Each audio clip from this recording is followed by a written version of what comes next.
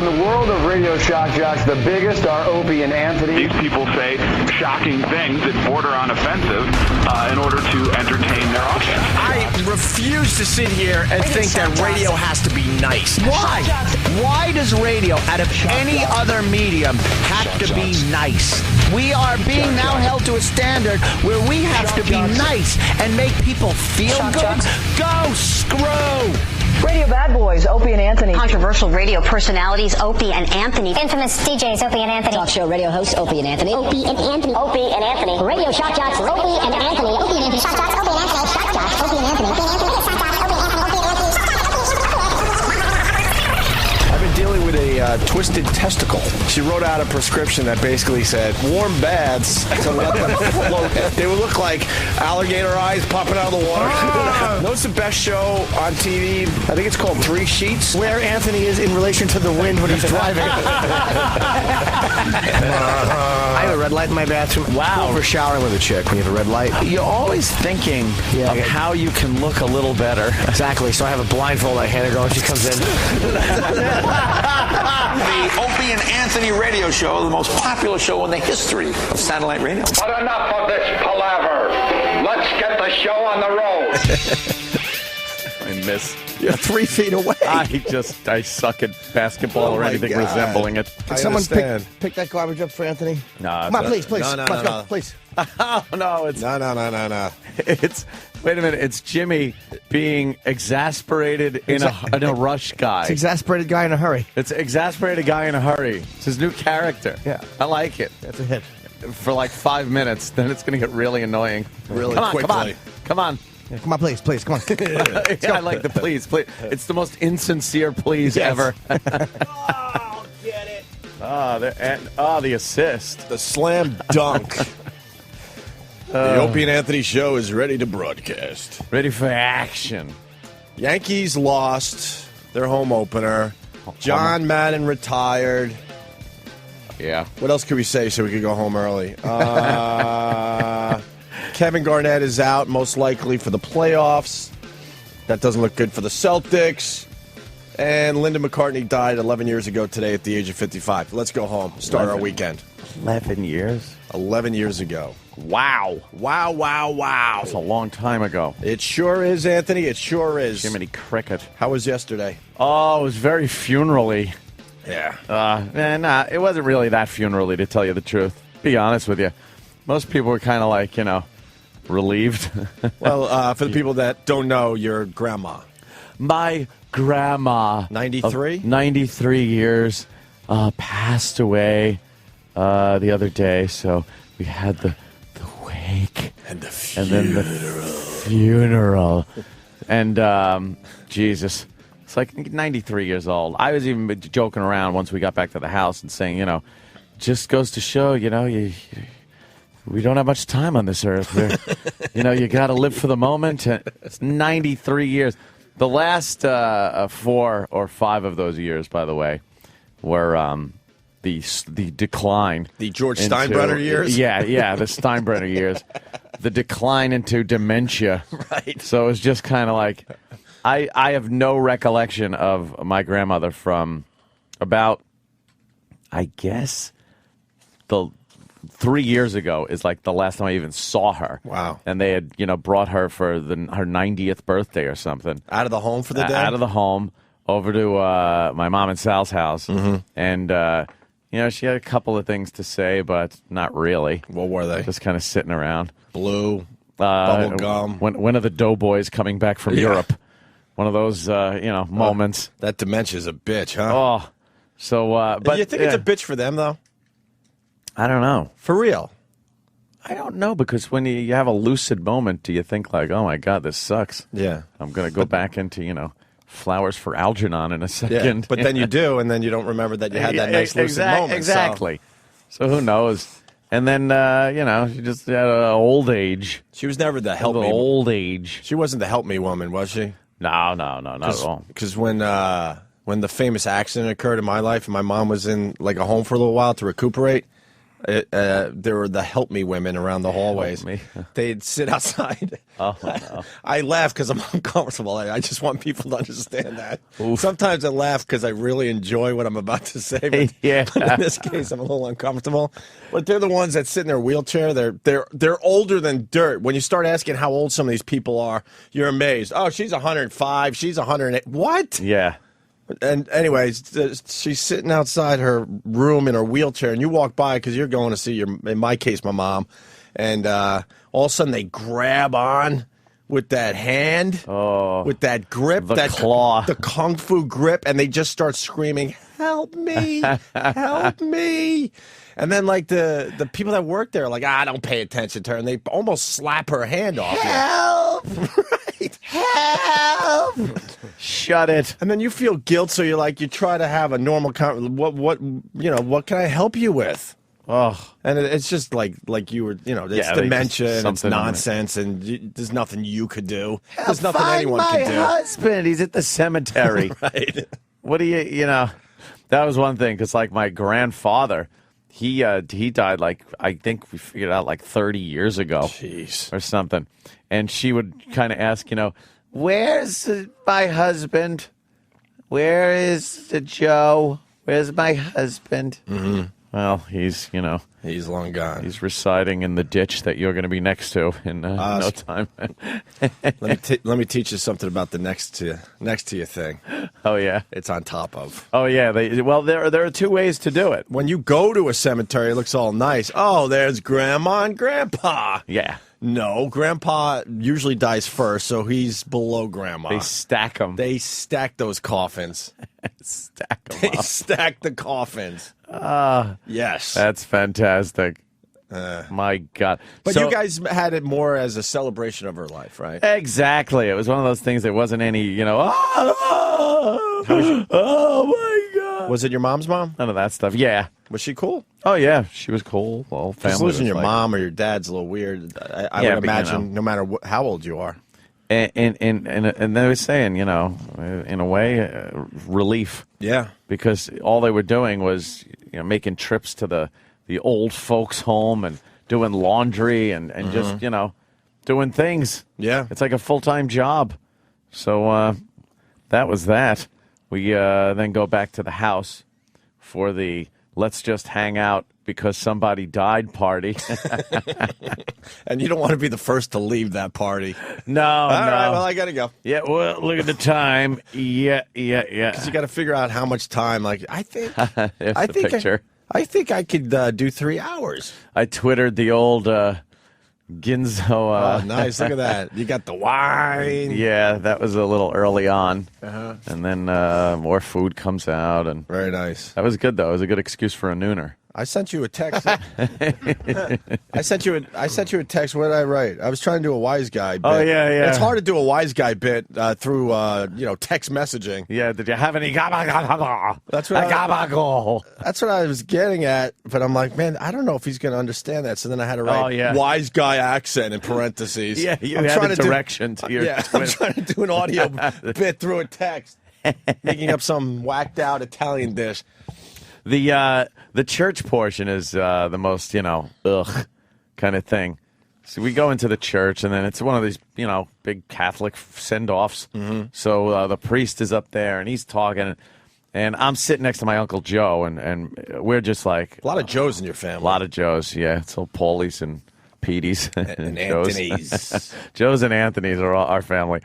And it was just like, we're talking, going, this is sci-fi fantasy. This whole Jesus thing, where they're talking about how, she is now with Jesus, who rose from the dead, and I'm like, it's zombie Jesus. Mm-hmm. It's zombie Jesus, and he rose, and then they tell other stories from the Bible, and you're like, this is just some fantasy world stuff that... We had a whole discussion about that on yesterday's show with Bill Donahue. Oh, yeah. The storytelling, and there might be some problems because the stories were handed down for 60 years before they started actually writing the stories. Yeah, how accurate. It was the greatest game of telephone ever. Oh. How accurate could you be 60 years later telling a story? Then I guess there's supposed to be some divine, intervention that makes it all right and makes it the way it really is, and the story is accurate. But you're just like, what? I'm listening, going, what? Just stop. Just stop. Right now, Francis is with Jesus. Jesus. Jesus. And he's taking the incense thing and swinging it around the coffin. There's smoke coming out. You're like, what is that? What is this, a magic trick? What are you going to do? It's the Prestige. Pull her out alive? The Prestige. Right. He was performing the Prestige. You can't do it. He used a bloody double. Yeah, they do all that, and then the drive to the cemetery. It's just the stress of keeping in line and not losing the hearse. Oh, no kidding. It's like, well, I'm going through red lights. It's very stressful. And for me, going through red lights, I was really going through red lights. For real. Well, did you have the cops and stuff? You had a cop. They usually give a cop or two for those every funeral now. The hearse had like the flashing lights on the front now. Dude, one of my cousins almost got killed going to the cemetery for my grandma's funeral. Almost got T-boned because just like you were saying, you're like, the laws don't apply to me today. I got my high beams on. Right. And so you're going through the red lights. Someone died. I'm above the law. So you're going through the red lights, right? Yeah. Most people would still look like, well, this is a little crazy. It's the middle of the day. I'm going through red lights, and it's pretty busy where we live, right? Yeah. Man, my cousin was in front of me, and obviously, like, just assuming everyone knows I'm just going through red lights, high beams, and man, he by this much, getting T-boned. Meaning another 3 days of walking around like zombies. Yeah, right? It's just one of those situations where you just, oh, God, I don't want to deal with this. Mm-hmm. And then the cemetery portion of it. Oh, could you talk about that? Because we talked about that yesterday. Yeah, what? Just your observations. Well, you're good like me with this stuff. It's so morbid. Thank you. It's just morbid. Did you all get a flower? Yes, we got the flower. But even though it's the morbidity started before that, they hold you up for a little while I guess they prepare the grounds so it doesn't look like it's just a hole in the ground that Granny's getting dumped into. Yeah, they put the green AstroTurf over the dirt. There's like a big pile of dirt, but they put like this green AstroTurf over it. You're not going to notice there's a big mound of dirt there that's going to be shoveled in by the ghouls that work there. Well, in their utility uniforms. Basically, they're getting window treatments for the hole. Yeah.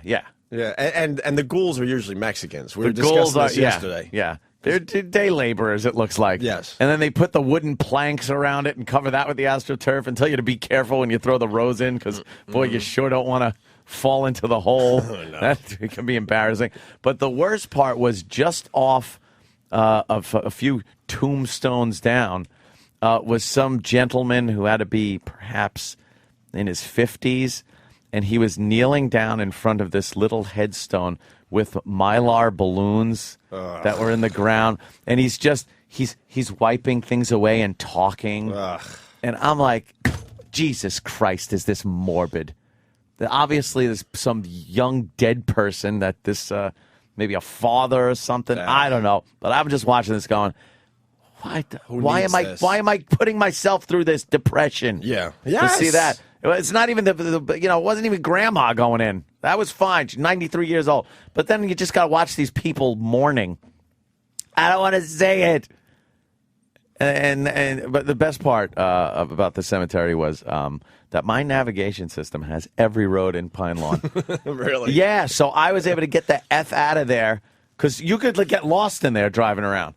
The roads are ridiculous. Mm-hmm. And, I flipped that nav on and was just out of there, lickety-split. I'm out of here. The second that rose was thrown down on that coffin, I was like, later, Granny. See you later. Thanks for the good times. That's it. Hey, it's weird that we were talking about this yesterday. We're talking about it today. The top 5 funeral songs. We were just talking about this yesterday. I heard a couple. Because not only... is it a really sad day for you and your family, right? In most cases. Yeah. Then they have decided, well, now let's get those songs that really bring you down to a sad place. Yep. Why? They want you to be sad. I don't know why. Yesterday, someone called and they said at the funeral they were at, I forgot for who, whatever, but the song was "Everybody Hurts" by REM. Like, why? Oof. Everybody hurts. That's an awful one. Like, you really need, that much more emotion coming out of your sad body? No, you don't. Top 5 popular songs at wakes. I guess it would be wakes officially, right? Yeah. Eva Cassidy, right, was her name? Over the Rainbow? The famous Over the Rainbow? Are you kidding me? Something tells me if Somewhere Over the Rainbow is playing at a wake, the guy in the coffin is very thin. And there's a dog that needs to be adopted. Yes. Yeah, the rainbow dog needs a new home. The rainbow is from the poodle he owned pissing.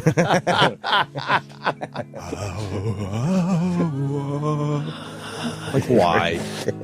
Needs this. How about we change it? Change it up. Get some happy songs. Play a xylophone solo on his ribs. Number 4. Yeah. Top 5 popular songs at a wake. Robbie Williams, "Angels." This must be a newer song, obviously. Oh, yeah. I don't know that one. I sit away. Oh, boy. Does an angel contemplate my fate? Do they know the places where we go when we're gray and old? Oh, my God. Why? This is crap. Why not just play all the people who died?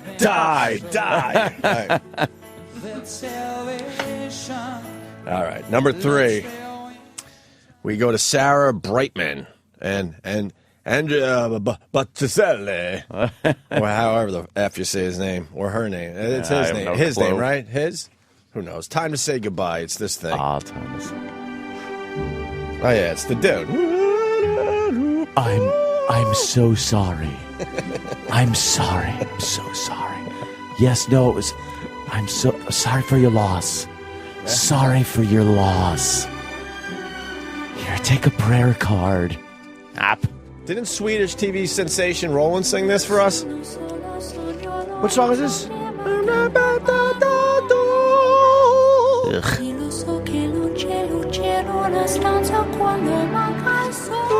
What is that, Italian? Must be.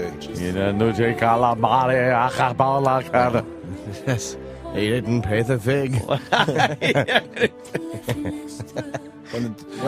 What do I look like, a schmuck on wheels? He choked him with a phone cord and his wig fell off. He wanted. All right. I want to hear the dude. Karen, we needed the money. When the dude kicks in, listen to this guy's voice. It's ridiculous. He's good. Enough with Sounds Sarah. like the girl. This is a good tune, though. Yeah. Are you going to download it on your iPod, Jimmy? Actually, will, yeah. Not too, tear jerking. This one I could handle at a wake. Really? Oh, it's miserable. This would make me cry at a birthday party. Come on, just one part of the dude. Then we can move on to number 2. It's not about you, Sarah. Kick it in. That bitch is in my cog. Isn't this the ugly duckling from England Idol? Old shovel face. Oh, that broad's getting uglier by the day, too. They couldn't get over how much she looked like me at the comedy show. Oh, great. Yeah. Oh, here he is. Yeah.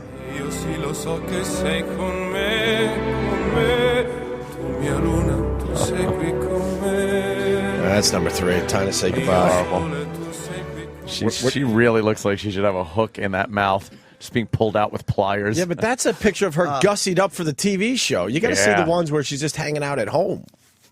That's the best she looks. Spinster is the word. Oh, they're calling her a spinster? Yeah, the spinster. We're talking about Britain's Got Talent and the ugly broad with the really good voice. When you see the pictures of her just hanging out at home. Well, put that picture of Eddie Izzard back. The second most popular song played at wakes. Second. Coming in number 2. Everyone knows this song. Hit it. Is this you, the dirt beneath my back?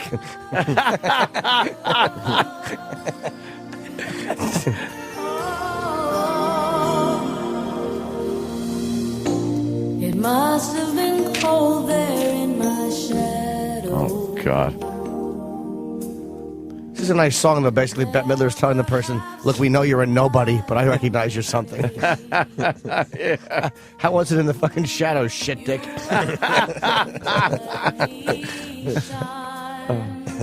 Did you ever know that you're my hero? You always walk a step behind.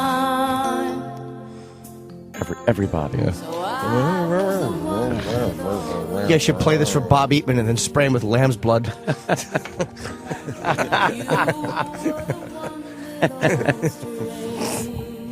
don't have to get to the part, do we? Of course we do. Of course we do, Ope. We do? Yeah. Turn it up, Ope. Come on, please. This would be so, like, horrible to hear it awake. Oh, yeah. You're just trying to get people to cry.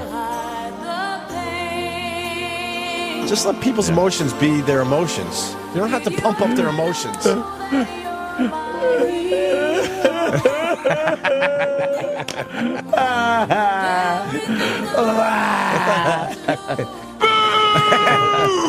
You know the parents probably play this one for like a dead kid, as depressing as that is. This is dead kid music. You don't even know he wasn't your hero. Oh, is it true? This made Iraq cry when we found out Opie was his hero. Oh, really? Yeah.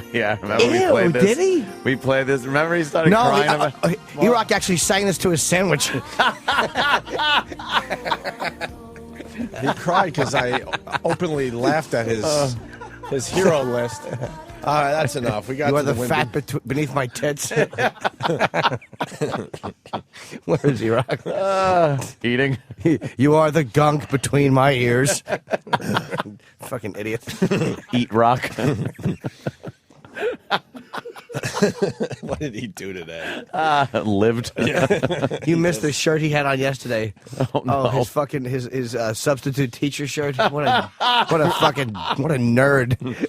Is he trying to dress nice around here? I don't know. I think he's trying to spiff you up in case the bosses need him. Yeah, the bosses see him. It's a little weird, but Make some points. A lot of people changing their look for the new joint. She has fucking Elephant Man hair. I know we've been teasing her, but she has fucking John Merrick hair. Look at her. She's singing into her hairbrush that she obviously has never used. Yeah. That should be a fucking, that should be like a Glock. Shotgun. Singing into a 9mm. That is a great picture to just Photoshop. A cock, a dildo. Oh, there's so much that could go in that hand.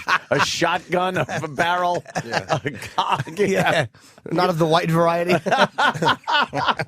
It's fucking ugly lady. It's a Dorothy Fat Skull singing that fucking Susan Boyle. Susan Boyle. She's got a red little sweater on and she's holding up a hairbrush like a microphone. Yeah, that's a perfect Photoshop. Her eyes are shut.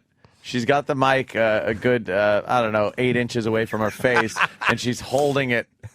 You could superimpose many things. You got to go with hand. the cock. Yeah. You have to do the cock pic. And she has hair like Mike Birbiglia. It's horrendous. Oh, look at the part of that fucking do is terrible. Oh, horrid. Nice egghead. Let's do the most popular Trying to think what this is. at a wake. Amazing Grace?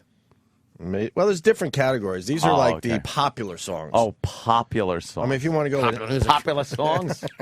hymns, And Norton. hymns, Amazing Grace is number 5. So yes, you're on to something there. For hymns. For hymns. With a Y, hymn. Number 1 hymn is "The Lord Is My Shepherd."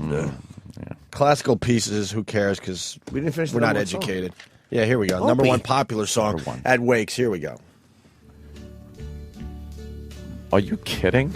Are you kidding? It's a good one. The end is here, actually.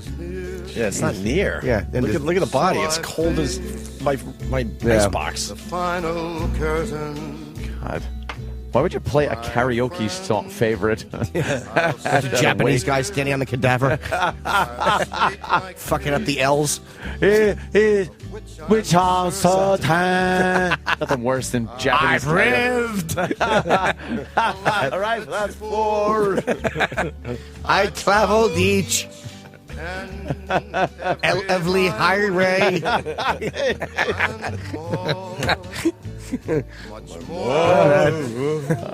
My genitals are tiny.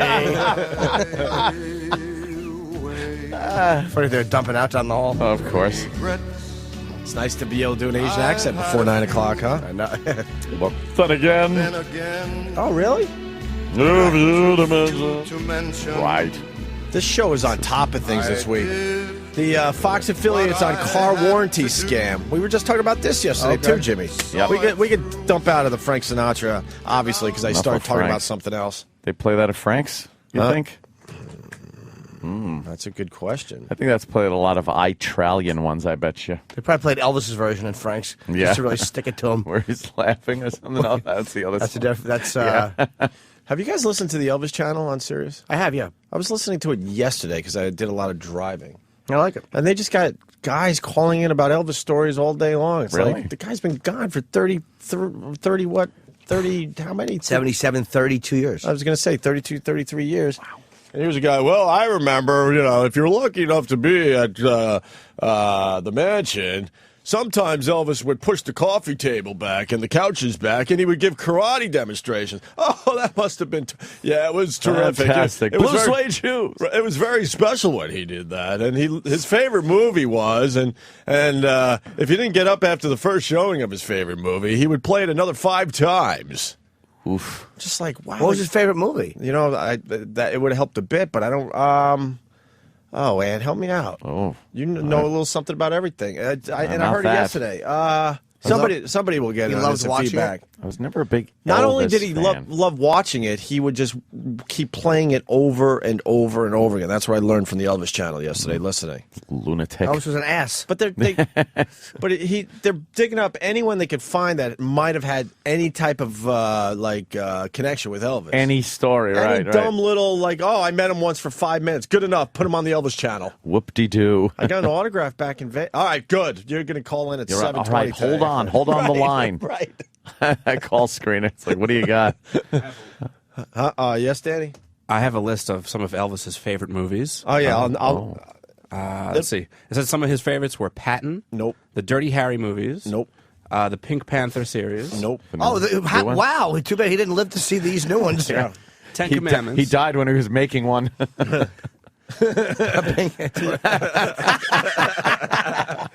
That's hilarious. Nice. Rebel Without a Cause. Nope. French Connection. Nope. There was one that they said was his favorite movie. Are you running out of movies already? Yeah, that's all this article had. What site is that? 5 more. No idea about Elvis.com? Allexperts.com. Oh. Not French Connection. They don't know nothing. You know what? We'll get the answer a little later. Whatever. But it's just a weird channel. I like the Elvis songs every once in a while, but Yeah. there's a DJ and he just has people calling in telling their Elvis stories. I like the hip Vegas Elvis versions. The of old songs. bloated? Yeah, I don't like the not so much the old bloated, maybe his comeback stuff. 69, 68, Yeah, right? yeah. I don't like the real early stuff, that rockabilly crap or the gospel stuff or any of that. But you get a good Lord Almighty. I feel my temperature rising. His shit is good, man. A hunk burning. I've never downloaded any Elvis music, but every time you hear one, you're like, you know what? This motherfucker had something going on. There's a live Elvis from his comeback. It was from 68 or 69. Yeah. And he did Dice is an Elvis. He's the one who actually got me into Elvis, and he hates Sweet Caroline. I'm like, what's wrong with you, dude? It's fucking phenomenal when Sure. Elvis sings it. Sure. There's that. He does Yesterday and Hey Jude. He's got all these weird. I love when Elvis covers shit. Yeah. What was the one That's about inimitable style. in the ghetto? In the ghetto, yeah. Oh. Suspicious Minds is a great one. Yeah, that is a good one. I'll give you that. No one has the favorite Elvis movie according to Elvis. It was We'll have to one. find out. Was it one of his or no? It was a movie I'd never heard of, to be honest with you. I would have remembered if it was French Connection or something like that. What do you got, E-Rock? You got the answer, or you're just bothering everybody? Two Girls, One Cup. Apparently, Troy out by our office is a huge Elvis fan. Yeah. Saying that it's Blazing Saddles. Nope. Not according to the Elvis channel yesterday. It might be. the guy that called in might have just made it up to be on the Elvis channel. Yeah. He sounded a little too young to be on the Elvis channel. Blazing Saddles, really? No, I was, crap, this is going to drive me nuts. Whatever. Yeah. By the way, it's just got to be said that Eric's new boyfriend is Troy. Oh, really? They are BFFs to the max. Here comes E-Rock. Connected at the foreskin. Yeah, Dan takes photos when he doesn't think we're not looking. Which one is Troy? I've known Troy for 13 years. How do you know is he? Troy? Troy looks too young to know for 13 years. I've known him since college and when I was he- living in Pennsylvania. Is he a fan of ours? There's something weird going on at the end of the hall, by the way. There's two guys. Let me see. What do those two guys do down there at the end of the hall? Troy coordinates our channel, Bruce's channel, and a few other What channels. do you mean? What do you mean coordinates? I guess all the scheduling and the placement of Promos and all that and all crap? that stuff on the serious side. Yeah. Right. Okay. And then there's another guy down there who does the exact same thing for Howard's channel. There's like these two guys are dueling it out. Who could play the show louder? Yeah. We walk down the hall. Sometimes really? I hear our voices, and then other days I hear Howard's voice, and they're literally right next to each And other. the guy next to him records Bubba's show in the morning. Ah, screw that hillbilly. Ugh. Are we allowed to say that now that we're in this building? Who? Thank you. You saw the picture of the BFF ant? Yes. And? The BFF picture is very funny. You guys are just buddy-buddy. That's. Where's Troy? He goes, I'll get him. I'll get him. I'll go get my boyfriend Yeah. and introduce you. It's just like if you ever need to know where Eric is, like that's like the first. That's so far what I've learned is like if you need to find where Eric is, just look by Troy's area, and chances are he's sitting on some filing cabinet just yucking it up. Yucking it up. There is such funny little things going on that we find out later, and that's one of them. Like Danny's just snapping pictures of them together. Well, this is heaven for E-Rock. You know that, right? Yeah. Because he's a big time radio guy, and he's one of the guys that is very excited to be here at Sirius. He's in XM. his element now. But when we were all sequestered over at the other building and all alone, he didn't get to mingle with all the radio people and tell all of his call letter stories. Yeah. And And by the way, you guys, before you mentioned Eric trying to wearing his shirt yesterday, that button down. I said the exact same thing. I was talking to either Sam or Travis, and I said, "Did you notice that he was trying to fit in here?" Because I noticed a lot of the other guys around here wear that kind of style, where it's like that plaid button-down thing, and I'm like, Eric is trying to fit in here, 100%. Eric can't fit anywhere.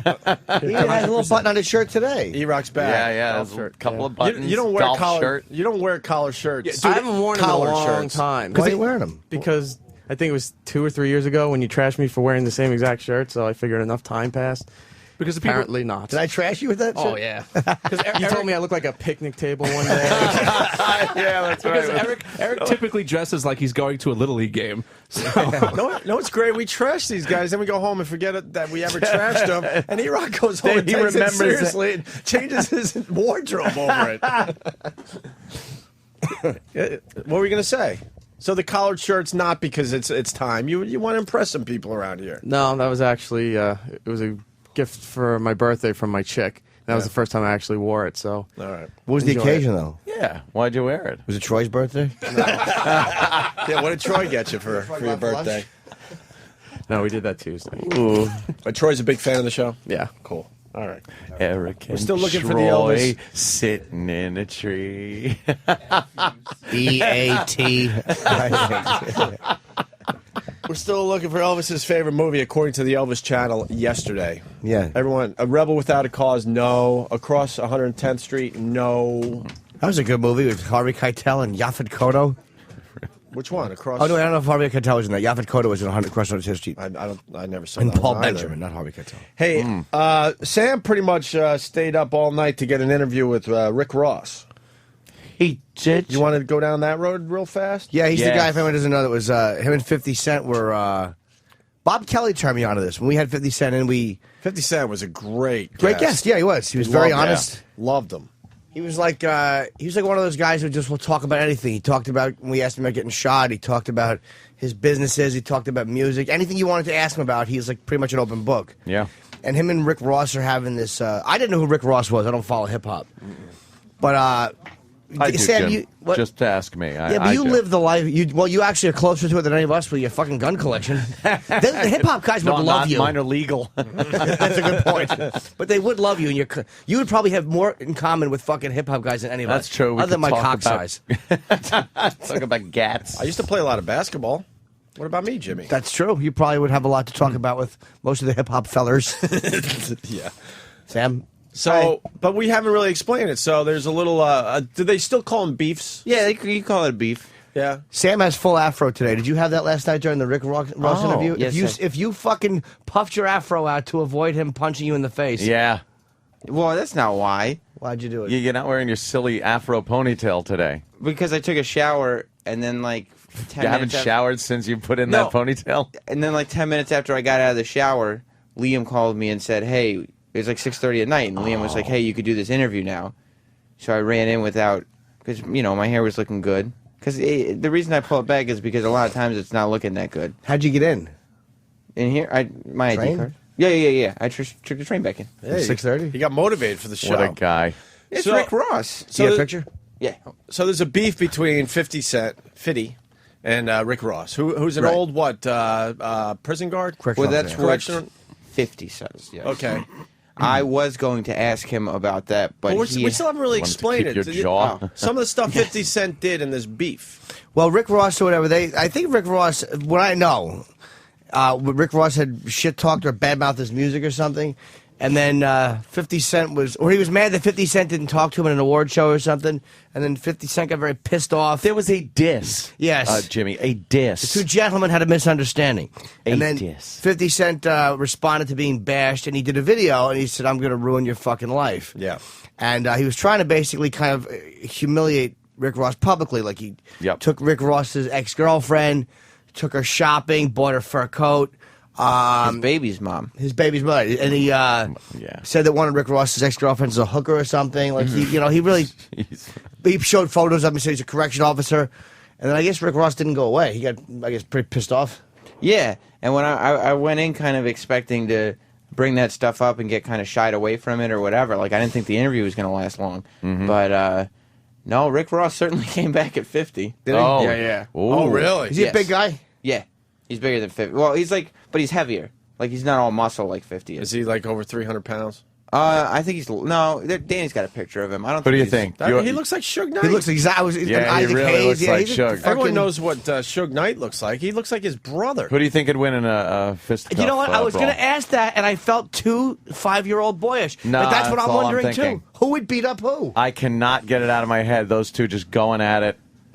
Well, I think 50 Cent has Hollywooded it up more than Rick Ross has. Like, Rick Ross is very Keeping famous. it real? He's very famous, but only in the hip hop community. Whereas 50 Who's Cent keeping it more real? Are you trying to say Rick Ross works out in the basement and 50 Cent works out at like the At a Reebok hotel Club or lobby? something? Right. That's exactly what I'm trying to say. Yes. But I got to say this about 50 Cent. He's been shot. Like, once you've been shot 5 times, including the mouth, how Yeah. much can you Hollywood it up? Shot in the mouth. And he still fucking works out. Guy's an animal. Yeah, well, true. Here's Sam doing What's the Haps with Rick Ross. Yes. All right, so we're here with Rick Ross. Rick Ross, what's the haps? You already know I got the biggest album of the year dropping April 21st. You know what I'm saying? First and foremost, I want to thank everybody, and I want to commend you for your hot show. You know what I mean? Having me.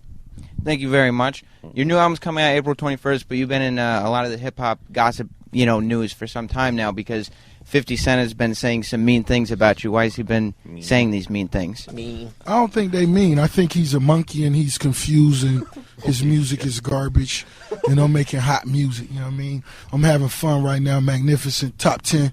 It's like number 5 with a bullet, you know what I mean? Close to, it's looking like it's going to be a number 1 record. So you think a lot of what 50 Cent's been doing is about jealousy? No, I'm not going to say jealousy. I think he has to try to do something to stay relevant. I mean, it's like being Hulk Hogan right now.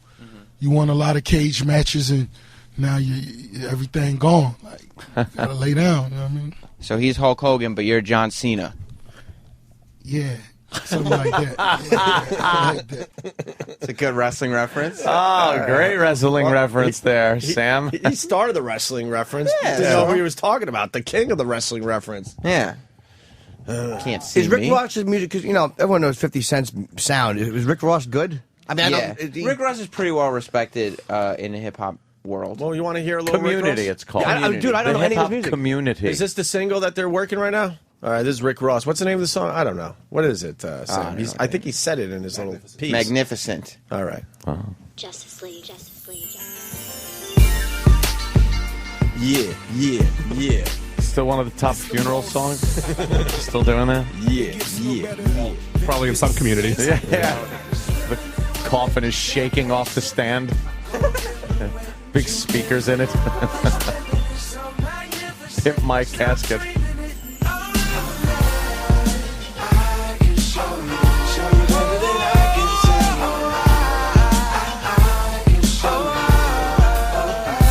I'm the magnificent with the sensational style.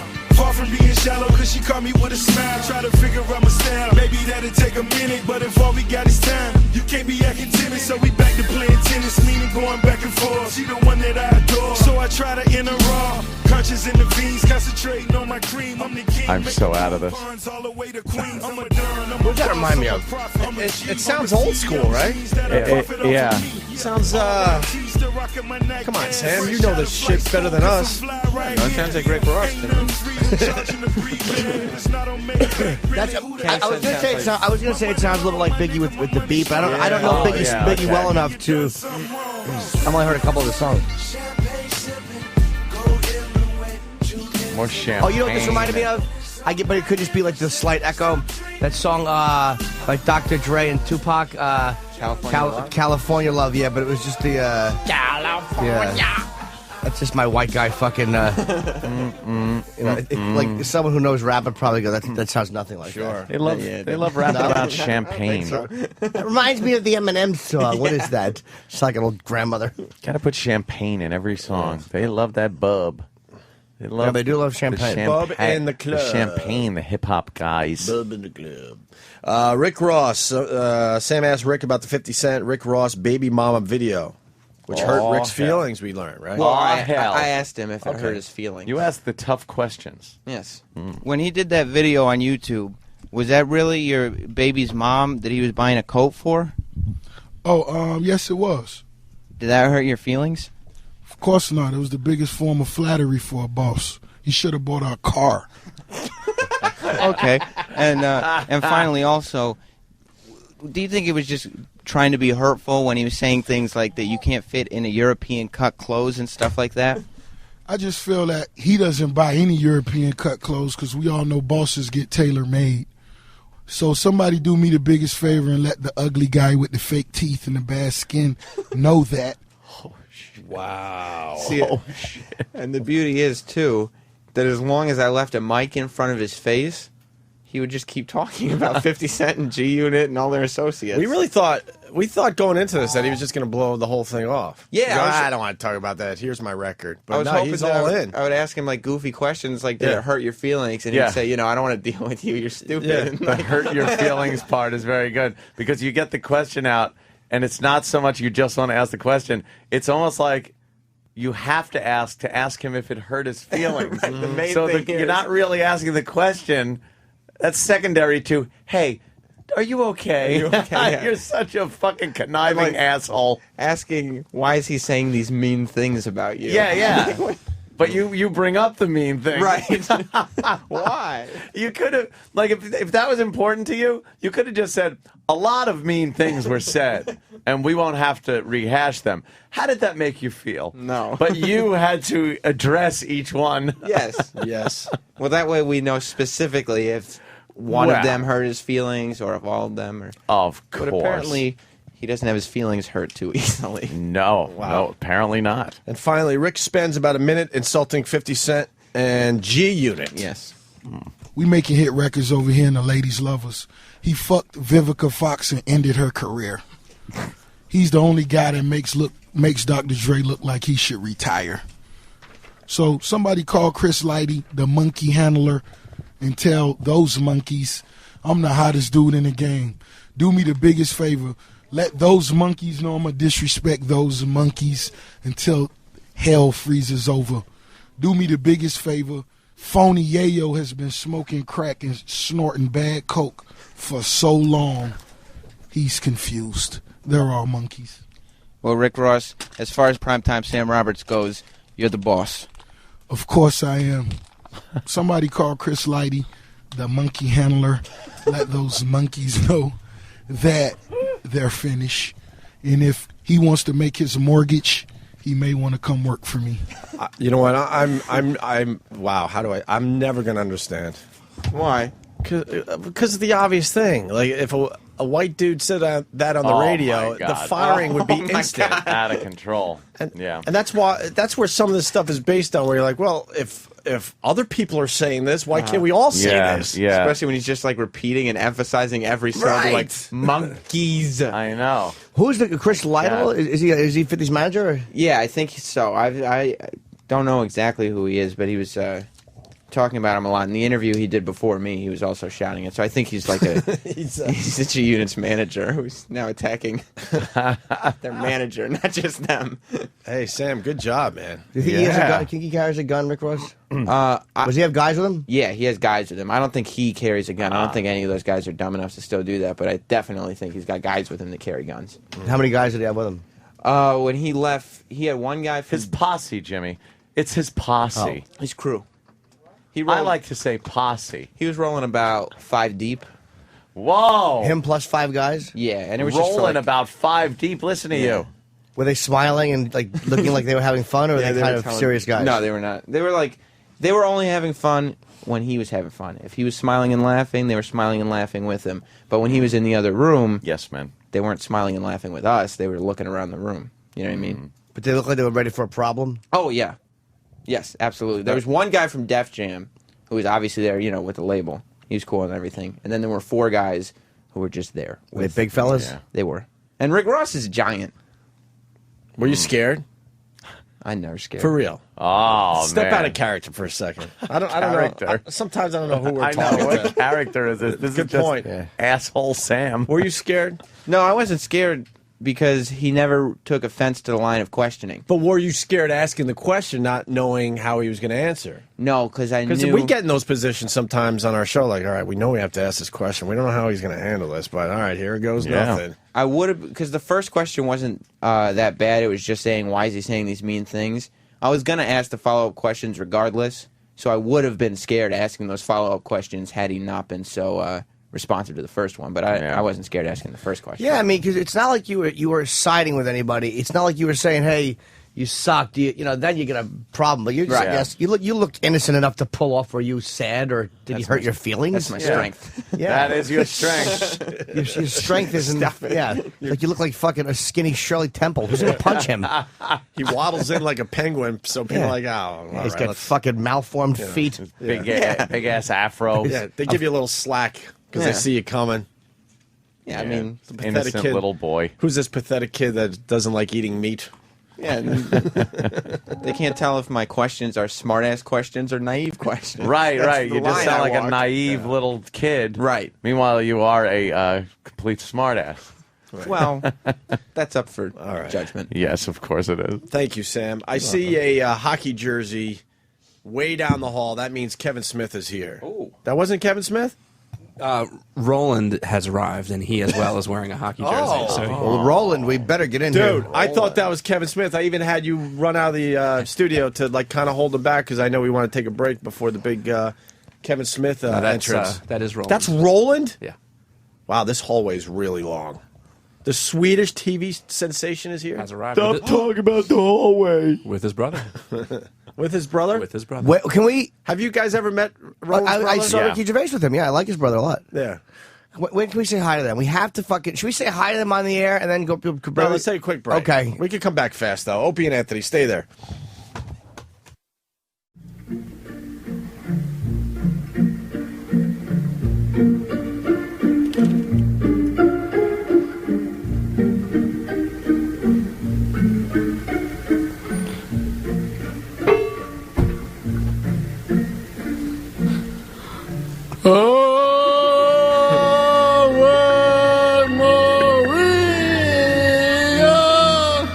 Gratia plenia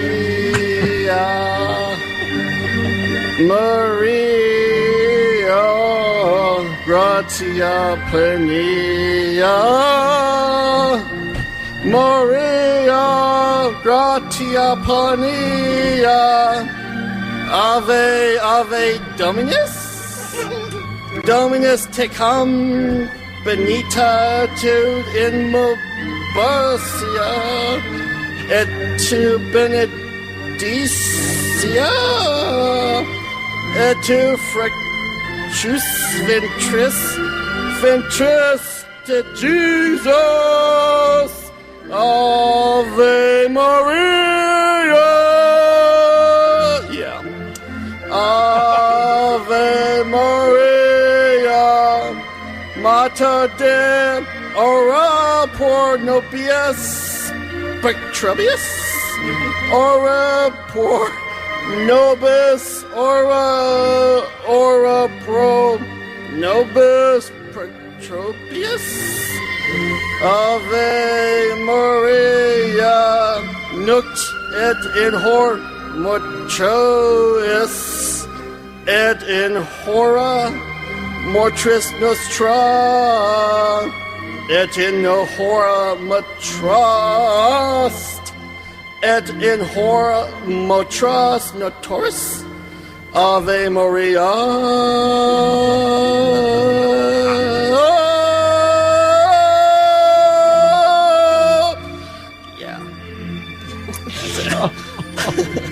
Oh my God. Oh. Wow. You think he'll get an 11-minute standing ovation? Bravo! Bravo! Bravo! El Fatso! El Fatso. We are back with the Opie and Anthony show. That was Roland singing Ave Maria. Ave. Very moving rendition. Ave. Ave. Is it Ave? Ave Maria? Yeah, that's how they say it. And in studio, we got Roland. Hello. He's here to say goodbye. Yeah. And for the first time on the radio, why? All right, Roland, keep talking. Hello. Keep talking. All right, that's good. Hello. Roger, talk. Hello, how you doing? Keep talking. Hello. Okay, good. Wow, the mics work. No, I had to turn a few mics off so you don't get that feedback, Jimmy. Roland in studio, and for the first time, Roland's brother, Roger, who's a major problem. Just a little. Major problem. Yeah, he finally woke up. And Roland is here because he has to say goodbye to us again. Yeah. By the way, if you want to see Roger, States. I tweeted a picture of Roland and Roger. Oh, you did? From The Office, yes. The Look brothers. at you. The brothers. I already sent mine out there. No, they didn't look at yours. They looked at my picture of Roland and Roger. By the way, this Twitter is going to blow up starting today, officially. I know it's all over the place, but Oprah has decided to join the Twitter nation, and she's doing her first tweet live on our show today. Ooh. It's going to be her taking a shit. How great would it be? Oh, God, would that be good. If she took a photo, if she held it up over herself on the bowl. She did a Stedman. And I like to think that we have something to do with Oprah joining Twitter, because our old boss now works for Oprah and has been following us on Twitter and following the radio show, and it's kind of his job to bring Oprah into the future. Oh, yeah? After she kind of leaves TV, the Oprah brand's going to continue. That's what Elo's doing for Oprah, and I just have a feeling that he might have pushed this whole Twitter thing on her. I believe, because I think she's completely out of touch when it comes to this stuff. Yeah. Maybe. Well, somebody brought it to her attention, I'm sure. I'd like to think it was us and through Elo. There you go. We're responsible. Let's just say it. Just say it, and it's true. And then it's true, right? So, what are you guys leaving? It's like we haven't seen Roland in a while because you're still working for the booking agent. Did you leave that job? It's unclear. Okay. Because like during the economy, they never like let you go because of unemployment. So I'm like George Costanza. I'm sitting it through. She was still going to work. I show up and annoy everybody. Oh, really? Yeah, I go, good morning, and have lunch there, and go, goodbye. So you're showing up but not working? Yeah. Doing the bare minimum? Pretty much. Yeah. Getting paid? Yeah. So I just show up every day like, hey, how you guys doing? Wow. Say hello to everybody. Roland did a great job booking for our show, and then when we moved, the whole merger went through. We begged and pleaded. We need Roland to continue with us. They didn't see it that way, unfortunately, because of all sorts of crap. It was a financial decision. Yeah, that was out of our control. Yeah. So then Roland had to kind of leave because then the booking agency he did work for didn't really want him on the show anymore. Blah blah blah. But now we lose you for the next 3 months. You got to tell everyone what's going on. I've heard the rumors. He's going to prison. Roland's a kid toucher. A Turkish prison. We are headed off to Stockholm, Sweden, to be correspondents for a late night show there called the Philip and Frederick Show. Phillips and Frederick Show? Mm-hmm. Wait, both of you guys? Yeah. Well, basically, How did Roger get involved? Well, I was drunk one night, shocker, and they were looking for a U.S. correspondent, which I had no idea. So I howled like a wolf and peed on people throughout the night. For real? For real. That's what I do pretty much every Saturday night. I get wasted. And so they just followed me everywhere. They go, what do you do next? And I don't remember what happened that night. Roland blacked out and got an international TV gig. Pretty much. Then the next morning, they came to our office and asked my boss, like, hey, could we have them? She goes, take them. And the next day, I had papers in front of me to get my passport to ship out today. Today? You're leaving? Today at 5 o'clock. A Swedish TV star. Yeah, and that's the biggest late night show there. And then they have a big reality show there. It's a booze cruise that the guy owns.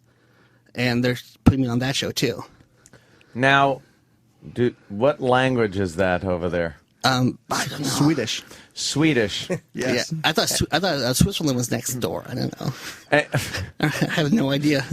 But what about the language barrier there? You know? Everybody speaks English, mostly. Ah. Yes. Yeah, they just speak it a little differently, right, Jimmy? Yeah. People like your new impression. This is our new man, the Roland. Is that good? That's perfect. So what are you going to do? You're going to be like the man on the street? Well, they like to do stunt stuff, so that they're sending me to the Arctic Circle without a jacket because I sweat profusely. See if I could stop sweating there. Wow. See, that's something we should have done, but what's in the budget to send somebody to the Arctic Circle? I think we could have got you to Buffalo in January. Yeah, maybe. And then they're going to do Tickle Me Rollin' in Sweden on the streets. I heard they saw the video. I heard they saw some of the videos you did for us, and that really took off. Ooh, they're reaping us off.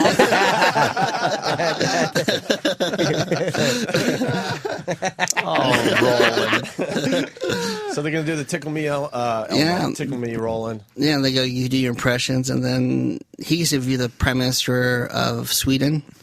Wait, can you slow Roger down? interviewed the Prime Minister of Sweden? Yeah. He's going to. He's going to. Is that the one that looks like Conan, or was that another country? That's Finland. Finland, whatever. Like, I'm at the consulate of Sweden, but I thought it was like dude from Die Hard.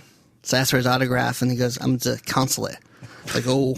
The guy looks like Hans Gruber. Oh, he did. I know your brother. That's like a joke. And he just like stared at me. He goes, I am the consulate of Sweden. I was like, oh, sorry. Yeah, it looks like Hans Gruber. Jeez. He did. He called me stupid. I'm like, yeah, I know. I still don't understand why Roger's involved. They asked me if I had a brother. I'm like, yeah, I do. They go, oh, is he athletic? I'm like, no. So they asked all these questions, and they go, we'll send him too. And he got to tag along. Yeah, I'm going to be the Silent Bob character of this whole thing. Really? Yeah. So you're going to interview the Prime Minister? I asked the serious questions, and then he asked his questions. About Jack Bauer and Bruce Springsteen. Wow. And you guys leave today. In a couple hours. A couple hours. How long is the flight? 8 hours, yeah. They flying you first class? No. No, like business. That's. And where are you going to live? They got us a suite in Stockholm, Sweden, in the heart of it. Have you ever been there? Never been there, no. No. Oh, and you are just picking up and going. This is the I weirdest just found out a thing. week and a half ago. Yeah, they go, do you want to go? I'm like, sure. And then they got my passport, and they go, okay, here's the paperwork, sign away. I hope you're being fucked over into a life of white slavery where you just get fucked in the ass all the time. Roland doesn't know it, but he's actually behind curtain number 17. Roger's setting him up. He sold Roland into sexual slavery. As long as there's pussy, yeah, that's fine. Oh, wow. All right, so you guys are going over there to be fucking on it's like that like the Tonight Show? It's like the Jay Leno of Scandinavia. Wow. Yeah, they get like 3 million people watching a night. It's live every Sunday. Okay. So they're in New York right now, going to tape their shows with American guests, and then we'll be over there. All right, so they're here now. Are you flying back with them? No, they're going to do the shows live from New York for 8 weeks. So while they're here, we'll be over there. So. Oh, you're their correspondents in Sweden while they're here. Yeah. Okay, they're going to have a couple of Americans in Sweden while the Swedes. The Swedes. All right, that's great. Yeah, so it's going to be fun, and then they want to do different tasks, which I have no idea. Every week something's different. How are we going to see this? They're going to put up links on their website, which I'll forward you the links. Yeah, because everybody from this show is going to want to check that out. Yeah, so it's gonna be interesting. Go ahead, sorry. Oh no, just someday I'll remember they mentioned something about like a ski jump that I have to do. Wow, they're Like the going to Olympic. kill you. Over the water, but I can't swim, so they go. They thought it was funny. And then I have to drive because I don't have a license. I haven't driven in 8 years, so I have to drive in Sweden. It's like their Top Gear show. So Yeah. the guys can teach me how to drive. My brother has to sit in the back seat. Oh, God. You worry about him driving? Yes. I'm awful. I fall petrified. asleep. I'm like a narcoleptic, though. He's And blind. And blind. He is so blind. I can't see. Like, I think it's a deer. I stop us, like, people walking by me. Do you realize how blind he really is? I didn't know you were blind. my Roland God, needs yes. glasses, whatever, and he just refuses. He is really bad. Yeah, so... How can we prove it? Can we get an eye chart or something? Did we do that? Yeah, Ben? we did it. Yeah, that's right. Yeah, I just can't. Like, at nighttime, it's really bad. So I'm like, oh, if I see lights, I just close my eyes. It's very helpful. That's good while you're driving. Yeah, fantastic. Yeah, so people may die there. That's great, dude. I'm very happy for you. No kidding. It just all happened in a week and a half span, basically. And what's the reality show, the other one? It's like a real world or something? Or? It's they said it's like their biggest one there. It's a booze cruise from Stockholm to Finland. Yeah. So they just drink on a cruise ship? There's and cameras tape it? everywhere, yeah. Yeah, it's a big reality show. Did you guys see the host of the show? They seem a little insane. We were watching videos yesterday. Yeah, one guy ate his own anus. What? One of the hosts ate his own anus, like a piece of it. Why they cut a piece out surgically? Yeah, and he ate it. What? Come on. I thought he was just like, was very very Nimble. limber. Yeah. Yeah, that's what I And thought. decided, all right, I'll just eat my own ass here. Yeah, and he had a little piece. Why did they cut a piece of his ass out? Because he wants to see what it tastes like. Oh, Jesus. But where do you get a piece of your ass where it's not going to be a problem later? Probably a little shave a little piece of the skin Cut off. out a roid or something and sewed it up and fed it to him. Yeah. Wow, that's some sick shit. Wow. Yeah. What do you say about it? How was it? Tastes like shit, I guess. Well, we got people calling to help you out. They want to give you some tips. Yeah, I have no idea That's good. Well, let's go to Kurt in the Poconos. Kurt. Hey guys, how you doing? Hi, Kurt. man. The biggest thing to get used to over there is they invade your personal space, and if you're not prepared for that, you're going to be getting into fights. People will, like, if you're in a bar and it's packed, and there's 2 inches between you, they're going to squeeze in right in between you and invade your space, and you got to get prepared for that, or you're going to be fighting there all the time. Oh boy, these two I've seen. Yeah. I've seen them at movie premieres. Nice rude Americans coming over there. That's really hard to get used to because it's really weird. So anyway, good luck, guys. Oh, thank you. Yeah, Roger's a big boy. Roland's big. Roger's a lot bigger than you. Oh, yeah. A lot taller. He just steamroll people, though. Yeah. How tall are you, Roger? What, 6'4"? 6'4". How much you weigh? A lot. Yeah. All right. Huh? You over 200? Sorry. Oh, easily. Yeah, he's a problem. He's a steamroller. Yeah, that could be a problem then if somebody tries to squeeze, because I know I hate that, but what am I going to do? Yeah, I didn't know that. Neither did I. So, yeah. Have you met that's David? a good tip. David? Our intern? You haven't met yeah. David? The Jew? Yeah. The Jew? He brought us breakfast? He did? You did. Oh, yeah, I Yeah, brought we you some brought donuts. I shouldn't have any. Oh, Jimmy, have one. donuts. It's the end of our first week here at the new Oh, facility. look at Jimmy loves his donuts. He can't We get got And he enough. lots of knows how donuts. bad they are Yeah. for him, but he just... What's in here? Hey, we got Kevin Smith coming in too. Stuff for coffee. Fritters? I think so. What are those? I know. The woman goes, like, oh, no. Oh, my God. He goes, We should let Kevin come in as Jimmy digs through the donuts here. Kevin Smith is outside the studio. Where is he? He just walked by. I think he's getting a little tour of the joint. The facility? I would imagine he was here Is by that really now. good, Jimmy? Yes! Yes. Oh, that looks I so don't know good, what Jimmy. kind. Let me look. Oh, it looks so good. Oh, so fresh. Like when you bite it, my fingers are caving in the back of it. It's so Isn't that the soft. best?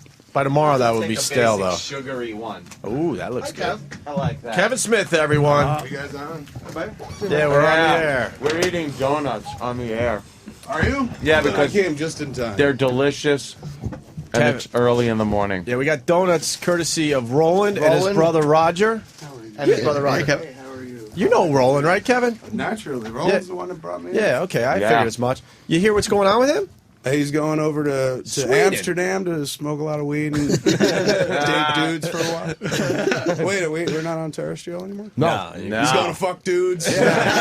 Yes. Yep. Why does this thing keep doing this? Is this Well, a fucking they joke? got to tweak our You studio. gotta weight that thing down a little bit. This studio's 3 days old, so there's a few things we still got to take care of. That's cool. But Roland, just to bring you up to speed, out of nowhere, he's going to Sweden today, Stockholm, and he's becoming a Swedish TV star in front of our eyes. How's that work? That's what we're trying to figure out. That's why he's And in you here. just got a gig. He just got a How gig. that happened? He's going to be Doing doing what? He's going to be doing like the man on the street stuff for like a This is Letterman literally type going show. to happen all day, isn't it? Yeah, It's fucking this. that's going to drive you The nuts. microphone right? just keeps rising. I think if you, I'm going to keep doing the interview like this. Hey guys, what? I think if you sit I don't. and push. No, what happened? That thing was working Chair is yesterday. very high. I know. Kevin's like, oh, what happened to your old place? I liked your What old place. happened, That's dude? what we were saying. Happened? Yeah, We got thrown right the fuck out of there. I was really nice. I'm just. It was so a nice. nice place. They were cost cutting, Yeah. and decided why have a different place and pay rent on that when they could just throw us in here. What used to be here? I don't Some old guy had a show here. This does feel like, hi, my name is Albert. Welcome to like W. Close, it was Alex. Yeah. This chick Alex Bennett, they tossed her out of here. She was on here, fucking they just booted her. Oh, Kevin is losing it. The microphone is now 4 feet over. his Kev's head. microphone Tied down. It just hit the ceiling. It's like trying to talk into a piss heart on. Get some barrels into it. It can't go up with 3 barrels in it. It really was kind of a skill test, wasn't it? Hey, look, you got it down. I think I did. I made it work. So, How are you guys? Headphones on. Like, we're actually- good, yeah. I'm sorry, I'm out of the We're loop. When actually did good. terrestrial go away? terrestrial went away about a month ago. And what was that like? It was sad. Yeah, it sucked, but they wanted to But- change formats. What did they go to? Top 40? Top 40, so we were fucking, We did our job. Is but there the rest- anybody left on No. radio that No. talks anymore? No. Nope. Wow, man. There's, Absolutely nothing interesting. Just my new show at K-Rock in the mornings. No, they went pop. Did they? They played 10,000 songs in a row. Yeah. Yeah, they decided that was going to work. So, I'm sorry, I'm not good even. luck to 'em. I'm so not on, man. I'm not even passing the ball or anything yet. No? I'm just kind of no. I'm You're listening, fine. catching up. It's all right. Microphone Yeah, no. through me. I know the microphone really fucking. Why did that fuck with me? And it's hot in here, too, right? It is a little warm. I also am wearing a coat, but Yeah, you know, I crank don't that fucking- ever take off. We might have to throw the AC on for you. So. Yeah, it was a little chilly. Throw it on. I love being just on this though. I mean, terrestrial radio is good because the audience is bigger. Yeah. But it's fucking It's nice, so 'cause, much Yeah, you just get fun. to like talk and not. It's like what we do on Smodcast. You don't Yeah, have not to worry have to about worry. editing Yeah, yourself. and the audience, the satellite radio audience grew for us in the last month or so because Right. we got kicked off a bunch of big stations, and a lot of those people followed us to satellite. Right So, on, man. so it's good. I mean, it's good to be here. There's a nice energy in this building. Right. There's a million channels that you can play off and stuff. So, But then I there's. think we're gonna like it. Well, then there's the the suits. The suit guys that walk around, and not to sound like, man, we don't like the suits, the authority, man. I was gonna say, man, based on this room, stop fucking talking about suits, dude. That's how you wind up in the closet. That is true. Last time I was here, it was this gorgeous fucking studio. Weren't we in Stern's old studio? K-Rock, yeah. That was at K-Rock. K-Rock, and then we were in our own. Well, we shared it with Ron and Fez, but it was really big. Yeah. Our we were state-of-the-art able to bring in studio. a live audience, Yeah. without any problem of room or anything. And now they found this for us. But we did find out we have more flat screen TVs than anybody else. There are a much bunch. to their chagrin. Yeah, The other shows we brag about how many flat screens we we got have. 12. Yeah. Total. 8 in here and 4 in the offices. I gotta tell you, I don't care how many flat screens you have. It was unnerving when Steve brought me in here because it felt like that Goodfellas moment. where Jimmy's just like, the coats are just down there. Go down there into that room. I'm like, I don't want to coach Jimmy. It was so like, I was like, this is the station. I'm late. How's everybody doing, man? We're good. Are you watching any hockey or no? My Islanders. So you got a Ranger fan in the studio, even though he's wearing a vintage Oilers jersey. That was for me. I saw that. Yeah, I guess I got to go Devils. Yeah. I mean, maybe I should go Flyers. My wife's from Philly, but that's a little rough. I think I'd rather go Devils before Flyers. I got a box this year. Well, it was dope. I went to game 1 the other night. Was it nice? It was pretty sweet, man. And I mean, it sounds kind of gauche to be like, I got a box because I'm rich, bitch. But I just did the math, and I was like, all these years I've been going to the Devils games, usually I get free tickets. Yeah. So I was like, I'm not monetarily supporting that franchise. And I was like, you know what? I'm here in New York, and I'm going to be here for the playoffs and East Coast. I'm going to go box it up. So you could invite 20 of you us. guys, yeah, if you guys 20. want to go. I'm waiting. You guys are. I'll go in a you guys, second. A, we're in bed at fucking 5, Wow. and B, we're just like, go to a Devils game. I'd rather suck Anthony's cock. I love hockey, so yeah. I'll watch any hockey dude. game. Come tonight. if you Who are got they nothing playing? to do. It's the Carolina Hurricanes. Okay, so it's the Series. first round of the playoffs? Yeah. And they're doing Game how 2. well? They won game 1. It was Okay. nice. It was like Playoff 4-1. hockey, there's almost nothing better in sports. Playoff hockey gets... If it could always be playoff hockey. No kidding, because the rest of the year, you're like, all right, let's just get to the playoffs Right. and really, pump up the action. How are the Rangers there, Roland? I watched them. They're They won. fantastic. They won. Yeah. Lundqvist is on, so I think they could beat the Capitals. Lundqvist isn't on, dude. Lundqvist is just the thickest human being on the planet. Like with triple size pads. There's no net whatsoever around this dude. Yeah, there's kind of a problem with the goalies in the NHL. I think they're going to figure that out next year, finally. I think they're going to make the nets a little larger or the little pads bigger? smaller. Something has to give. There Think should like a just be soccer some net. uniformity in the pads. Yeah. Because some goalies have huge pads, some don't. Right. Wow, there's no uniformity in the pads? You could just wear a fucking... Why wouldn't you Look just at the wear giant difference pads? between maybe I'm crazy, but look at Lundqvist's pads and look at Marty Brodeur's pads. Really, difference? Henrik Lundqvist's pads just look like 3 doors at Madison Square Garden. It covers the net. There's no way to shoot past them, and at least for the Devils. You check out some of those old school hockey games, and their pads are so much smaller. Look at Kenny Dryden's pads when he was playing for Canada. They kind of look like stick figures in front of the net. It's like and he's now, wearing shin guards, Yes, like field hockey shin guards. And Yeah, now man, they're it's crazy. The equipment just quietly gets bigger and bigger, and people don't really call attention. I to say it every Yeah, time. look at that. Holy shit. I say it every Look at time. that. That is as thick. That's that a looks like one of my giant thighs pad. right there. That's a childbearing thigh. Look at that. Look how thick that is. That is, it's huge and square. It doesn't even resemble a leg. It's not like a leg pad. That's like what an ump holds in front of him to keep the ball from fucking hitting him No, in the man, chest. that's the thing that the cops hold when they're in a crowd. Yeah, They're like, fight him riot back. shield. Yeah. Or the bat shield when Batman pulled out that fucking shield. If I was an owner, I would just get a sumo wrestler and just put him in To throw pads in there. and just Yeah, throw him in pads. front of the net and just stand there. There Let ain't the no pucks rule. hit Have off to you. move. There ain't no rule against that, but he's not going to be very quick. But I guess it won't matter because If you're he's covering big. up most of the net, who cares? I'm playing in goal, dude. I'm going back. We used to play street hockey down in Yeah, Highlands right all on. the time. Love street hockey. Love it. So I haven't played in like 15 years or something like that. I think 95 was the last time I played, so 14 years. Excuse me. Walter Gretzky, the father of Wayne Gretzky, in Brantford, Ontario every year for the last 3 years, I think it's been, he has a street hockey tournament. And I saw this and I was just like, I want to go because I'm a huge Walter Gretzky fan. And also I was like, play street hockey? I haven't done that in a while. Really captured my imagination in the way where I was just like, I want to be a kid again. Yeah, right. Go out on the asphalt and catch a puck. And You want to just yell "car" one time? Totally. It's a Totally. I was like, car. I could do it. I'm 38. I'm not that old, and like, why not? And so we signed up, and I got a bunch of people on our website into it. And we got 3 other teams going. Nice. And it was a really kind of Field of Dreams, like warm cockles of your heart thing. And my wife's going to play on our team, and my wife has never hit a ball, never swung a hockey even stick in her matter. life. So I said, here's a stick. I said, I'm going to put on my old equipment, and I'm going to stand at the end of the hallway, take shots on it. And she's like, all right. And she was way into that. First problem, I tried to put on my equipment. That wouldn't happen. I tried to strap on fucking leg pads that I used to wear 15 years ago. Holy shit. Oh, no. I was like, who's shorting these straps? Why did they take holes out of the straps? Then I put my shit on. I stood there for 5 minutes. Every shot went past me, and they were all like fucking feathers, weak. Like, you know, there were a few slappers, and those just hit the pads, but like, boom, she just went right past me and shit. And after about 4 minutes, I was just like, we got to take a break. I'm too hot in this equipment. And I literally felt my arm, and I thought I had palpitations. I'm like, how the fuck am I going to be in front of, like, people playing this game?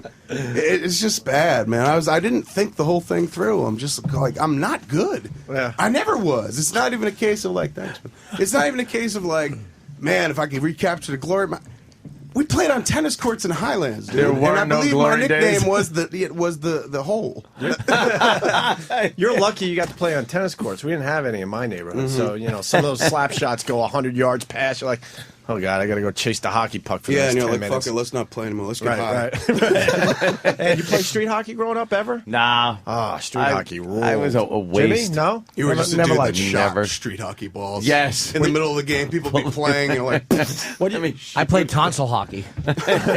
what do you use as pads growing up? Because no one had money for the I actual had equipment. I did. I had my like, but look plastic at street you. hockey pads. We yeah. used pillows and couch cushions. The little and- rascals. No, we didn't have money, but we needed to pad up our little brother, Brett, the owner of FH. He was our goalie, and he was a lot younger than us. We're like, all right, here, put on the couch pads and the pillows. You'll be all right. And then we, you know, take slap shots at him. Pillows. Yeah, That's great. Absolutely. Fucking broke ass kids. I know. It's sad. But you can feel them in the air. Yeah. Come on, Spanky. I love how the music would just change, like. And I'm like, I wonder how I should feel during this scene. Yeah. Wait a minute. Now they're running fast. Yeah, playoff hockey, though. It's in the air, man. Oh. Fuck that. We're on the Little Rascals. These Yeah. All right, yeah, motherfuckers let's move were on to so Little active. It's insane. Didn't they shame you as a child? Like, I remember being a kid watching this show, and it's black and white, so you know it's old. And I'm like, these motherfuckers, number one, they're all such good friends. I have no friends like this. Number two, they're all so ambitious, and they know how to make money. You know, even when it comes down to like, there are moments where you're like, they're not going to make any money if they tell them to pay as they exit. How are they possibly going to make any money? And then all the kids love the show and they pay anyway. And you're they like, paid. Where the fuck are those kids? Because growing up, the kids were not like that around me. Even my friends would be like, why don't you fucking bend over so we can fuck you up the ass, fatty? Because it's almost like fucking a woman with your tits. And I'm just like, hey, want to put on a show for a penny? They're like, fuck that. This is the He-Man Woman Haters Club. Did you ever try to like put on a show for neighborhood kids? And I did. I'd put on a dress and be like, come on, let's play like we did the other day. Tried doing that in the back patio, and you get a few people from the neighborhood to come in, and they pay like a nickel. And it was definitely because of the Little Rascals. You'd watch that and go, yeah, I could do that. What was your act? My act was nothing. He'd really kneel didn't behind a think shrub about and wet all cocks with his mouth. for a nickel. Cheap. The curtain would open. He did the makeshift curtain made from his mom's sheets. He steps out and he's just like, I need to get shit on my dick. Showtime. I would, to make money, I would tell people, I used to think I was a good artist, so I would draw things for people. No, you wouldn't. Yeah, it was awful, too. Like, I used to try to draw that Boston cover, but it just kind of looked like a fucking... remember the Boston album? Yeah. That shitty fucking record with That the... was your thing? Yeah, I thought I was People really came to good. you with It looked like a bad mushroom or It was something. awful. It looked like a sperm cell. Oh, Like, the perspective all wrong. that was terrible. It was fucking awful. I would get like the little planet in the corner right and fuck the rest of it up. 25 cents, please. Oh, Did you really? Yeah, what a fucking creep. Oh, boy. What is this, little boy? That's the Boston cover. Yeah. all right, suck on this. You are quite terrible at this art form. Yeah, I could never draw hands either. So everybody had their hands behind their back, and I'm like, here's your picture. You were 25 cents. You should have started slower. Everyone did the Who logo and the VH logo. The Van Halen I didn't know logo. that. Van Halen I didn't logo know was that. Like easy. most artists for hire just did album covers. Well, you just, I would trace them sometimes, you know. Cheat. Yeah, of course. There's Did always the old somebody switcheroo. Yeah. There was always somebody that was pretty good at like painting the back of denim jackets with Yeah, like man. that In in our school. town, that was what's his name? Mike Harper. Yeah. Kid named Mike Harper. You would want to go to with your denim jacket. And I remember this kid, Kevin Guarducci, had a Judas Priest cover. That's the first time I ever saw a denim jacket with something painted on the back. I was It's like, wow, that's cool. If only I could be that guy. I should get a jacket like that, start smoking. Maybe I'll get a little dick. Was it Screaming for Vengeance? Was he? No. No, it was the album cover, The Priest. It's like, was Kevin Gorgaducci Yeah, Screaming for Vengeance? What was the Priest album? Screaming for Vengeance. I don't remember which one. It might have been the bird-looking thing coming down with the beak open and shit like that. I was talking about a guy, I remember, Peter Pelagonia, and he was able to draw nude women in elementary school. Get out of here. Very Convincing? well, too. Yeah, he was really fucking Like good. real labia folds and shit. Wow. Wow. No, it wasn't so Or much is it just close-ups. like a lot of wasn't squiggly lines close-ups. for It was, a lot of hair because, it was the 70s. But it was, he could draw tits that were just like perfect and a nice curve, the ass, the little crease by the vag and shit like that. Uh-huh. He was perfect. You could jerk off to his artwork? drawings. Yeah. I've Yeah, jerked his off little to drawings. less. Yeah, oh, please. Fucking the old Sears catalog underwear That old section. Love Is cartoon with the two naked children. Did you really? Well, I was a child. I was like, that's a wiener in the paper.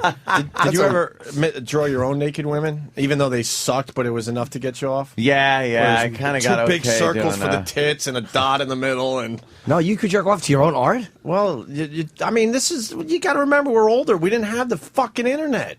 It was tough to find naked I had my shit. friends' fucking mouths. You kidding me? I was acting out sexually in 2nd and 3rd grade. I never know, you jerked off to my own artwork. Oh, no, man. Oh, like, how dare you? There was always something laying around to Yeah. use. Yeah, in a pinch, I would draw my own naked women and jerk off. That to I them. wouldn't do. I remember there was a book on, what was it? I remember for a while, they weren't called hobbits.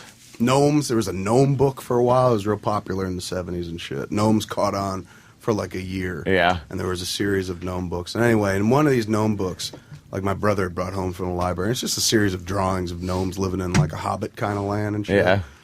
One of them had a mother gnome breastfeeding like a baby. That so captured my imagination because that, for some reason, I felt like that liberated me to draw shit like one gnome sucking on another gnome's dick, one gnome, and this is without knowing what like those things were. I was very young, but it was just like, wait, that baby, they're showing this baby sucking on a boob in this book. It must be cool to draw a dude with pissing on another gnome, pissing in a gnome's ass. Like, I would just draw weird shit. And I guess my father found it and immediately was like, what the hell is this? I mean, we're a pretty Catholic family. And I threw my brother under the bus. I was like, it was in Donald's gnome book. And immediately turned to my brother and was like, why are you bringing home filth like this to your brother? And ironically, my brother grew up to be gay. See? You know what I'm saying? If you hadn't brought that gnome book home. Yeah, you fucked them up. That gnome book really like was the downfall of a lot of people, man. That was the catalyst? Totally. They saw that. They're just like, oh, it's okay to show boobs in a kid's book? Well, perhaps I'll try crack. I like how parents react to that shit, though. They just lose their minds. That one did. Maybe he knew that one of us was going to grow up to be gay. Maybe he knew my brother was gay, and he was just like, Really? I got to save the little one. At the time. Yeah, save one of them. Oh. Save one. My father was actually cool about it. My mother, I remember my mother was like telling my brother, like, don't tell your father. I got to figure out a way to put it to him and stuff like that. And my brother was getting my brother married. My brother's been married for like 15 years to a dude. 13, Is he older than 15 you? Years. Yeah, by 4 years to the day. We share the same birthday. Wow. Isn't that weird? Yeah. But one went for cock and the other didn't. It's like a Showtime show. That is something. So That's the great little slug line at the bottom. One wanted cock, the other Didn't. but what was I talking about? About your brother, your mother finding out that he was gay and then figure out a way to tell your father. Yes, so he's heading toward the altar. He's going to get married. He got married in a Unitarian church, not like, legally and shit, but, well, what's legal, Yeah. Well, I guess the law is legal. Oh, dude, we had a whole What's legal anyway? We had a whole discussion on the gay marriage thing with Bill Donahue from the Catholic League. Oh, what a prince that guy is. Your pal. He's my buddy. He just makes Catholics look good everywhere. It was exhausting, though. It's like, Jesus, let these guys do whatever the fuck And you they just want. sit there going, like, why do you care? Is dude? marriage really that sacred at this point? If, what, the If divorce people rate could get is divorced 60%? like that quickly, yeah, who cares about the What are we trying to sanctity of save? marriage? It's already a disaster. So damn Look true. at Mel Gibson. That guy's one of the most holy rollers, and he's getting a divorce. That seemed like it was a long time coming. With that fucking new girlfriend, talk about long time coming. I'd be coming and coming and coming. What new girl? He's got a new He girlfriend. fucking has really this Russian chick that is ridiculous. Yeah, show Kevin. Kev, she's a real looker. Look at this. He goes from his fucking wife that he's been with 28 years. forever. She pumped out like 20 kids for him to that ass. Wow. Christ on a pony. This is kind of weird. I guess it doesn't matter anymore, right? No. Because he barely makes movies. Now he just directs them. He's not in them, so you don't have to cater to an audience and worry about your image. You just reach a point in your career where you're like, I'm just going to fucking dip it like crazy. I'm going to start fucking. Dip it. Do you like his movie? I love the stuff he directs. I mean, he's only done 2. I loved Apocalypto. I fucking He's loved done it. 3, man. Don't forget What he was did the fucking Two-Face movie. Remember? Man Without a Face? Yeah. I didn't like. That was I did that one. that was shitty. Just because you don't like it doesn't mean you can't count it. That's true. I didn't realize he directed it though. Wait, I still haven't seen Apocalypto? I fucking loved I gotta see that Apocalypto. fucking movie. I still haven't seen it, but Affleck loved it. He was like, "You seen Apocalypto? It's amazing." Dude, I bought it on Blu-ray. You gotta see. It's a That's what great he movie. said. He said it's pretty astounding. Bring He it said in in for any me, other year, Jimmy. because that was the Your year Blu-ray? that he got in trouble with the, hey, sugar tits. He was like, Oh, any right, other year, right. this dude wins the Oscar, hands down. Hey, I just want to go backwards for just one phone call because this is pretty good. Tony in Philly, really fast. Tony, go ahead. We're talking with Kevin Smith, by the way. He's going to be in all day. What's up, Tony? Opie, I used to do horrible drawings like you did, but worse. I used to draw them on the steam glass doors of the shower, life size, and practice my moves. Oh, Wait, a life-size chick in the steam on the shower door. That's and then pretty you good. would push your hard penis up against the shower door? Yeah, and here's the worst part. My brother used to come in an hour later and see it like all scribbled out. And he asked me what the fuck I was... You know, that's pretty good right there. You know, drawing it right on the shower door. Yeah. Would you play with the steam tits? I guess not. Tony, Jesus, we're trying to learn more. All right. Yeah, He that's wanted good. to get his story out without listening to any Yeah. feedback coming back at him. He doesn't pass the ball, dude. Nah. No, you He gotta took the pass the ball, ball. just That's ran it. with Runs with it. He doesn't care what anyone else is doing. He's That's a hot what dog. that's how you develop when you spend most of your youth fucking the shower door, pretending Yeah. it's the warmth of another human being. He's alone. He has no idea how to communicate with real people. He has to do both reactions. He has to do Yeah. like his and her responses. Steam bitch. He's didn't like, I've talk. been doing this for years, so if you guys don't mind, I'll play all of you and myself. The first time he fucked a real girl, he was like fucking like, you like that? And then he's answering, yes, I do, Tony. And she's like, what are you doing? Like, sorry. We still have Roland in studio, by the way. Who's Yes, and Roger. leaving for Stockholm in a mere hour or two. He's And gonna what be- is the I'm sorry, Roland. What's the TV thing? The Philip and Frederick show. Okay. They're going to come to New York, tape their show live, and then they're sending us over there to be their correspondents. Right on. What is that show? It's like the Leno of Scandinavia, basically. How'd you get that gig? Got drunk with them one night, peed on homeless people, cursed, howled, and they said, "You're perfect." Seems like a long way to go. Eat on homeless. I was gonna say that sounded I like don't a good remember gig. though. I do it every Saturday night. Though apparently all my friends laugh. He blacks out and pees on homeless I just people. yell, "Are you cold?" And then I go, "Psst, now you're warm." I don't remember. It just got a little worse to be homeless, didn't it? Brian in Michigan's going to help you out with the big move, Roland. Brian, what do you got for Roland? Hey, Roland, when you go to Finland, a handy little phrase for you would be haista kalavittu. Haista kalavittu means smell my fishy cunt in Finn. How do you... Is that a good line? It works for me. Yeah. That's how our family greets each other. I smell your fishy cunt. I smell yours too. I myself cannot. The thing that's weird though is that you'd say fishy cunt. Why would you you wouldn't throw in the adjective first? It's like then you're telling someone what it smells like, so why would they smell it? Right. You have to just say smell my cunt, and then when they smell it, they tell you it's fishy. It doesn't make sense. It's a silly expression. It's just silly. Why don't we take a break? Kevin, why are you in town? Anything good? I'm making a movie soon. Nice. So you got to camp out here for a while? I'm gonna be here till August. So you get to do our show a few times, maybe? Yeah, because that's what you do in production. You go sit in a radio show for 4 or 5 hours. He's not going to be busy. I'm gonna try to get in here as much as I can. You really like. I'll be here, man. I'll be here. They got me. I'm down in Battery Park. Have But you for the guys next- ever been to Cool. Battery Park? It's Yeah, I beautiful used to down drive there. I was rented down Fuck, there. it's the best kept fucking secret on this island. And Who that, knew? and that place closes down at 6. It's almost like a ghost town. It's the Pittsburgh of New York. It's just like at 6 o'clock. Everything is shut 6 shuts o'clock, down. everyone leaves the area, and It's so quiet. It's a very quiet, nice area. I looked out my window when I woke up, like 6 a.m., looked straight down, literally 3 cars. Yeah. I mean, it's just so, there's nothing, there's like, and I don't mean it in a bad way, there's just nothing going on down there. Right. What's Like, the, if you like being in Manhattan, but you don't want to, like, walk out and, like, immediately be caught up in a rat race, that's the place to be, because then you could choose to join the rat race. Right, you can take it choose to slow. just, well, you're on the Slowly edge. go uptown, and then and it gets more and more crowded. And you're on the edge of the island, so like if you look one direction, you never really feel like you're, I'm on fucking wall to wall or elbow to elbow. Dude, I live in New York, and I had to live either near a park or the water. I couldn't live in the middle where it's just like where we are right now. Right. Hell fucking no. But do you know what the problem with Battery Park is? It's like it is dead at night. Like, there's nothing. And for a while, I moved into New York right after 9/11. Like, and it's like it was the air down there was still too fucked up. Right. Like around John Street and all that. It was like the air quality was shitty. So I was kind of nervous about renting Battery Park. You would But think it's the air beautiful. quality would like now it's clean up fine. fast. Now I'm sure it's good. Yeah. It's all air. Yeah, But there was still a pile of rubble. I know, though. I know, isn't it? I know, but it should have just pushed out immediately.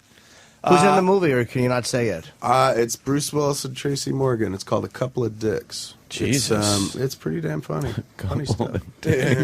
Where Tracy used to do our show all the time, and then the 30 Rock happened, and he's a little busy these days. But Yeah, he's- love that 30 Rock. Love He's Tracy Morgan. fantastic on it. It's the only show I watch religiously as far as the basic TV goes. And it's a show that's always well written and always funny in the way of like, oh, that's amusing, well done. But whenever he speaks, then it becomes laugh out loud funny. Him and Alec Baldwin, I think, are fucking Alec genius. Baldwin is one of the funniest human beings. His delivery, man, It's just perfect, right? he could take a line that's an okay line and deliver it like that, and suddenly you're like, that is fucking hysterical. Do you do that on purpose? Name your films in fashion that will not be I didn't picked even up write, on the media. I didn't even write this one. I know I was drawn to it. I was attracted to it based on the title. I but- foresee a problem in advertising. I don't think so on this one. I No? think it might be okay because there's like a 1920s movie called The Bank Dick. Dick. You know, That's it's when an they, old, it's an old horror. Well, that's also when gay meant, fun and happy, and not I have a dick in my mouth and I'm a man.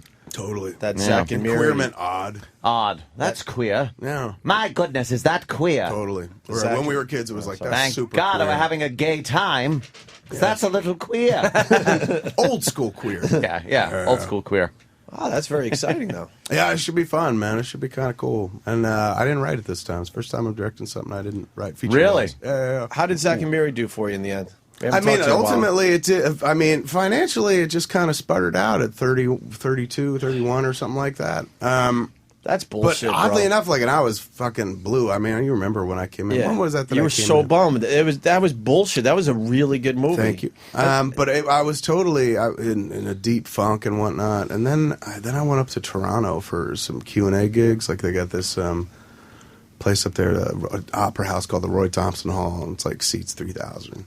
And I've done it before, but like they announced sales and the tickets sold out immediately. They like me in Toronto. It's pretty fucking awesome. And then the promoter's like, you want to do another one? Because we could probably sell it. And I was like, I guess. I'd never done back-to-back nights. But that sold out, too. And I went up there, dude. It was like the warmest, wettest hug you've ever had in your life. Because I was so fucking in the dumps. You were And depressed last time I we was saw really you. fucking blue. What did you want to make? Like, I don't know what comedy's supposed to I make. just wanted to do like 60 because that's what everyone kept saying. They're like, "Oh, this movie's easily going to make 60 million." Blah blah blah. And I was just like, "Yeah, We loved that it. felt But right. they fucked you on the advertising. Though. It made it hard when they just they wouldn't promote it the way you know. It was just, it was. I mean, look, I don't think we ever, and I don't blame just them. We never got the advertising right. We never figured out how to capitalize on like any of the momentum behind it. It was just, I don't know. The ball just kind of got dropped. All right. But what are you gonna do? Sometimes it works, sometimes it doesn't. You know what? But you're moving on. And also, I mean, you sit there going, "Oh, it's a fucking fail." Like, I swear to God, dude, the Saturday morning movie opens like to $2 million because it was on Halloween that it opens. I was just like, I can never go on the internet again. Oh shit! I like if you go to the internet, they're just gonna shred me. Be like, "Oh my God, dude, how could you make the lowest grossing Seth Rogen movie?" So I was just like, "What is this?" They were doing an animated version of waterboarding just to show you what it's like. Yeah. They animated it? Yeah, they had like an animated. That was the number 3 guy in Al Qaeda, the fucking guy who looks like Laverne DeFazio's father. There's a whole thing we got to get into about that. Yeah. Waterboarding? Yeah, the torture, the new administration was actually talking about for a while. Now they said they're not, but prosecuting some of these people that actually did the torturing, the CIA. No more torturing is allowed. They can't use the word torture. It's like, wow, we forgot about 9/11. We just fucking said fuck it. Yeah. There's no buildings down there. There's no at Ground Zero. We just completely forgot. You think the day or the week after 9/11, we'd be sitting there going, those Al Qaeda people shouldn't be waterboarded, all right? We'd be waterboarded, fucking kill them, torture them until they're dead. And now it's like, oh, it's so mean. You know, we're Americans and we shouldn't go to their level. That's how we got those fucking people to talk. Why do you think there's so many people at Guantanamo? They don't just give up shit unless you torture them. That's, I thought it was free cable. It could be the free cable because that is pretty good. I heard the Gitmo cable they get like 400 channels. Better than None me. of them have women on it. That's a weird thing, but whatever. That's right. You can see a lot of little rascals out there. Gitmo cable. It's all about high def channels now on your cable provider. I hate watching regular fucking movies. agree, dude. You know what pisses me off? When they widescreen a fucking movie for the credits and then all of a sudden, chukunk, black bars on the side. Like, what year are we in where people, look, I'm sorry, I know some people still have your standard cathode ray tube televisions. Yes. Let them watch it letterboxed. Let them watch it fucking letterboxed and let me watch it with my full fucking television. The way it was meant to be Not watched. any movie should be in fucking the old school ratio. But in the grand scheme of things, ratio. you got to remember, like, create a timeline from the moment television was invented till now. Yeah. We've been in the ability to letterbox and present it in its proper aspect ratio format for about 10 minutes on that timeline. Give them time. They'll catch up, dude. Yeah, I know. For years, it's been a square. But now all of a sudden, people are like, annoying. what? We have to readjust to a rectangle? How weird is it when you annoying. go into someone's home? It's a every once in a while thing now, and you see that square TV. You're like, whoa! Yeah. I immediately. It seems so fucking foreign now. Totally, we all where you're had just like- we all had square TVs a mere 5 years ago at this point. Yeah. And then you just want to turn to them and be like, hey, can I borrow a food stamp? Because obviously you're really poor. Look at Roland. Get a goddamn true TV.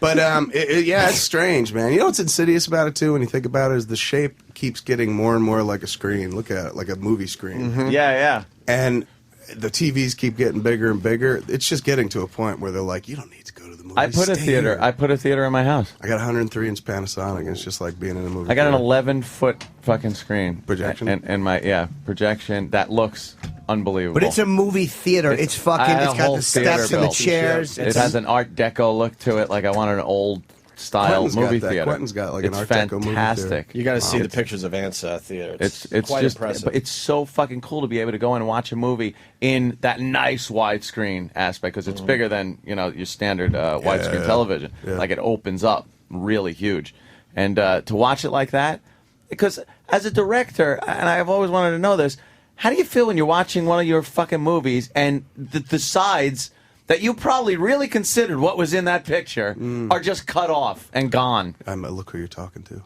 I never really considered what was on the sides. I don't care, man. For me, it's whatever's in the middle of the whatever. fucking- I was like, if it's there. Well, I mean, there was a process called pan and scan where you could just move over and catch things yeah. that were missing. But That's my theater watching. Is that you? Fight Club. Yeah. Yeah. That's nice, dude. God, Yeah, how cool being is single that? must rock. Fucking dude. Because that's like, you can't do that as a married ass. person. Look at this. Look at him sitting back. He's It just like, kicks fucking no one owns ass. this dick. That's me. I could build a theater if I want and Building a shoot every seat in Theater. my house. I put a fucking bar in. There's a full Did you? fucking mahogany bar with a Guinness tap in there. So now I just drink Guinness like a fucking Irishman. When Just did you sit do there, all this? And I lean it over. This has been over the course of probably a year. A year. So I was watching Lost at the bar, and I got the regular flat screen out by the bar area, so I'm watching there. And I love doing this because I feel like I'm pulling one over on the bartender that doesn't exist in my house. So I lean over the bar and pull the tap and fill it up. And I'm looking around like, when's he getting back from the bathroom? Dude, tell me if it's cool. Just pour a beer out. Your money's no good here, Mr. Cumia. Yeah, that's what I need. I need Lloyd back there. Hair of the dog that bit me, Lloyd. Hair of the dog, Lloyd. I think How it's do a you not matter. love Lloyd? I think it's a matter of time before you hire an actual bartender for your house. Yeah, I know. People have I could already see inquired. that. I could kind of see They that. want to be I a bartender. think if you Especially on the weekends if where you there just was- hire a guy to kind of just take care of everything. If there was still a terrestrial component to this equation, there would be a bartender. there. Yeah, right. There'd be a bartender. There's Laszlo, our own behind the bar. Laszlo, pulling a Guinness from behind the bar. Look at You have to fucking hire a guy who it looks is like good. Lloyd for one of your parties. You Parties. have That to. would be great. And have him I dressed the think same you way, could very probably serious. hire Lloyd. Wasn't he in Paths to Glory too? Get the fucking fuck out of here, really? I don't remember his name. He's got a very distinctive face. He certainly does. He's 30 years old, and I wouldn't be the Creepy. same Lloyd. No, he'd be an old crotchety guy. Creepy gray hair. Hello, Mike Hunt. Is Mike Hunt here? He turned into fucking Red from Two Bar. Oh, that's who you should get. Some kind of red character. Listen, you yellow belly. Why don't you have a little moxie and come down here? Go upstairs and kill your wife and son with an axe. That was more Irish than Red. Those tapes never get old. We'll play a little of that. that as we go to break. Why don't we go to break? Let Kevin take his coat off. You're sweating like no one's Dude, business. I'm never going to take my coat off. No, you If I don't. do that, So we need some AC for you, right? Yeah. Why do you not? I Are you mean, self-conscious? Or you just so come- self-conscious. I have body hatred too. It's so silly. But not as much as me because your shirt's up. One eye shirt, but your hoodie's open and shit. Well, there's all guys here. With guys, I'm not It's as true. If bad. there's one chick in the room, I'd barely be Yeah. able to speak because I'd be sucking it in so When we get back, I want a pod update from you. 'Kay. Just don't say anything. All right. I won't bury the lead. And then we can talk about Carnegie Hall. Is that what you're doing? Yeah. Can I go? Yeah. Are you doing one of your? I'm playing Carnegie Hall June 17th. Dude, I fucked up. Wow, you're All right, doing we'll talk- fucking speaking. That's kind of crazy. That's cool, man. I've never done Carnegie Hall. I'm happy for you. I so want to fucking go to that. Kevin, you gotta get it. So want to Dude, go. you're to that. more than welcome. Where do I buy a ticket? Tickets are on sale. Yeah, exactly. Please make them buy it. Please. Dude, I'll buy a ticket. Dude, you just right showed now. me pictures of your home theater. You're buying a fucking ticket. It's actually bigger than This Carnegie dude, Hall. he's getting the ticket. Oh, thank you, because I'm a hockey fan. Absolutely. I can give you something for your troubles, man. We're gonna Your continue. dynasty team is Yeah, we get the first round draft pick though. That's true. Hey, But silver also- lining to that. But we also might be moving to Kansas City because they don't feel like building that stupid lighthouse project. We could talk about that after break too. It's nonsense. More with Kevin Smith, Roland, and Roland's brother Roger, and I think Doug Stanhope's joining the show today. We got. Have you ever met Bobo, one of our guys, I don't know if I have. and David? Oh, we got stuff to show you, today, Kevin. But I'm out at 9:30. Boo. Unfortunately, I got to go to Tech Scout. All right, cool. Ooh. Hello. Hello, is my husband there? Who? My husband. Who do you want to talk to? My husband. Alvin? My husband. Al Rankin. Al Rankin? Yes. Al Rankin? No, he's not here, Sonny. Are you sure? No, positive. You can suck my prick. Eh? You can suck my prick. Yeah, come over here. I'll suck your prick. Will you? Sure. How big? As big as you got it. Yeah. I'm Yeah. gonna get up your ass now. That's all right. I'll take it in there, too, you motherfucker. I'll come down and belt you. You see, if I'd call somebody a motherfucker, they'd come down here and cut I'm my... coming down, you Come down, you son of a bitch, and I'll cut your fucking prick off. You faggot fuck. Oh, Red. Yeah? Oh, why did you stick your tongue up my ass? Why'd you stick your tongue up my ass, Red? Huh? Are you talking to me? What do you think I'm talking about? Well, you motherfucker cocksucker, why don't you come over and talk to me person to person? Why don't you go out and fuck your mother, you son of a bitch? You'll be a nice guy, ain't you? You take it, eh? If anybody would say that to me, I'd come down and fight him. But you ain't got the nerve, you fucking bum. Come on down, you son of a bitch. I'll give you $50 a reward. I'll fight you. Come on down, you fucking bum. I got my friend to fight you. Why don't you come down, you yellow son of a bitch? You motherfucker bum. Hello, Red there? Who's this calling? Jackie. Jackie? Yeah, Parker. Hello? Hello, Red. Yeah. Is Stewie there? Who? Stu. What's Stu? Pitt. Eh? Pitt. P-E-I-T. Stupid? Yeah. Well, you motherfucker, you cocksucker. Why don't you come down here, you cocksucker? I'll cut your belly open, you fucking mother cock. Why don't you go out and fuck your mother, you son of a bitch, you lousy yellow bastard. I'm coming down. Yeah, Yeah, you're checking out the Opie and Anthony show. We got a full house officially, Ant. Yeah. Of course, we got Kevin Smith in studio. Hello. Who people are reminding us you were the first official guest when we returned to satellite radio. Was that me? I think damn. you got that honor, my friend. And then we got Roland and Roger in the corner over there. Roland is going to be a Swedish TV sensation.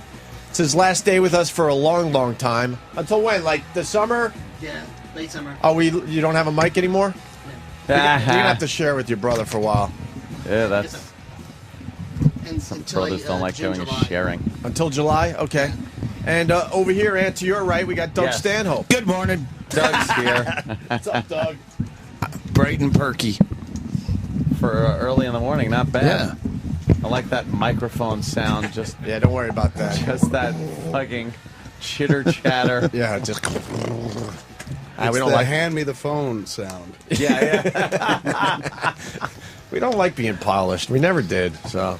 Well, we do a good job at not being polished. Well, a lot of the suits are like, oh my God, relax. A little room noise doesn't hurt anyone. Ambient sound. Doug. I can't see Doug. Doug, I haven't seen it myself. He mirrors like in Yeah, a bus. need mirrors. Yeah, like a titty bar. Yeah. It's not a bad idea. Ant just keeps raving about your special, and I still haven't checked it out. Yeah, it's really funny, man. Sorry, I thought you meant Ant, like the queer comic. Don't get on his bad side. He goes off. Sorry, Ant is awful. I don't think that guy's funny whatsoever. Man. I don't get it. Yeah, no. If that guy was raving about my special, I'd feel bad. Yeah, Ant was on Last Comic Standing. Yeah, gay comic, but more importantly, just not funny. But they give him gig after gig after gig. Yeah, just because he's flaming. Jesus. Yeah, he really is a little over the top there. Yeah. No, Ant, short for Anthony. Yeah, I got it. It took me a second, but I was immediately repelled, and then I put two and two together. Well, we've been calling him Ant for years, and then, Ant. That Ant became... That's what my There's a lot of confusion in the marketplace, I'd imagine. Yeah, I know. Yeah. That's why when we're talking about Kumia, we say are queer. And Doug, where are you going to be? The Highline? Highline Ballroom tonight in the Meat Packing District. Nice. And then King Club in Hollywood next week. Doug finds I don't know this. I live in New York. Doug finds these like really cool places. Where is this? The Highline. It's on 16th Street, but it's like a theater. Yeah, it's like a small theater. Oh, cool, man. It holds like 500 or something. How the fuck did I not know that was in New York? God, my agent stinks. No one asked you to play there? What happened? It's awful. Get your agent on it. You're doing the Comedy Cellar again. Thanks. I'm just saying, I'm playing Carnegie Hall. Yeah. You need a new agent. When are you doing Carnegie Hall? June 17th. I'd fucking love to go, but I won't be here. Where are you going to be? June 6th, I'll be in Denver. It's a shame because I was going to ask you to open for me. So, but I know June 17th, I'm here. And he would tell Denver to go fuck themselves in a second to open up for Kevin Smith. I don't know if I'd be right for that. I don't know if I could follow, Jimmy. You could People easily. be like, good God. My boo, they would not be happy with my shenanigans. They want to have like a really nice question answer dude. thing. We were on the day we shot with Jimmy on the flick. We did everything that was scripted, and then I was just like, Jimmy, before we shot, I was like, if you want to write a few down, go ahead. And it was precious, man, because he steps up, does the scripted lines, which are just like raunchy enough, and then moves to his own material. And it was just, let me, I mean, it's on the DVD. I put it on the cut. Oh, did you really? I did, yeah. I haven't seen it because, much like Spencer Tracy, I hate watching my own work. And you're not a big fan of black people as well. Oh, was he? Oh, yeah. I think that was the rumor. Oh, he was one of those guys. I didn't know like that. Ty I Cobb. thought that was the rumor. We know Ty Cobb was a naughty boy. When Was he really? Came to the... Yeah. Oh, yeah. Well, maybe you think Define naughty. The father in... Guess Who's Coming to Dinner. That's probably what you're thinking of. Yeah. Yeah, He well, that's authentic No, role. I'm not. No, he was a liberal in that movie. He was a liberal Yeah. who, when confronted with his Oh, own that's daughter right, having yes. a black guy, it was kind of showing that it was easier to preach it than to live it. Him and Katharine Hepburn, and her head was bobbing back then. Watch that movie, you see, like, holy shit, Even back then? her head is starting to move. That was 67, yeah. Wow. And then, of course, you got to give out an awesome shout out to the remake, Guess Who, starring Ashton Kutcher, remember? I did not see that one. Right. Well, Back. they switched that it. one around and brought the white guy home. Yeah, that was so good. Because that's safer. Yes. They have to play it safe now. I'm going to join Ashton's Twitter. Doug, are you part of Ashton's Twitter Nation, are you? I have not figured out the Twitter yet. You're not twittering or tweeting. You know they're not good ones. Hey, just came in Demi's hair. Here's a pic. If Twitter allowed you to get a little more edgy, then it would really take off. My brother is convinced Steve Buscemi is posting on Twitter. I swear to you, every 3 to 4 minutes, a new post is up from the name Steve Buscemi. But it's never a picture of him doing anything. It's like various pictures and stuff. Does this shit come up on your cell phone? Because I really have no idea how it works. I think I've hit that wall of I'll never learn new shit. And just yell things at you. Guess what I did today? Yeah. See, I still have an old shitty cell phone, like a flip phone, and I don't get pictures on it or anything. You got a StarTAC? Remember the old, wow, look at my phone. I got a StarTAC. Basically, what does it do? that. You make calls on it. Yeah. Wow. I was talking to people last night. I don't use my phone as a phone for... It's probably 1% of the time I'm actually talking on my iPhone. The rest of the time it's, using the various apps. My phone rang yesterday. I got texting. I'm with you, man. My phone. Look, I like the iPhone, but the phone part of it sucks. Least interesting aspect. When it of that. rings, you get a little scared. Like, what? Oh, what? Oh, yeah, you can talk to people. I through yell this like thing That shows still. the power of that tool, though, where you're just like, Texting even though away it's and primarily emailing. supposed to be a phone, Not anymore. iPhone. you're still like, I'm all about this. Yes. I'm about the apps and they're like, hey, what's the stock doing? Hey, I'm going to take a picture. Hey, what song is that? Hey, I'm gonna get some movies from Netflix. Just do it from your goddamn phone. Totally. It's not even a phone anymore. I couldn't live without this thing right now. It's crazy. I don't know how we did that. No, if it was, I'd be very upset. just and then letting you know. If you leave your phone home, then you just feel completely lost. You have to turn around. You have to turn around. I think no matter people what. used to do that a lot more than they do now. Like you'd leave it at home and go, oh shit, I forgot my phone at home. Oh, I leave now, mine right you at the gotta front turn door. around. So I kick it on the way out to I make put sure my I car got it. keys on it Yeah, and exactly. stuff like that. Hey, could you put up that picture of Bob Kelly? Look, this is going to drive Jimmy nuts. Bob, Jimmy, there's Bob Kelly's latest picture on his Twitter. Is that Bob Kelly? Yes. Why is he? I had no clue who that was. It is Bob Kelly, right? Yeah. Why? We're looking at a picture of Bob Kelly, I guess, sleeping or making believe he's sleeping because he obviously took the picture. This stupid fat arm sticking out. What is he trying to be What is he going for there? I don't know. I wish he was dead, though. How great would that be if there was a satin pillow under his fat head? It's fucking make me so happy. Martin Sheen should come in and cut him up. Somebody already beat you to that in the comments. Oh, dude. He does look like Colonel Curtis. That's right. It's a shirtless. They bald- teach young men to rub fire on people, but they can't write fuck on their airplanes. To rob fire. I meant to say drop. There's Bob Kelly. He thinks we want to look at him sleeping. So there. Is that supposed to be? Is that supposed to be sexy? I don't know. What Wow, he's you going can for. actually post pictures too. I just posted God. Doug Stanhope's first official Twitter photo I have taken. Oh, you got it? And it's on my thing. It's Doug with his arms up in the air. I missed. So now I'm all over Twitter like Bob Kelly? You're on. If you go to my Twitter. Fucking famous. You'll have a few thousand people checking out your picture within seconds. All right. What do you guys? You guys, I follow you and I follow you and I follow you. We're all Opie Radio. We're all you know, tweeting. but who cares? I follow you. Do you too. tweet? I do. Dude, I added you as one of the first because I'm like, this. If I'm doing Twitter, Kevin Smith's got to be one to follow because he's a very interesting I've guy. been real active you for the fucking, last few weeks. Finally. Yeah. For the first I'm like, year, when is he going to write I didn't something? do anything. I didn't quite understand it because at first I was frustrated by it. Where I was like, 140 characters or something like that. Yeah. I was like, I'm not used to writing that short, but it really does kind of train you to like get to the point. Very concise, That is exact true, point. isn't it? Unlike what I'm saying right now on Twitter, I'd have been done. Yeah. You do have to get to the point really quickly. It makes you a better writer. Any of you guys- because you're like, I got to get to my central thesis as quickly as possible with no excess verbiage. Right. Any of you guys feel like you have to fill up the whole 140 Absolutely, characters? absolutely. Because you're like, well, I got 18 characters left. Oh, What you're else do I feeling write good here? when it goes to zero with a period. Yes. Exactly. It's like bam, period, zero. They Nice. didn't want. I got it on Twitter. I started twitting, and then Oprah's like, "What are you doing?" I'm like, "I'm fuck. It's this thing called Twitter," and it's like, I got. You just might as well tell people, like, what are you doing? Like, oh, you know, just Give me sucking credit this for dude's dick. one You know, lousy it's pretty thing, awesome. please. It's a total One all right. lousy It thing. is a total lie. We saw twittering it. We were Everyone calling him laughed queer, at me. and then all of a sudden we fucking jumped on board.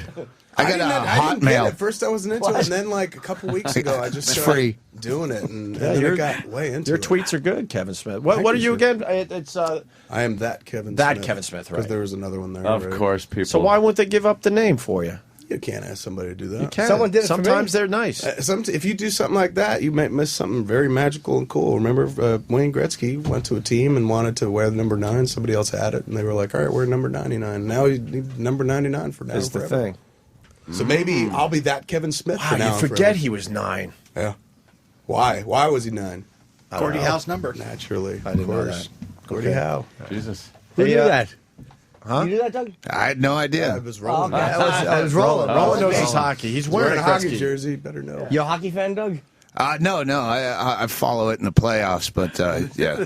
No, This is hysterical that we have I like what? that we have no idea who's saying anything. I know. Because Voices we're is looking pop- around the room. There's people behind people. I'm in the timeout. studio. I'm telling you, dude, it's like being on the Man Cow show circa 5 years ago. There's just people One time I behind went in there you. on the show in Chicago. Ever been on Man Yeah. Cow? Years ago. That dude would have 46 people in the room, and you're like, there's no... Is anything getting accomplished? You know what? It's just as you say that, we got a big star on the hotline. That's going to make it even more complicated. Uh-oh. Ladies and gentlemen, Sean Hannity. Oh, I'm a big star, but I'm not big enough for you to show up on my TV show. Thanks a lot. You know, at least Anthony showed up. By the way, on the very day Yeah. that you were probably home doing your taxes, saying, "Geez, I'm not paying enough. I got to pay more. I love Barack Obama." I just write the check and then forget about it. What can I tell you? I have enough money to live there, Sean. I was a poor guy most of my What life. do you want them to take? They take. You live in New York City, Right? Oh and, my God! and Yeah. the government takes what 55% of your pay, and in your case, that's millions of dollars. Well, no, it's not millions. I don't know what you Anthony read. but- told me what you got paid, so I already know. No, So I'm like, and Anthony and I are sitting there on the set saying, "Where's Opie?" Because he's the only one that's going to defend this.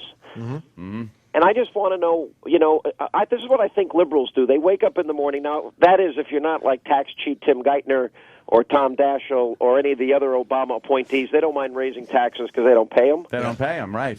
All right, but you pay them. And I'm thinking, what makes you wake up in the morning and say, 55% of my income's not enough. I want to give the government more. First of all, I'm not a liberal, Sean. Yes, you remember I remember how I said you were right wing, and you're like, no, I'm a moderate. I never said that. You said My you were life. more of a moderate. I'm a conservative. I'm a proud. I mean, conservative. I'm sorry. Right, that's a little different. Can I You're ask right. a question? Yeah, we got Kevin Smith in studio. How many Obama guys do we have in studio? We have a full I studio like here. our president. All right, Opie, raise your hand. I'm I like raising. our Kevin president. Smith is raising. I'm in the middle. I'm I not. like him on certain things. It's Jim. I like him on certain things, and on foreign policy, I think he's coming off as a little weak. But I don't dislike A him. little weak. Little. Well, yeah, I'm being If I could tell a quick By the way, story. I got to thank Norton and Anthony for coming on the program. And Opie, well, what's up? What's the deal? When are you Well, coming on? I got to do Keith Oberman first, and then Gee, well, you don't want to be that seen. makes a lot of sense. Go on a show that nobody watches. Exactly. honestly, I hate Keith Oberman, and I have no problem saying that. He just drives me nuts. I love Sean Hannity. That's the truth. I'll come on By there. the way, is there any truth to the rumor you got married? Yes. What the hell was she thinking? I've been married for what am I up to? Because Already? I 5 months? I met her when you were dating her, Yeah. Yeah. and she's way too good looking for you. Yeah, she's all right, man. Sean, I was watching your coverage there of the Tea Party down in Atlanta. It was unbelievable. Yeah, No, it wasn't. It looked.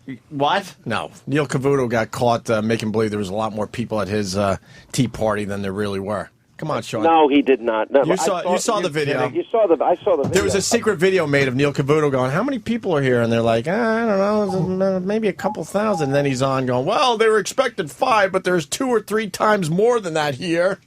He got caught, Sean. You know that. I saw the crowd at Neil Cavuto's, and Neil. By the way, Neil's one of my closest friends. He's a great guy. I can tell you this: the numbers were huge at his event, and I can tell you in Atlanta, where I was, No inflated numbers. There were over 20,000 people. And I will say this, Wow. Greg Gutfeld, you know Gutfeld from Red Eye, he pointed out a great point about how it's amazing how the media is really attacking and making fun of the protesters. It's the only case where you see that. It's like people are protesting higher taxes, and the media is really going after them. And yet you never see the media attacking protesters who really go out for ridiculous causes. Yeah, you know, for example, I had no problem with Cindy Sheehan out in Crawford, Texas, protesting. As a matter of fact, I ended up doing a pretty long interview with Cindy Sheehan, and personally, you know what? I like the lady. I don't have any problem with people expressing their viewpoints in the country, even though they disagree with mine. You know, this woman lost her son. I mean, she disagrees with the war. She had every reason. Her son died for her right to say anything she wants, and I don't care if it's about me or about the president. And my heart goes out to the woman, and she's politically active and involved. But, you know, if you remember a couple of years ago, we had, you know, illegal immigrant groups, and they were taken to the streets. You know, the liberal media went out there, and they gushingly and endlessly reported on it. You know, Louis Farrakhan does the Million Man March, and the media goes on for weeks and weeks and weeks and months about that. And here you have moms and dads and people all across the country in hundreds of cities, thousands and tens of thousands showing up in some cases, and they want to ignore it, and they want to attack, you know, people for showing up. I don't think they're understanding the mood of the country. People are fed up. You know, they're sick and tired of bailing out banks. They're sick and tired of bailing out rich financial institutions, and they're sick and tired of paying half their income in taxes. Yes, the tax issue is huge, and it's not even the guy's first 100 days in office, and he's already got that many people kind of riled up about his policies. It definitely says something. Hey, can I say something? So yesterday we were talking about Obama's tax bill, and he's all rah-rah about taxes and stuff. But you got to think it hurt him even when he saw that he had to pay $855,000. $877 or something like that? By the way, what a cheapskate Joe Biden. And if you look at Barack Obama's past income tax returns, he only started really giving money to charity as soon as he thought he was going to run for president. Yeah. I mean, I can't stand these cheapskates. Biden is I swear to God, he made millions of dollars in 10 years, and he was like Bill Clinton giving his used underwear in like $3,000. Does he really make that kind of money? Because I always heard he was one of the few guys that didn't get rich off politics, but was that a myth? Yeah, no, well, he made it over a period of time. He made, you know, significant millions, and I think the total was $3,000 that he had ultimately given over the entire 10-year period. Yeah. Wow. I mean, you know, Opie gives that at, you know, Scores when he goes there. I don't go to Scores. I'm teasing. Opie I'm goes right to just hookers. picking on you because you didn't show up on the show when we had invited you. How about this? I'll show up on the show if we could talk hockey or something. Well, by the way, did you see Anthony the other night? He did a great job. Anthony was amazing, and I saw that he was kind of your brother. You kept looking over to him like I got Anthony, and it's good me and him against those two clowns. we kind of teamed up. I saw that, and you gave Anthony the nice seat right in the middle. He had papers in front of him like he was a real newsman. A real newsman. He looked like a silent film star. But the fun part is when Norton comes in. You know, I always get nervous, Norton, right? Look, I'm like, Norton, I watched your HBO special last night at 3 a.m. Just promise me that's not going to come flying out at any given moment. Sean does panic when I'm on, but it's like I know I'm not going to curse. I did regular radio for too long. I know I can't drop any F-bombs. I'm actually, you know, I'm okay with it. I'm not going to curse. All right, so my wife and I, one night, we wake up in the middle of the night, and they're replaying your stand-up on HBO, and we're watching it, and my wife, you know, usually won't laugh at sort of like really blue humor, but she's cracking up, and she goes, "Isn't that the guy you know?" And I'm like, "Yeah." And it was real. You were really being hardcore. Yes. And then she turns to me and she goes, "He's funny." Oh, thank you. So it was interesting to get her reaction. And thanks, man. I bet you that bothered you a little bit, right, Sean? Not at all. What's up with my wife? He probably looked at her like, "Why are you laughing at this animal?" Yeah, exactly. Hey, we have Kevin Smith in studio. He was trying to get in on this there, Sean. Hey, Kevin. Hey, Sean. How are you, Mr. Hannon? Good. I should say. Hey, my question, as a political pundit, how much pussy do you get? I know you're married, but I mean, does that help with the wife? Is the I wife can't like, hear his mic is off. Yeah, see. See what happens with Sean. He's brave to go after us with, his I tough just talk. I see it as a marital situation of like, come here, because Hannity wants to comb, and just gets in there. And I would imagine if I was doing his job, my wife would like me a lot more. Yeah, Hannity, Sean. I should just say Sean. The new format for the show is really good. It's going very well, and one of the things we did with the Great American Panel, look, we do the hard news at the start of the show, and we designed it that the show would sort of get lighter and more unpredictable as it went on throughout the hour. And one of the things that I wanted to do was add new faces to cable TV.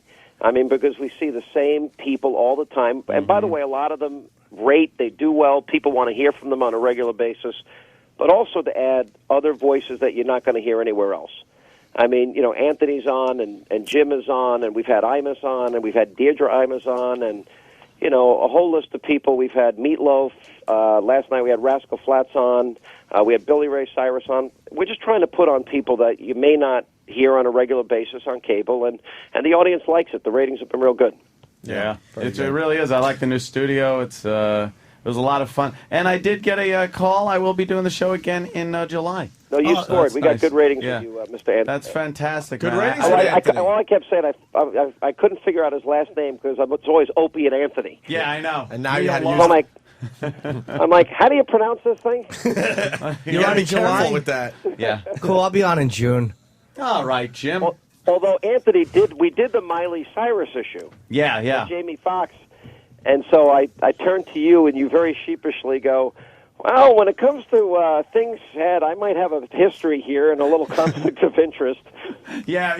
I think I downplayed by saying I might have a little history with things like this. What do you think about his apology there that he gave? I thought it was look. I don't think you talk about 16-year-old kids. I just think I thought it was a pretty mean, vicious attack. And look, I'm just a Christian, so if you apologize, my orientation is to forgive you. I thought Billy Ray Cyrus had it right when he said he has a 14-year-old daughter. How would he like it if people were saying that about his daughter? Yeah, I did hear him say that, and does put it in a different perspective. I don't think people ought to get fired, but I know that if it was Opie and Anthony or if it was Don Imus, they would have been fired. Yeah. If the situation was reversed, especially with the racial epithets that were kind of thrown around there in the room. Look, there's a prominent morning host, and I'm not going to sit here and mention names. I have a tape of him. Do you remember that girl? Her first name was Bethany, and she was a 12-year-old girl out in Hawaii, and she had her arm chopped off. Oh, by the shark. The surfer girl. Yeah. Girl Right. was the surfer. You know the song Jack the Knife? Yeah. All right, so this morning show literally Jack the Knife or Mac the Knife? Yeah, Matt, whatever. By Bobby Jack Darin. the Knife, whatever it is. Yeah. And literally this morning show played Biting, Whitey, Biting, right? And I have the tape. And this girl just lost her arm, and the host is laughing his head off. I was laughing that day. And I'm thinking, this 12-year-old girl lost her arm, and you're making fun of it, and you're using, a racial context to this. And you put that through the prism, though, because we all like Don Imus. He's friends of ours. Mm-hmm. You put it through that prism, there's a huge double standard. Because I think if Imus had done it, it would be a big deal. And I don't want anybody fired from the radio, because if they're going to come after Jamie Foxx, or they're going to go after this host, or they're going to come after all of us. If you don't like what you're hearing, my advice is turn off the radio. Yeah. But it's amazing. It's amazing how defending freedom of unpopular jokes and stuff has become very selective, and it's not this persecution thing. It really is if you're a white guy and you say certain things, it's safe to attack you. That's all it is. If you're black or you say something about white people, it's just not safe to attack that on a racial basis. So people lay off. Yeah, well, we raised the question the other night, and we had. In the middle of the whole Imus controversy, we had a debate between Bernie McGurk and Al Sharpton, and I had actually debated Sharpton at the National Action Network around that exact same time, and I came in with a list of things that Al Sharpton has said throughout his career, and I had the tapes with me to back him up. You have a lot of tapes, don't you, Sean? Yeah, I say tapes. I get proof, you know. I got tapes of Opie. That's why he won't come on the show. Well, what happened when you had the tapes of Sharp? Did he address what he had said? Yeah, well, I mean, he called the former mayor of New York, Dinkins. He used the N-word repeatedly in describing him. Yeah. And he talked about, quote, Greek homos and all this other stuff. And, you know, he had a lot of... Then why do you keep having him on TV? Why are you giving him credibility? That guy is why so... do I have you guys on TV? That's Doug Stanhope. Doug Stanhope. You wouldn't have heard of me. Well, I'm sorry. Yeah, he's comedian Doug Stanhope. I'm a guy over in the corner by the trash can. Yeah, we put him by the garbage can. You know, but Doug Hey, makes... by the way, I do remember a particular Opie and Anthony moment where you had girls in a barrel and you kept pouring things on them. Yes, it was the 55-gallon drum challenge. Do you have a tape of that, too? Oh, no, I don't have a tape of that. That's for his personal collection. Hey, who won the debate between McGurk and... Because I love Bernard McGurk. I think he's Reverend Al brilliant. got him. Yeah, well, you know, Unfortunately. I thought they had a great exchange, a good back and forth. Yeah, but I think... But look, if Al Sharpton were consistent, Al Sharpton would be demanding that Sirius XM... I think that's where Jamie Foxx made the statement, right? Yeah. I think he would today be demanding that he be fired. Yeah, What was Sharpton's argument? Was it we as the consumers have a right to say that our dollars go to support this and that? Was that the angle he took instead of the fact that it's a double standard? Don Imus apologized, and he apologized profusely. And what Sharpton in that case was doing was demanding his firing. Now, I thought that after Imus apologized, I thought, all right, if he means it, let's move on. People can make a mistake if you're on the radio 3, 4, 5 hours a day. And by the way, that's my position on Jamie Foxx. He apologized. Whether you think it's sincere or not, it doesn't matter. If he doesn't do it again, I don't think he should be fired. But the difference is Al Sharpton's not demanding his firing. Yeah, exactly. Well, that's been Al Sharpton for his whole career. And if you bring up things that he said in the past, he will say, "Oh, that was my, I was young and stupid, or I said this. Yes, I did. I would never say that now. It was a different time." He's got excuses for everything he said. Let's go to Kevin Smith. For those of us in the room who are completely unfamiliar with what's going on, I was just going to ask the same thing. Thank you. No clue what's going on. I haven't heard the story. Jamie Foxx got in trouble. Yeah, he was talking about Miley Cyrus on his show. And because she had tried to get to meet Radiohead were dicks, and they said no. So Jamie Foxx on his morning show and his co-host, they were making fun of Miley Cyrus. And I think his co-host is a black woman, and she's like, they're like, "Who's Miley Cyrus?" She's like, "Oh, that white bitch." That little white bitch. And then they were making fun of her big gums. I didn't think Jamie Foxx said anything out of line, but it was his show, and he takes the hit. And he was saying that, look, he was making fun she should make a sex tape and grow up already. Well, Jamie Foxx said that she needs a gum transplant. A female voice on the show said that little white bee. Yeah, and tell him the chlamydia line, Sean. That's a really good one that he had. A really good She said, but she did say I just want to hear Sean Hannity say it. He said, Jamie Foxx did say she needs to make a sex tape and grow up. Get like Britney Spears and do some heroin. Yeah, get chlamydia from a bike seat, which is a great line. And what it was played was like I missed that one, Jim. He did say that. He really did say that. And the point was like I had no problem with it as a comic, but the point was like why are people like when the woman's like, "Oh, that little white bitch." Like if there was a morning show host, we were talking about say like one of the Cosby kids. Who is that? Oh, it's that little black bitch. That and little pickaninny. Yeah, you know what? You'd be fired. You'd be fired. And Imus, I thought, was pretty stand-up about it, and he said, where I made a mistake is that those young women at Rutgers, they're not in the public eye, and they didn't deserve that. Miley Cyrus, all right, she may be in the public eye in one sense, but she's still just a 16-year-old girl, and by the way, a really talented one at that. She's a 16-year-old girl that probably would have never heard Jamie Foxx if you guys weren't blowing it out of proportion. That's the thing. You just sit here and listen to it, going like, and I hear what you're saying in terms of Jimmy, in terms of like, well, if you said black bitch, everyone would go crazy, but. Right.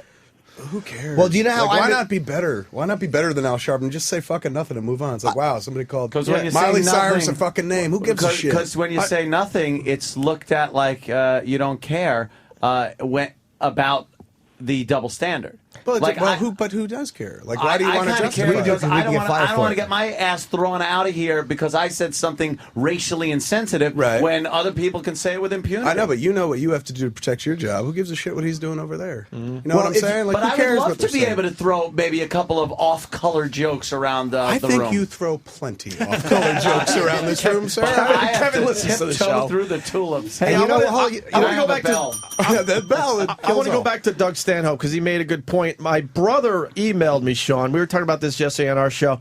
His 9-year-old daughter heard about the Miley Cyrus thing, not because she listens to Jamie Foxx's radio show, but because the media has been playing it over and over again for the last 3 or 4 days, and now she's asking questions. And my brother's a cool dude. He's like, whatever, say whatever the hell you want. He's more frustrated with the media replaying the controversial comment. Where do you stand on that? Get the numbers on Jamie Foxx's listeners and see the odds of Miley Cyrus being one of them. Yeah.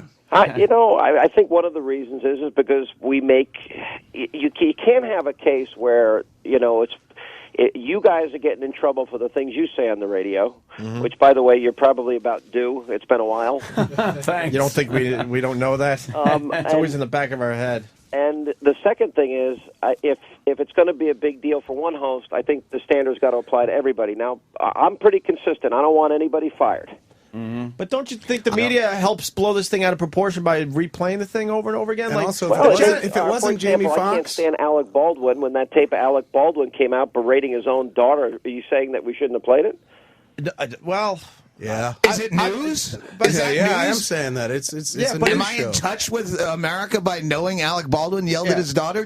Justify that. Yeah, but that's just weird because you're being dragged into like the middle of an ugly family argument where you're like, oh man, I feel dirty hearing this. Like, I kind of like hearing it. He lit off. It was fun. He lit off. It may be improperly at the moment, but like, who hasn't fucking done that? Who hasn't said something to somebody where like, fuck, I wish I could take it Have back? you ever said that to your 12-year-old daughter? I might one day, Sean. I'm getting ready. I put together a speech I got in my Called her a back little pocket pig. for all times, just in case. I'm like, here's my Alec Baldwin speech. Listen to me, you little pig. I don't know whoever's speaking back there, they're off mic. I don't know. You guys probably do that on purpose. No, I swear. We're getting used to the new studio here. It's only the third, fourth day, something like that. I think one of the reasons of pointing out Jamie Foxx is, again, I certainly don't want to see him get in trouble, but it does point out the hypocrisy of other people getting in trouble. Yeah. And Imus, everyone didn't hear Imus's comment. That came to light because Media Matters pushed it. And Media Matters would never, ever push for Al Roker's firing after he said what he said about epilepsy. They would never push for Jamie Foxx. They're a completely biased bullshit media watchdog group who goes after. We're in the group that they would go after. So it's in our interest to have hypocrisy pointed out. I think that there ought to, in the one sense, there's an unwritten rule, and I think you got to stay after or stay away from.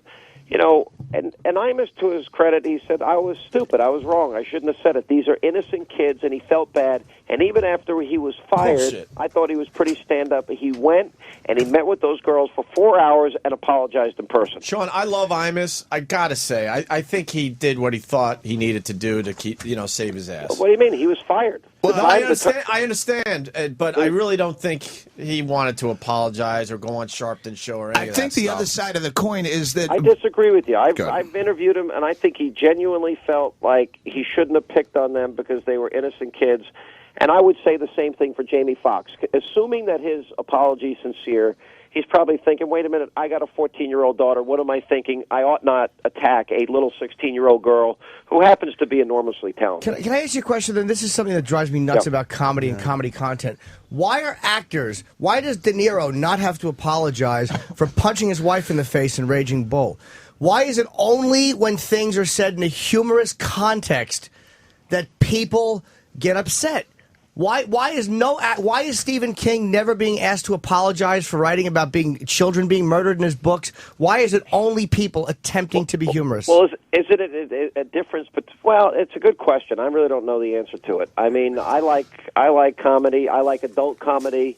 And there's an appropriate forum for each case. I mean, if you want to buy a Stephen King book, you actually have to go to a bookstore or a library, and you have to take the book out and make a choice. Similarly, we decide what we want to watch on TV.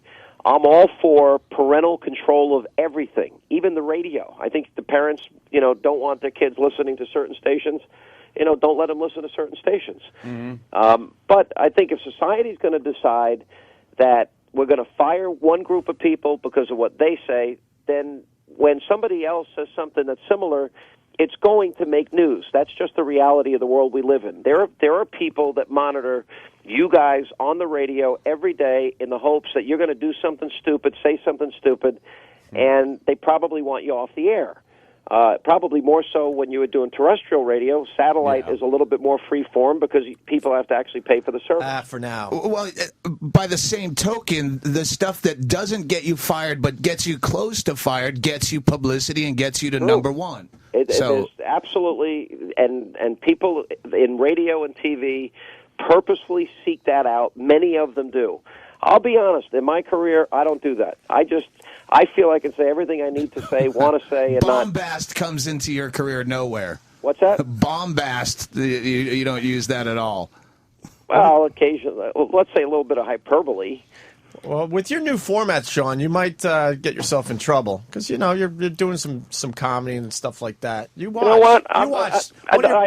Listen, Opie, I don't doubt it for a second. And the sad thing is about America, where we supposedly celebrate free speech. Right. And that's why I'm saying I don't like what Jamie Foxx said. I thought it was mean. I'm glad he apologized, but I don't want him fired. Any one of us that are in the public eye, and any given minute, can find ourselves under one of these controversies and people demanding that we be taken off the air, or they could do it subtly and they can target our advertisers, and that's just another way of backdoor censorship because they don't like what they're hearing. I mean, you have no idea, for a conservative radio talk show host, we have these losers that sit around in their underwear in the basement of their house all day long, and all they do is monitor everything that Rush Limbaugh says and Mark Levin says and Sean Hannity and Imus and you guys. It's I think they need to get a life first of all. But that's I'm doing this show in blackface. I can't get arrested. Yeah. Hey, Sean, isn't Obama being the president good for business for you? People were asking me that, like, before the election. They'd say, well, wouldn't it be better if a Democrat was elected? And, my answer was I love my country more because I always believed from the beginning that Obama was a phony, and I think he was far more radical than he was letting on. And I think now we could probably look back in retrospect is that he had a lot of good speechwriters. He's a pretty good teleprompter reader. He has a pretty charismatic personality.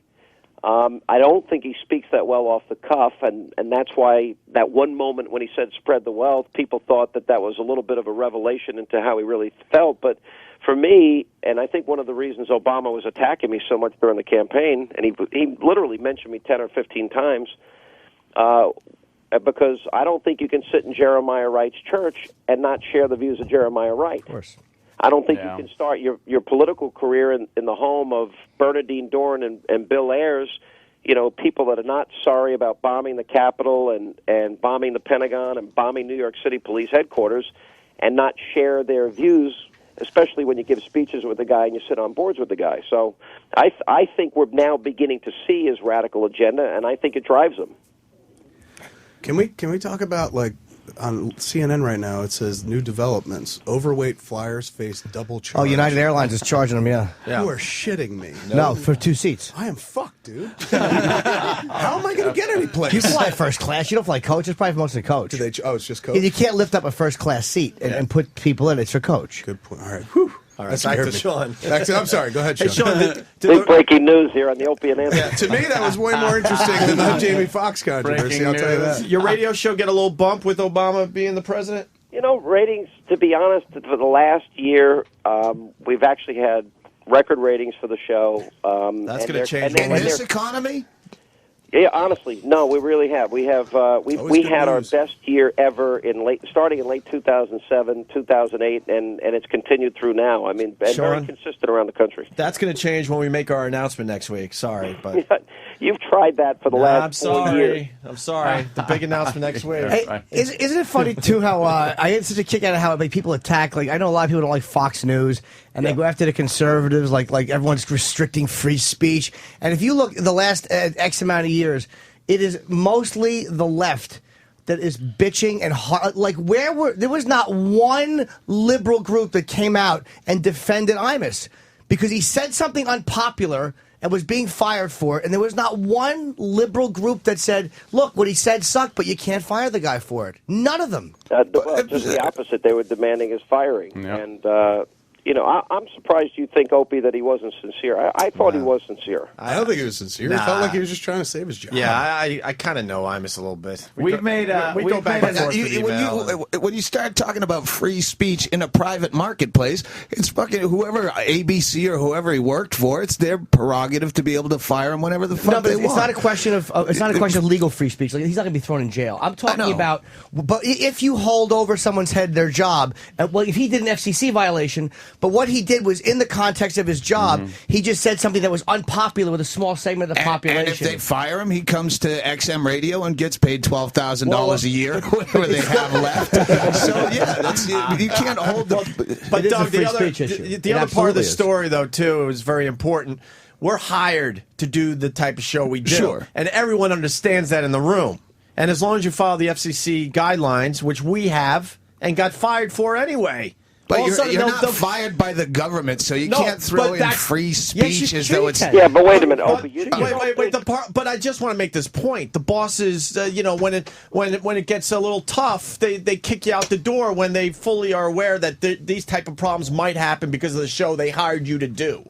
No, I understand your bosses are douchebags. Yeah, I'm not arguing that. It's not about, the FCC. The Constitution is thrown into as though it's... But just because they're not putting you in jail doesn't mean it's not a free speech issue. It is a free speech issue when you're doing your job. But and you offend people. It's almost like a heckler when you go, hey, I got freedom of speech. You don't know. You get thrown out of my fucking show. A heckler is doing something he's not supposed to do. Imus was doing something under the context of his job, and he was doing something correct, and all hecklers are thrown out of comedy clubs. Follow the FCC rules. That's all we used to have to worry about. But now you got to worry about the special interest groups with their letterhead and some of these bosses that you learn have no fucking spine in the end. Yeah, no, and that should stick up for their guys because in the end, and talks about this all the time on our show. Yeah. These boycotts never work in the end. Just hang in there. Lenny Bruce. Everyone said Lenny Bruce's free speech was attacked because he was thrown in jail. Right. But just because you're not thrown in jail doesn't mean that they're not going after your right to say what you want to do. Because if they're threatening to remove your job because you said something that offended a segment of the population,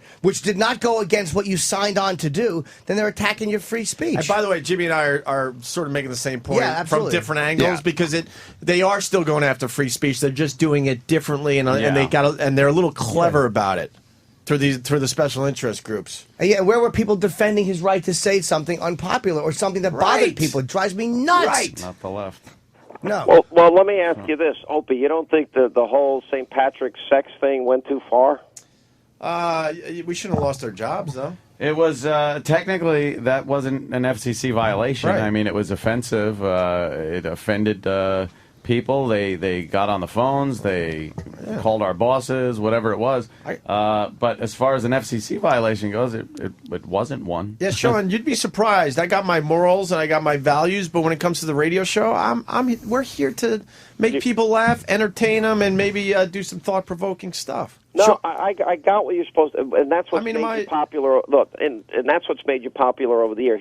I don't worry about my morals and values when I'm doing a radio show, because in the end, we're trying to just entertain. Problems, because you don't own the station, you don't own the license, and there are going to be. Although I will argue, if you hire Opie and Anthony, and they do outrageous things on the air, don't come back to me later and say you're shocked and surprised. Sean, let me explain something to you, though. That's very, very important. Ant and I, our entire careers, understood the rules, sat down with lawyers, and we really studied this business. Like, okay, if we do this, we're obviously going to get fired. We do this, we're safe. Right. When the St. Pat's thing went down, we had no idea, and this is where we went wrong, that the rules were changing right in front of our eyes, and we didn't see it. No one got fired for those type of stunts ever. And if they did, they turned around and made like twice as much money within a month. And more importantly, that was a sponsored event that the lawyers were aware of and the station management was aware of and signed off on. So that's why the show should have been fired, because they gave the okay for the contest in advance. Well, the station, then they bear as much culpability as you guys do, if they were especially in the loop and knew everything that was going on and knew that these couples would do that. Now, with that said, I don't remember how this finally ended up for the couple that was involved. What happened to them? Well, yeah, the one guy died. One guy died. How'd he die? Heart attack or a drug overdose? Yeah, I don't know what it was. Bolt of lightning. he had some issues. You know, he was a good dude. They were whatever. I mean, it was tragic. But you got Sean, it was wrong. I fully admit that. It was it really bothered a lot of people. It insulted a lot of people. Yes. You told me once that it bothered your mother. My mother? Didn't you say your grandmother? No. It bothered a lot of my relatives. My parents have always been. Well, my dad's gone now, but they were always supportive of what I did. Right. You know, they were a little bothered, but they.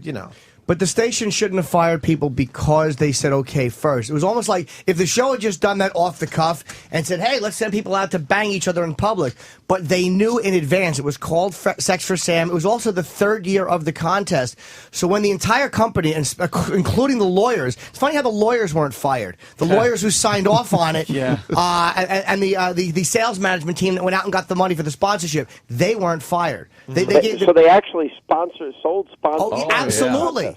Yeah, and it was the third year of the contest. But Sean, so you guys basically took the hit for something that everybody was involved in. Boy, did we. But Sean, I think the point we're really trying to make is we don't really feel responsibility when we're doing our show, and our morals and values for the most part don't come are part of what we do. The guilt comes but wait with a minute. that long walk to the car after the show. Sometimes you leave here and it's a bright sunny day and you feel like a complete, degenerate. Piece of crap. But I look at it this way. I really believe that we're making a lot of people happy on a daily basis. And it's more. You've got to live with yourself. No, and I have no problem with that because I think there's a much more of a positive feeling out there as far as our show goes than a negative one. So why can't you do Hannity's show? You're very passionate about this stuff. You should do the show. Well, I'm going to. I'm gonna kick Sean's ass. Obama's #1 fan now joining us. See, I'm not paid more in taxes. Sean, I'm not a fan of government, and I'm not a fan of politics. Did I like Obama better than McCain? Absolutely. But do I like either guy where I'm going to rah? No. Sean, I think the whole system I think you're probably in that sense apolitical. I would agree with that. But but it's interesting because for people that know Anthony, and I know he wants to talk more about the issues than say Opie than you do, but Anthony's surprising, and I don't mean this as a backhanded compliment, but if you meet Anthony from the radio show, you don't think it's a guy that is as well versed as he is on, every little nuance in terms of the political scene. But he is. And I actually found the same thing when I met Howard. Howard was the same way. I mean, he is about as engaged and involved, in a pretty deep thinking, political guy. Is Howard? I don't even know. Is he an Obama guy? I don't think so. He was always more libertarian. Yeah. Okay. I wouldn't. We kind of know that from the past, but who did he support in the election? I don't even know. I don't know. I don't think a lot of Republicans weren't happy with John McCain. I think John McCain was a little too moderate. You guys blew it with McCain. Sorry. And I would have preferred a stronger conservative myself. I think Obama's going to pave the way for one to emerge. I don't know who it's going to be yet, but. Sean, I actually disagree. I think that McCain, his age hurt, but I think him being a moderate, because Bush was seen as so religiously conservative, which actually bothered me. I didn't like I felt he was way too religiously conservative. I think a moderate conservative had a much better shot at winning the election. The problem was that he brought in an extremely conservative vice president with his age. That called into question. People really began looking at her like she absolutely could be running things. And being as conservative as she was, I think that really hurt him. I think she hurt him, being as conservative as she was. I'll tell you this, and we were all together, interestingly enough. Our paths have crossed many times, our career paths, that is. Mm-hmm. But we were in the same building broadcasting on September 11th for WLIR in Long Island. That's when we met, that's when we first met, when we couldn't get into the city that day. Yep. And you were in one studio. We had wires up and down the hall. Look, for my money, Bush and Cheney were the right people in the right place at the right time to deal with that threat. And I don't care what the controversy is involving the Iraq War, I still think it was the right thing to take out Saddam Hussein. I think for everybody to sit back there, almost every single Democrat voted for the use of force. and then they all ran for the hills when the numbers started to change. You know, the problem is we were on a 9/11 footing, and people got pretty war weary. You know, people got sick and tired of hearing about the war. Nobody likes the fact that we're losing these brave men and women, and that definitely changed the political climate. And then the Democrats tried to use it to their advantage, and they pounded on the president day in and day out without mercy. And it had a certain impact on the president's approval numbers. But you got to be honest, though. I mean, Colin Powell sending him in with the terrible information that they sent him in with. I mean, it really, like, and also when you look back at Saddam, it did seem like a good idea until you look at the way Saddam handled business. Now look, like where was all this radical Islamic rage when Saddam was in power? I mean, where was al-Sadr and all these guys? None of them piped up when Saddam was around. Yeah, but here's what it did do that a lot of people don't get, that a lot of people don't hear about. It did draw in every extremist element into the area to take on the United States. Literally, that became the front on the war on terror. And in that sense, you know, by especially adopting the surge policy and plan, where they would go in, they would take out these radicals. And remember, Iran was fomenting this, and you had other outside groups fomenting this, and Al-Qaeda was sending their troops in there, and Syria was sending troops and weapons in there. I mean, we literally cut out a big part of the underbelly that would otherwise have been plotting and planning the next attack. You know, here's the reality. You know, these guys that buy into the sick fanaticism, they haven't gone away. We have defeated a large portion of them, but you're always going to have evil with you. And it's like Ahmadinejad, the idea that, you know, I think this president wants to sit down with a guy that denies the Holocaust occurred and wants to wipe Israel off the map, or Kim Jong-il who's firing missiles over Japan on the day that Barack Obama says we're going to unilaterally talk about disarming this country, I think, is obscene. What do you think? Is Israel going to whack out Iran's nuclear reactors? I think Bibi Netanyahu, one morning we're going to wake up and he's going to have taken out their facilities. Absolutely. So you're saying that's not going to cause a problem. You're saying the leader of Iran should be fired for one bad joke about the Holocaust? Is that what you're saying? He actually wanted to study the issue as to whether it occurred with all the obvious evidence. My favorite clip, as far as he goes, is denying that there's no homosexuality in Iran at Columbia University, and everyone just openly laughed at the guy. Well, he is a bit of a lunatic. So. Hey, were you surprised? I was surprised when Ahmadinejad spoke at Columbia. I thought, like, oh, great, these dumb liberals are letting this guy speak, and then the Minutemen get booed at Columbia, but they're letting this guy speak. And I was kind of surprised. What is the guy's name? Is it Bollinger, the guy who runs Columbia? Yes. Were you surprised at kind of the way he really he kind of embarrassed the Iranian president? He really smashed him. Look, I think he embarrassed his university. I mean, I'm all for free speech, but you know, there's certain people you don't have to invite. And a guy that denies the Holocaust, and a guy that is threatening to wipe Israel off the map, and a guy that's seeking nuclear weapons, it probably is America's number one enemy right now, because if he ever gets them, you know, why would we doubt at all that, you know, he would work with or align himself with some terrorist group and use them? You know, here's the reality. If we look back at the last 100 years of human history, I mean, hundreds of millions of people have been slaughtered. Evil does exist.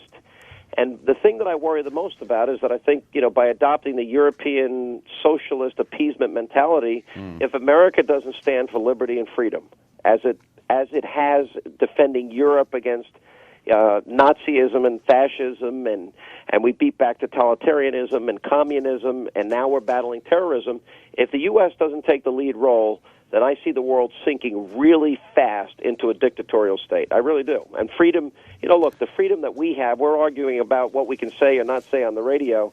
You know, the argument's going to be a lot deeper, as it is in many other parts of the world, where people, if they said half the things that you guys said on a daily basis, they'd have their heads chopped off. Quite literally. Yeah. They'd start with Opie first, of course. But. Why do you got a problem with me, Sean? I'm just teasing you. When are we going to hang out at F.H. Riley's and have a little beer or something? I'd love to. I got an observation about Sean that needs to be made. Oh, boy. I think secretly he wants to be kind of like a shock jock. I really do. No, it's not. I really do. Maybe not as crazy as Ant and I and Jimmy get, but I have a feeling there's a little twist in his personality. I know. I a little bit. I like. Look, I like good radio. I like talented people. Yeah, we're really talented. You know that. Well, that's why I like Norton on the show. Hey, what do you look? I have to stump for my friend over there because obviously you and O'Reilly are the two big guys, and Beck is very big at Fox. But our friend Gutfeld. Are you ever going to have Greg Gutfeld on? He did not ask me to ask you that. I'm only asking because he does. He's been on the show before. Oh, has he been? It's been a while. He hasn't been on the new show, but I've had him on before. I like the guy a lot. He's very funny. He's a funny dude, man. really I is. want to see Red Eye stick around because they have me on a lot. And you know what, Sean, I got a great liberal that should be on your show for real, and Jimmy would probably back me up. Brother Wee's my mentor in this business. Oh, I know this guy. He is a great debater. And he's also a Vietnam vet liberal. He's not some dumb politically correct guy. He's an old school government He did hater. 2 or 3 tours in Vietnam. Right. Where does he broadcast out of? He's out of Rochester, but he'll get on JetBlue tomorrow if you were going to have him. I'm telling you, for real, he would give you some good TV. Listen, we're just looking for good people with smart opinions, and I don't care where you stand politically. And I'm just giving you a hard time, Opie, because you turned us down. Have you had Ron Paul on? No, I've had Ron Paul on, sure. That's one thing good about Sean is he will have the most bleeding heart liberals on his show. Yeah. It's not just stacked with Republicans Listen, we or put Bill people Maher on on the program a Yeah, number yeah. of times, and Maher's I don't know what's happened to him. I thought he used to be funny, and I thought his show Politically Incorrect was really good, but he's really become very just angry and bitter. And He was like a hardcore libertarian, and then he slowly drifted into the Hollywood left. Did you like Religulous, Sean? I never watched it. Why aren't you guys watching these controversial films? I think once you espouse any belief in any kind of Christian, any kind of Jesus kind of superstition, you lose all credibility with the rest of your opinions. Well, whatever, but I'm a Christian, and you know what? I've heard him bash people of faith enough on his show. To me, the show's now almost unwatchable because there's no credible conservative that wants to go on that show anymore because the audience is stacked, and he's just vicious against them. He doesn't even want to have a discussion. So he's taken away. Because I've always thought he had a real edge and a real good talent, but I think something happened. He must have gotten kicked out of the Playboy Mansion or something. Because Sean, you said that you identify Christian. Is it anything more specific than that, or just Christianity in general? What, in terms of my faith? Yeah, what denomination? Well, I was raised a Catholic. I mean, I still take my kids to Catholic Mass, and Right. I just believe that Jesus Christ is the Son of God and the Savior of the world. That's all. Do you go to church every Sunday or no? Most Sundays, yeah. And you go? I'm sorry, forgive my ignorance. Are you here in Manhattan? No. I live in Long Island. Well, I know where you live, Sean. Uh-oh. We know where you live. For I'm real. looking for a I'm good not Catholic gonna church. blow up his spot. All the cool people live on Long I'm Island. not gonna blow up Opie. his spot. But Thank you, Anthony. This is where you're supposed to bail me out, buddy. That's What the hell? I would love to move back to. Sean lives in Shirley, Long Island. Yeah. He lives in Mastic. Sean basically has his Northern own Ireland. island. Okay, he has nothing to do with Long Island. He's got his own island. No, Awful Long Island. He said a Long Island, not Long Island. Yeah. That's great. As long as it's not Now Fire you've sent- Island. Now you've sent every left-wing psychopath to my house. Yeah, exactly. You kidding me? By the way, while you're on, I was supposed to do Red Eye on Thursday, but I think it's a good I time gotta to put plug you on this. hold 1 second. This is a very important call. Oh, big call. Hang on. Wonder who this is. All right, sorry. Ooh, put him on hold. I wanted to do Red Eye, but Thursday, NRA is having a banquet at the Coral House in Baldwin, and I am attending. What is it? The NRA is having a banquet at the Coral House in Baldwin. Anthony's going to be the guest target. And I'm going there to support the Second Amendment because that, I think, I almost say thank God the economy is bad as far as our Second Amendment goes, because it's kind of tying up these liberal Democrats from jumping all over the Second Amendment. I've been shooting guns since I'm like 11 years old. Yeah, same here. Of course you have. So I love to shoot. Although from being in radio so many years now, I've got hearing loss. It stinks. So every time I go shooting, my ears are ringing for 3 days. Gotta wear some protection there. I do. I mean, that A is condom. protection. I'm shooting big guns, Anthony. Yeah, well, I just picked up a Desert Eagle. Okay. Which are hysterical. The most unnecessary handgun you could ever own. It's a 50 caliber. There's no reason to have it. It's a cannon with a trigger. Except to just shoot it and laugh your ass off with your friends. But my favorite is HK 40 caliber. That's By the way, how did you love those Navy SEALs? Oh God, we all How love great that. was that? Fantastic. See, Sean, listen, I'm with you guys in that one. I love that. That's the you know what that is, Backstory, though? please. That's the training. The Somalian pirates were. Wasn't that that was? I honestly, you think about that shooting at that distance on the high seas with water going up and down, and those. I have a friend of mine that's on the NYPD sniper force, and literally at those distances they have to calculate and imagine what the wind is like on the sea. It probably is pretty breezy.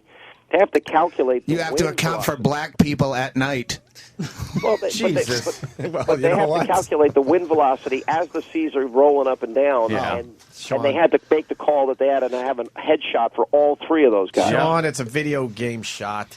Oh, stop! You don't play video games. Well, Piece of cake. That is expert training, which is something that our military is just amazing at. We have one of the best trained and equipped military, and that's something I'd hate to see decimated by like in the Carter years.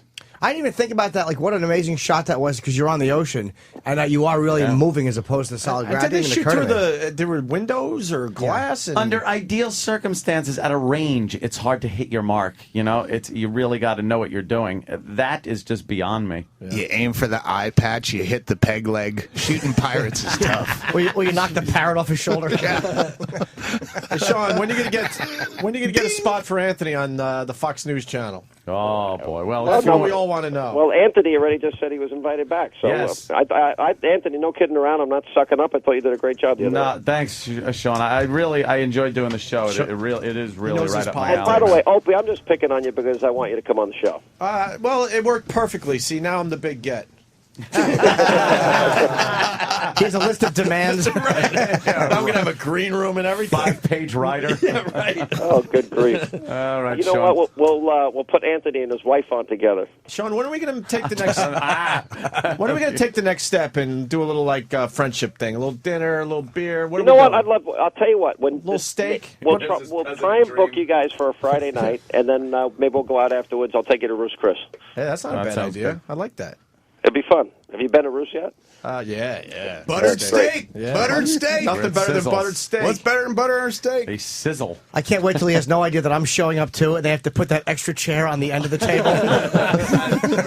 Well, Norton, you showed up enough, so we owe you a steak too. But listen, I got to get out of here. I got to go get prepping. I got a long day ahead of me. But it's been fun. Thanks for having me, and we'll talk soon. All right, thanks a lot, Sean. By the way, how do we do a whole hour of radio and you guys never take a break? That is, I'll tell you, that's the real benefit of satellite. It really is. You could just go on and on and on about things. We like that. I think it had more to do with the fact that nobody would stop speaking. We really were. And when I say nobody, I mean you, Sean. Yeah. I didn't hear what he said. That's kind of sweet. I couldn't hear half the people on this mic. The only one I can hear is Opie and Anthony and Norton. We didn't do that on purpose. We're really trying to figure out. It sounds like whoever it is off mic. I can't hear a word they're saying. I think I see there might not be a button down on the board, but I can't figure out how to get that done. So, Sean, let me say it. Our friend Sean Hannity. Oh, thanks, Opie. You're a great American. God bless you. All right, See you guys. Sean. Talk soon. Sean. All Bye. right. Later, man. He's there you go. He's our conservative friend. Yeah. But you know what? Did he like you first, and then you just go, oh, well, if he likes us, because there's a lot of people that I loathe in real life. How about next time you guys bring your interesting and funny friend instead? He's obviously a smart guy, but I'm with you, man. Like, you just sit there and listen to him going, like, it wouldn't be an issue if you would stop fucking talking about it. But people, that's what people I understand do what these it means days. to you guys, though. That's what people do. Has relevance to your They, job. especially the news and everything. It's just, that's what they do. While They he was talk talking, about I was things. staring at CNN. And You were there was trying that to, and I Universal. appreciate there was it, no worries. There was the United story, and then there was a story about how Kutcher became the top Twitter dude. Yeah, over on CNN.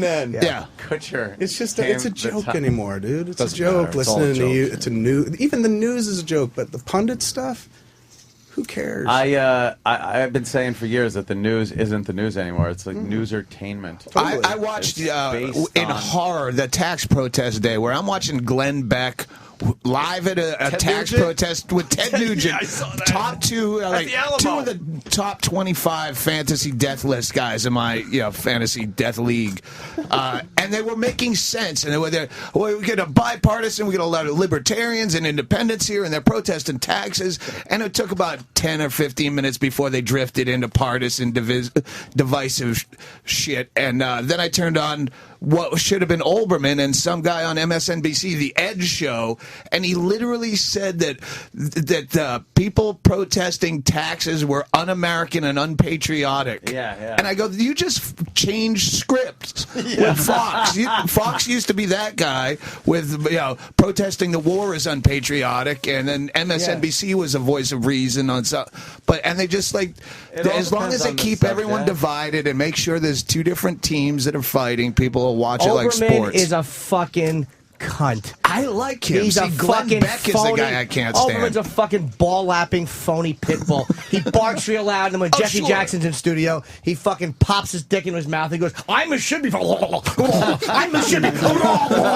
And meanwhile, that fucking jizz bucket wants the right to fucking sound off at whatever he wants to. He fucking stinks. See, I quite enjoy Olbermann. He makes. I mean, I know that they're all the same.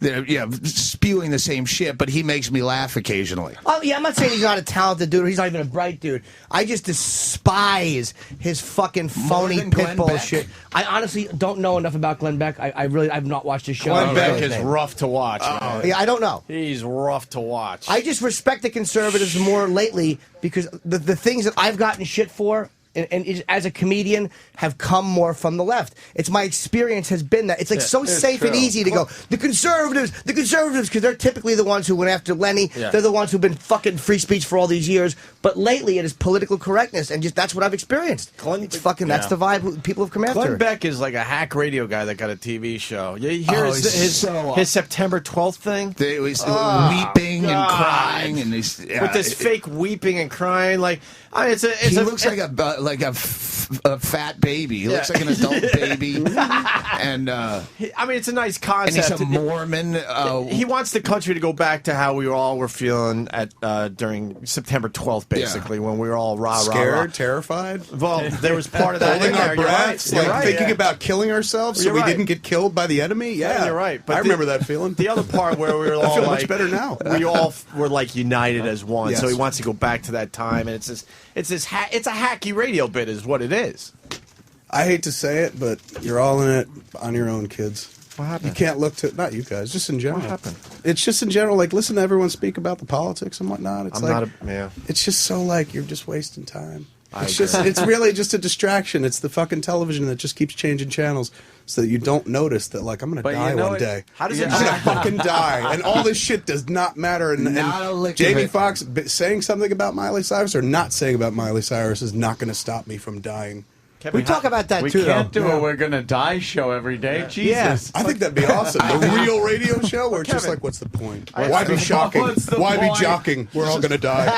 Hey, we got a story here. For 15 years. We're gonna die. Kevin, I agree with you. The question I got is, how do we change that?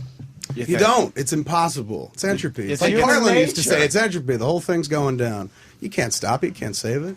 It's a game. It's a hustle. It's all been sold. It's bought and sold, and we're just going through the motions. And all you can do is make yourself happy, and that's it. And as long as you're not hurting anybody in the process, it's all good. You could run a few people over. Nope, that's hurting people in the process. That's against what I was saying. The just opposite. like run a few people And over. I was thinking of Jimmy because Uncle Ted was up there spewing with Glenn my Beck God. in front of the Alamo, Uncle and then Ted. he's playing his Cat Scratch Fever and Stranglehold. And I like Did to you draw tease that Ted- album cover I love for to. anybody? I know. I love to tease Ted Nugent, but you know what? He is a smart dude. Like when you hear him, he sounds like he's a gun nut. But then when you hear him debate the facts of guns, it's like, and you hear people just knee jerk reacting, like Rosie O'Donnell, guns are bad, and they throw out these bullshit. He's got like, no, these are the numbers and the facts. He's a smart agree. guy. Yeah, he's a smart guy. I hate the fake, contrived, like Ann Coulter, when it's just such contrived bullshit. Jimmy's good. Jimmy's girlfriend. If she phrases it this way, it will get this reaction, and it's so see-through. As a comic, you look at Ted Nugent, you go, all right, you don't need to say it that way. Right. You're doing this on purpose to be a douchebag. I hate that douchebags thrive in this society where, like on television, reality shows where you only watch it because someone's a douchebag, like the kitchen show. Well, the guy's an asshole. Why are you watching a fucking fry cook job? Like, that's all. You're watching someone's menial labor because someone's a dildo. And those people, we live in a society where the bigger the dildo you are, the more famous you get. And it fucking sucks. I got to take a picture of... We're all taking pictures at the same time. Of Kevin twittering. Yeah. But you know what? I liked what he was saying. Well, I should have been doing this while Hannity was speaking. I would have gotten a lot done. I could have been checking email. I was actually listening. You know what? There is a thing that's annoying. Fake patriotism, that forced patriotism is annoying, but so is that fucking fake pseudo-rebellion that people do, where they just fucking bash the government. Like, not when the government doesn't deserve to be bashed, but they just bash the establishment when they become a part of the establishment. You know what I mean? That's also, that phony fucking maverick shit is also annoying. It's fucking show business. Yeah. It's show business. The news is show business. They're on there with a very, like, passionate attitude going, well, we need to do this, and my God, those people are the evil ones, and then Jimmy's just got his ass hanging out. For Opie's fantastic. But it's show business. But you don't think these guys? You don't think some of these guys are going home and fucking popping a porno and jacking off to fucking horse cum What videos? bothers me is really not the artists so much as the people that what people will buy. That's what saddens me about humanity is that such dumb shit can be popular. You know, we're just the whole species is fucking doomed. I think Jamie Foxx should be crucified for this movie that is coming out. The Soloist? The Soloist. Who's he with, Robert Downey Jr.? Yeah. It looks like it might be good. Oh, stop. A fucking cello player? Wow. That's exciting. It's based on a true story. Yes, it is. Oh, good. It is. So is The Guy Walks to the Store. It's about a guy who goes to the store. That's my no one next gave flip. And you're in it, motherfucker. I want to be in it. I'll play the sidewalk. Why don't you call it The Guy That Walks to the Motherfucking Store and then try to get that into Walmart? With a couple of dicks and they make a porno. I'm like, why won't Target carry this? Yes, it's called Baby Fucker, but I spell it B-A-B-I. There it is. That was the best joke of the day right there. That makes it at the end. Oh, that's good. All right, we should take a break. Yeah, I'm actually leaving. I gotta go scout. Yeah. I told them at 9:30 I'd be downstairs. I gotta go out to Rockaway. Tell Bruce I said hi. I will. Well, Kevin, He's not. Generally, the stars don't go on scouts. No, but when you see him, tell him Norton said hello. Okay, I will. I know you're going to be very busy in the coming months, but please come by. When you I will can. absolutely come by. And can I say it again without being too gross?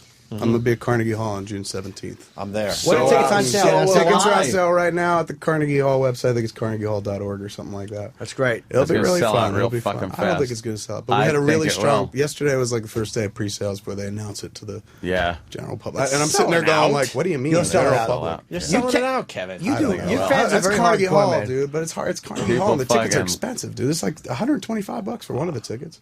I wouldn't pay that. I know what I can do, and I think it's worth it. Pay that. It's selling out. We want one of those Abraham Lincoln booths. Yeah, totally. And I want the John Wilkes Booth seat. Sex Semper Tyrannis, motherfuckers. Boom. Those booths are nice. I've never been to Carnegie Hall. I don't even want to admit what I saw there. What'd you see? Guitaro. What's that? Any Guitaro fans? All right. What is that? We're going to take a break. No, it's Guitaro. Nope. What is that? Guitaro? It's like new age shit. Oh, is it? Yes. It's like a Yanni kind of thing? Oh. Or like an Enya? Listen, Yanni's first album wasn't bad. Dude, they play that Yanni tune at Devils games on the It's tough Big to argue TV that at stations. this point, but Yanni's first album is what kind of turned me on to new age, and then I went into some Guitaro. Are you into like John Tesh and shit? No, John Tesh is a hack in the new age world. How is he For real. Know that. For real. That's like, it's like, oh, John Tesh is the shortest midget. If you want to go deep, Michael Hedges and his acoustic guitar, he ended up like driving off a cliff or I want something. to go deep into sleep. Yeah, I know. I like to. What is it? Do you have sit there and a watch that. taste of this type of music? Guitaro? Yeah. I don't know if we have it in the system, but It's new age. It's like you're mellowing out. It's good smoking pot music, Kevin. Is it really? Oh, don't try to make it cool. Just stop right there. Yeah, you smoke pot to it. I'm sold. Let's go to a guitar concert together. You smoke pot to anything. Two guys sucking each other's dicks in a movie. It's a great pot smoking movie. Great. I've wound up with more dicks in my mouth that way. With I people hear you, going man. like, "Hey, man." Been great for weed. And Weed you're makes obligated to finish anything them off. cool. John Tesh, though. Now you insulted me. You know. Wow. I haven't heard anybody talk about new age music since like 89, 92. It's happened? an acquired It's taste. middle aged now. Middle aged music. I understand. I'm throwing myself under the bus, but we'll come back with some Kintaro maybe. Oh, you got can't one? wait. Give me something. I don't know the names of the songs because they have dumb names that mean nothing. Stairway to Heaven. No. I've been jerked This off is to like a this song. flashback, man. This is All right, like you listen. thinking of your childhood. Give me a list of guitar songs, and I'll play one that might be slightly Opie, interesting. this is massage parlor music. Yes. This is massage music. I actually like this. This is where the finger brushes the balls.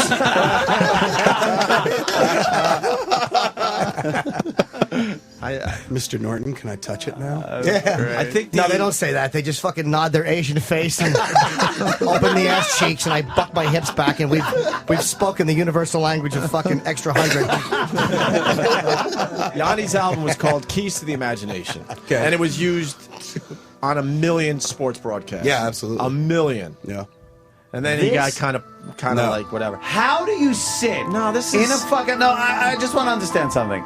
Something like this, because obviously this guy, whoever it is, would play this at his concert. Yanni's How do you like- sit in a seat and not just nod off, dude? It was. I would demand that two actors be brought out and have a really serious argument about their relationship, because that's what this music sounds like. Score to like Revolutionary Road. Right.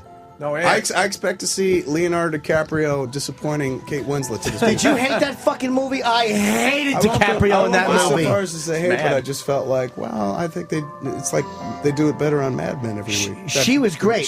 But it was like watching it was DiCaprio, who's a good actor. It was like watching a guy try to do theater acting. It was fucking terrible. I'll tell you It why. was fucking terrible. Wow, I you was, didn't like it. I was like, why won't somebody tell him you got to be fucking fired? He's stunk in that. I don't know how you would walk into that. You would walk into that movie with high expectations. No, dude, I watched it at home. I got a copy. Watched it at home. I heard she was so good. There are two reasons why I'm glad I saw that movie. One, the secretary's tits were just amazing. Yes, they were. Okay.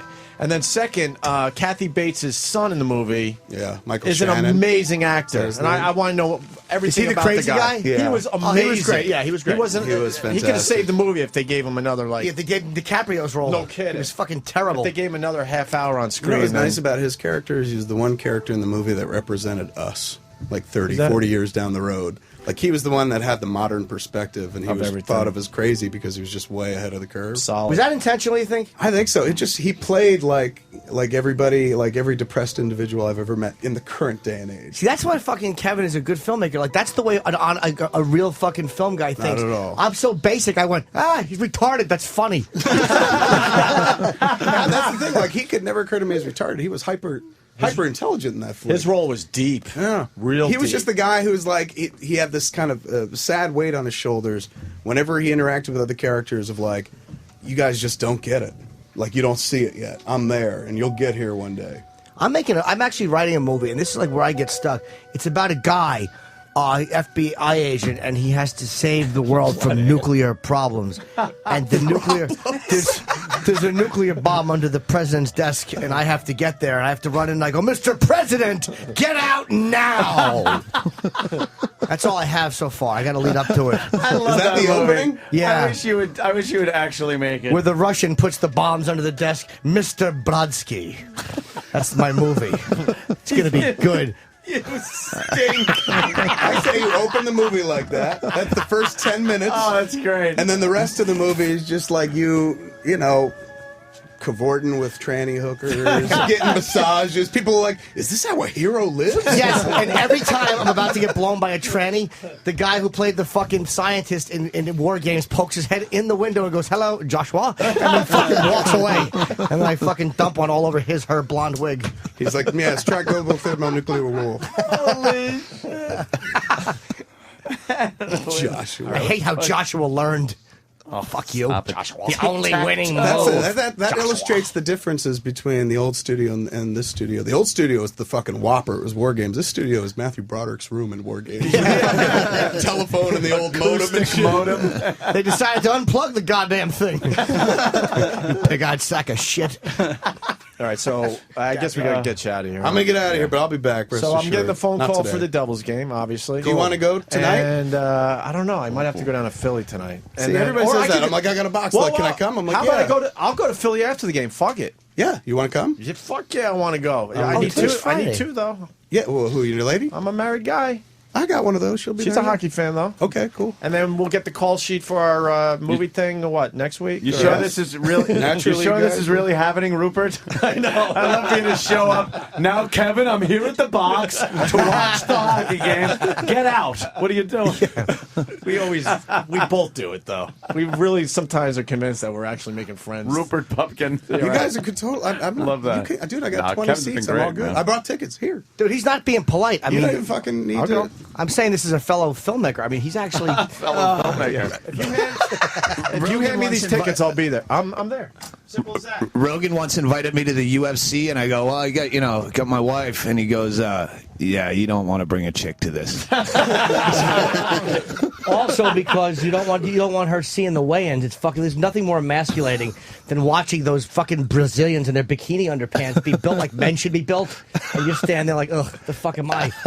No like doubt. tits. And your wife looks over at you and she's just like, wow, his tits are bigger. That's what a real man looks So like. That man. disappointed. My old lady has been hitting me lately with this. This has happened twice in the span of a month. I had a weird sex dream about blank last night. And it's someone we know.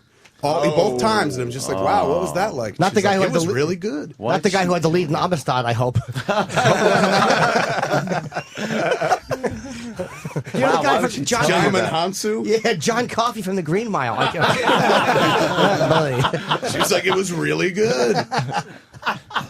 God, we should have had Sean shut the fuck up so we could have had more of this Kevin Smith and Stanhope stuff. Sean was on fire. If fire is boring, I love Sean though. He's been a big defender I'm not of our saying he's show. not an intelligent guy, but he's stretched the Now you're imagination. messing But with like, Anthony's pal. He's talking about the issues. he said that many times, and I was just like, what are the issues again? He's like Guitarro.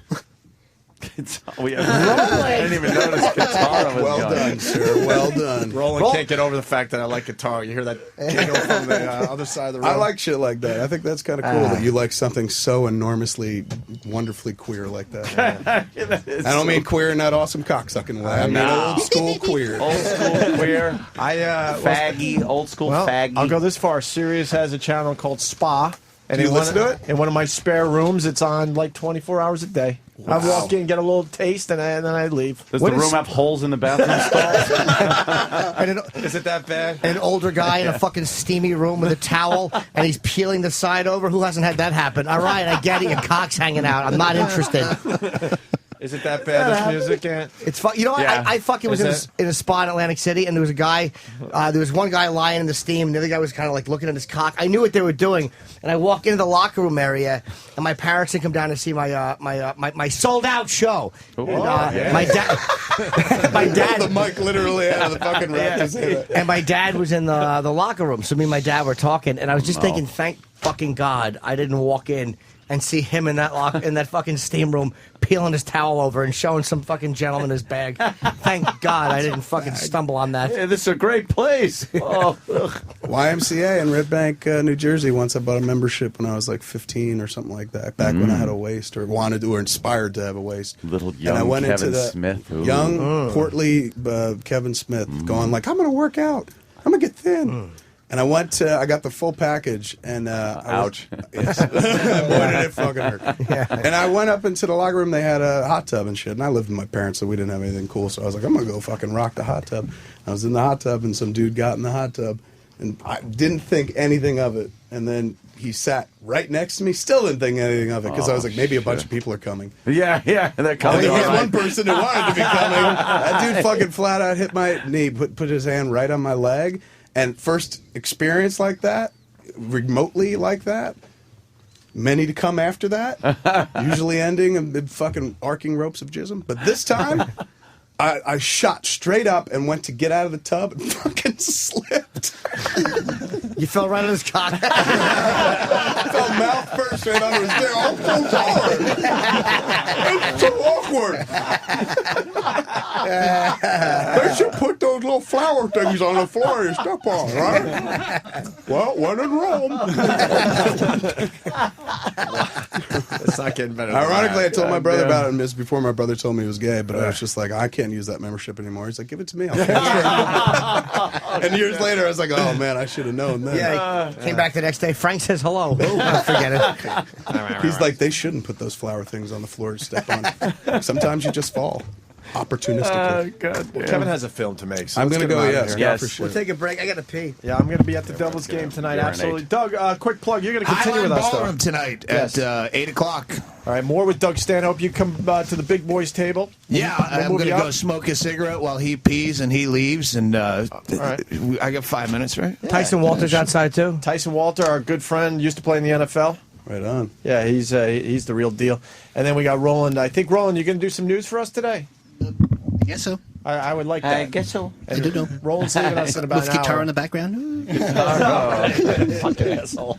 And he's leaving for Stockholm in a mere hour or two to become a huge God bless Susan Boyle. Sorry. Swedish TV. Oh, I just saw a picture of the deer. Oh, I there hope she she's is. fucking killed. Some type of an accident that easily could have been avoided. Like she's crossing and waving at a new fan, and a fucking cab just runs right into her fucking fat, like, livestock legs. Oh, the dreams of what could have been. What? Butters, I need a battery for the van. I got to get that done today. All right, thanks. All right, let's take a break. That's awesome. Start judging me now. You all have a fucking story too, all right? I don't know what yours is, but you got one too. You might not jump on the I fucked a midget bandwagon with me, but you have some fucking story. You caught crabs, you fucking fucked your best friend's girlfriend, ran up a big phone sex bill when you're hammered, you shit your pants, you had an abortion, I don't know, you walked through the Circuit City and you saw a big screen TV, and just for a second you thought, oh, as soon as my grandma dies, I'm buying that, I can't wait, you know? You have some fucking, you had a dream where you were peeing and you were peeing and you were peeing, and you woke up and you went, oh my God, I'm 35 years old, please no. But yes, you pissed your pants. You have a fucking story. So don't start looking at me like that. Did you ever wake up from a dream that's like so sick and demented that you wake up ashamed of yourself? Like so twisted, if anyone could see inside your head and know you just dreamt that, you'd lose friends and be banished from society. You're questioning people in the room. Was I talking in my sleep at all? I didn't say anything, you sure? At no point did I yell out, oh my God, you're only 5, did I? Nothing. I don't want to talk about it. I don't want to talk about it. You know what dream I have a lot is, I don't want to continue being so gross, but does anyone have suck your own dick dreams? I'm dead serious. I have them all, not every night, but it's a recurring theme where I do have this 2-foot dick. I don't even have to crane my neck to suck my own dick. I can just sit there like a big retard. I love that dream. But I can never finish. And I don't know if it's one of those dream things where if you come in your own mouth, you'll die. Like when you're falling, they say that. If you hit the ground, I don't know if there's any myth attached.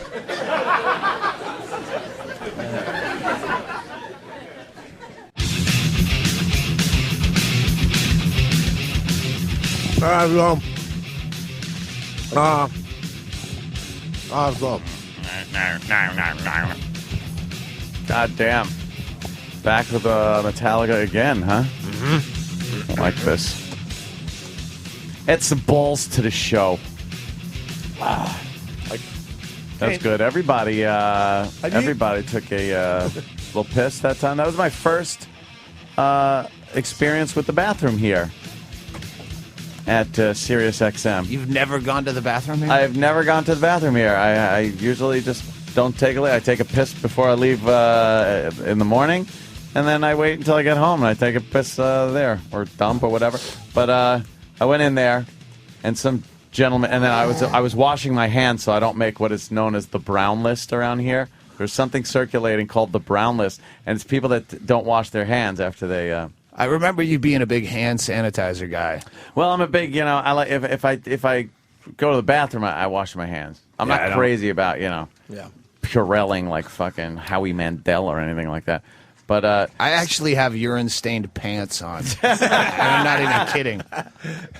Me and my buddy, my friend/manager, we were day drunk yesterday at the hotel, and he was talking about Chinese people taking dumps in holes in their country, and he says oftentimes when you go to the airport, when you're coming back from China, there'll be footprints on the seat because they don't know. They think they're supposed to stand on the seat to shit. The same way they shit in holes over there. Anyway, it ended up with me drunk in a hotel, standing on the toilet in the hotel room pissing, and I pissed all over my pants. And I forgot about it till you just mentioned it. Where I'm wearing urine-encrusted jeans on your show. What list do I make? The yellow list. Your own list, start, man. Yeah. Some guy went in there though after me as I was washing my hands. I swear, the door of the stall shut. It was this fast. I went. He fucking lost his guts. It's so hard to take a shit in this city loud. anywhere that, by the time you get to shit or find something that's adequate to shit in, it's the last minute. It's just last ready call. to go. Yeah. My first experience with that bathroom in the number 2 sense was yesterday. And I was looking for a stall that I was going to feel comfortable with because at every new place I have to pick my stall. It's a real estate agent showing you around. A dog sniffing around the lawn. It's just one of my OCD things, I guess. But as I was kicking in the stall doors to look in the toilets, right, this is what I find. I know this is kind of visual, but I mean I'm sure the reaction will be just dandy. This is what I find when I went into the stall for the first time. Okay. Oh, very nice. Yeah. So Danny's just walking around the room showing everyone. You found that in. Oh Christ, man! What's wrong with people? There's a handle on the side. It's called the flusher. Thank God I have my iPhone so I can show this train spotting toilet around to everybody at work. It looks like someone took a shit in the middle of a bird's nest. And I was going to say, it looks like a collapsed nest that just collapsed inward into the toilet itself. That's exactly How what about it is. flushing the fucking toilet? Nah. Hey, God. That's just social anger. Yeah, it really is. I have to, because before we move too far into what we're going to do next, Asteroid from Brooklyn. I heard this too, and a bunch of people heard this. I'll just read what he wrote. Did Kevin just admit to some gay stuff? Anyone else pick up on that? Yeah, he said something about arcing jizz after many such... And said that that was one of many to come, or Yeah, that always finished with arcs of jizz. He was just adding a punchline to a story. Well, there was something he said earlier, which I thought had a homosexual twang to it, but it was probably a joke, too. Maybe he was experimenting as a knows? youth. All right. Who knows? Call get TMZ on the phone. Brother does. What? He does what Big Brother does. That was Roger implying that Kevin enjoys the same homosexuality. That's his big brother. Yeah, how younger brothers follow big brothers. Wouldn't think that. Yeah, I'll end it now. He's a married man. Married man, are you? I had a little shit story there, but now What happened? Seems to have a good one? slipped my mind. Got some in your piss slit, did you?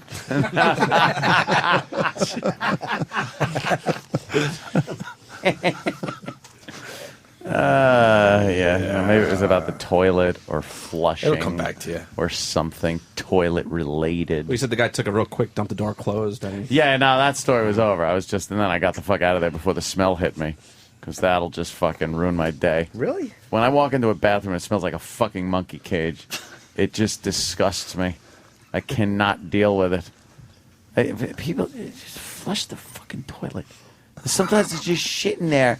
It looks like coffee grounds, like thrown into the bottom of the bowl. It's terrible. I was proud of my pot roast today. I had another pot roast dump. I love those. The pot roast dump? Fuck, I love them where it just looks like something Dreyfus should be fucking sculpting.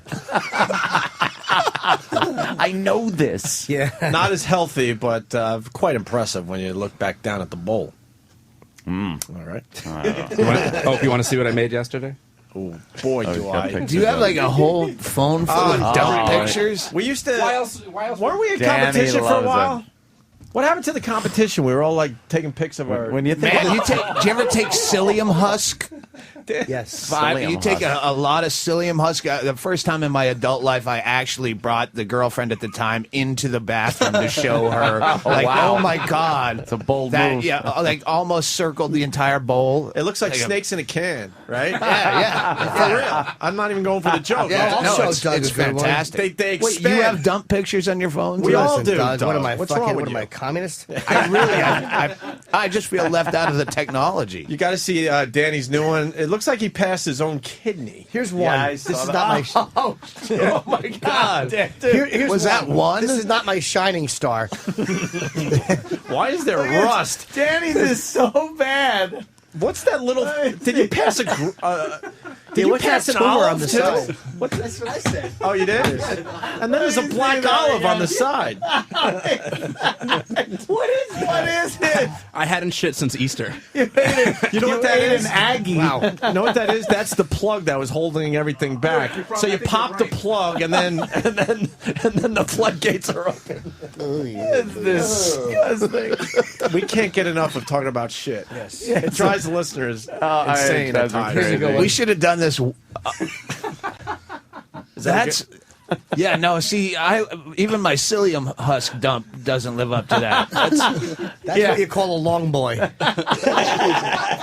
That's a fucking long boy. That's got to be forced perspective or something. No, look at it's fucking. You can see where it gets darker. Green screened. Where it gets darker is where it's poking its little head out of the water. He's curious. He's exploring, and then the rest of him is still in the womb, which is the back of the toilet. He's exploring. He's Do you have these on your site somewhere? No. I should though. Really? Yeah. I'm getting a note from E-Rock. What's this? What's the note? Ira, the weather guy from the Jay Thomas Show, is here to say hi. That guy. Ira. We have a mic. You know Ira? No. I know Ira. There you go. I do. All right, let's see. Go ahead. Don't worry about all that noise, Mars. Ira. Good morning, Opie and Anthony. How are you? All right. Ira. I want to welcome you to Sirius XM. It's going to be really, really great. Yeah. Well, you know something? We hope so. We got enough TV screens. Jay Thomas is number one. Oh. You're number 3. But your ratings are going to go up. Harder on the P's. Do you? What do you do for Jay Thomas? Ira? Jay Thomas, I'm his roving reporter, plus I am his weatherman.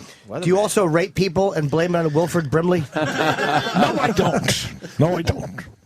You don't have the If diabetes. you need a roving reporter on the outside, I'll be a roving reporter. Oh, I thought you were already working for the number one guy. Why? Yeah, why are you going to number 3? But does he know you're over here soliciting work? No, but I would be the roving reporter. I tell you, I would be the man out on the streets. We better get regardless of whether you're employed. Where did Jay meet you? Where did he find you? What I met Jay at a radio station, 1999. I called him up. I said to him, I want to be his roving reporter plus his weatherman. Did you come back here to give Bobo a sports almanac? No, I did not.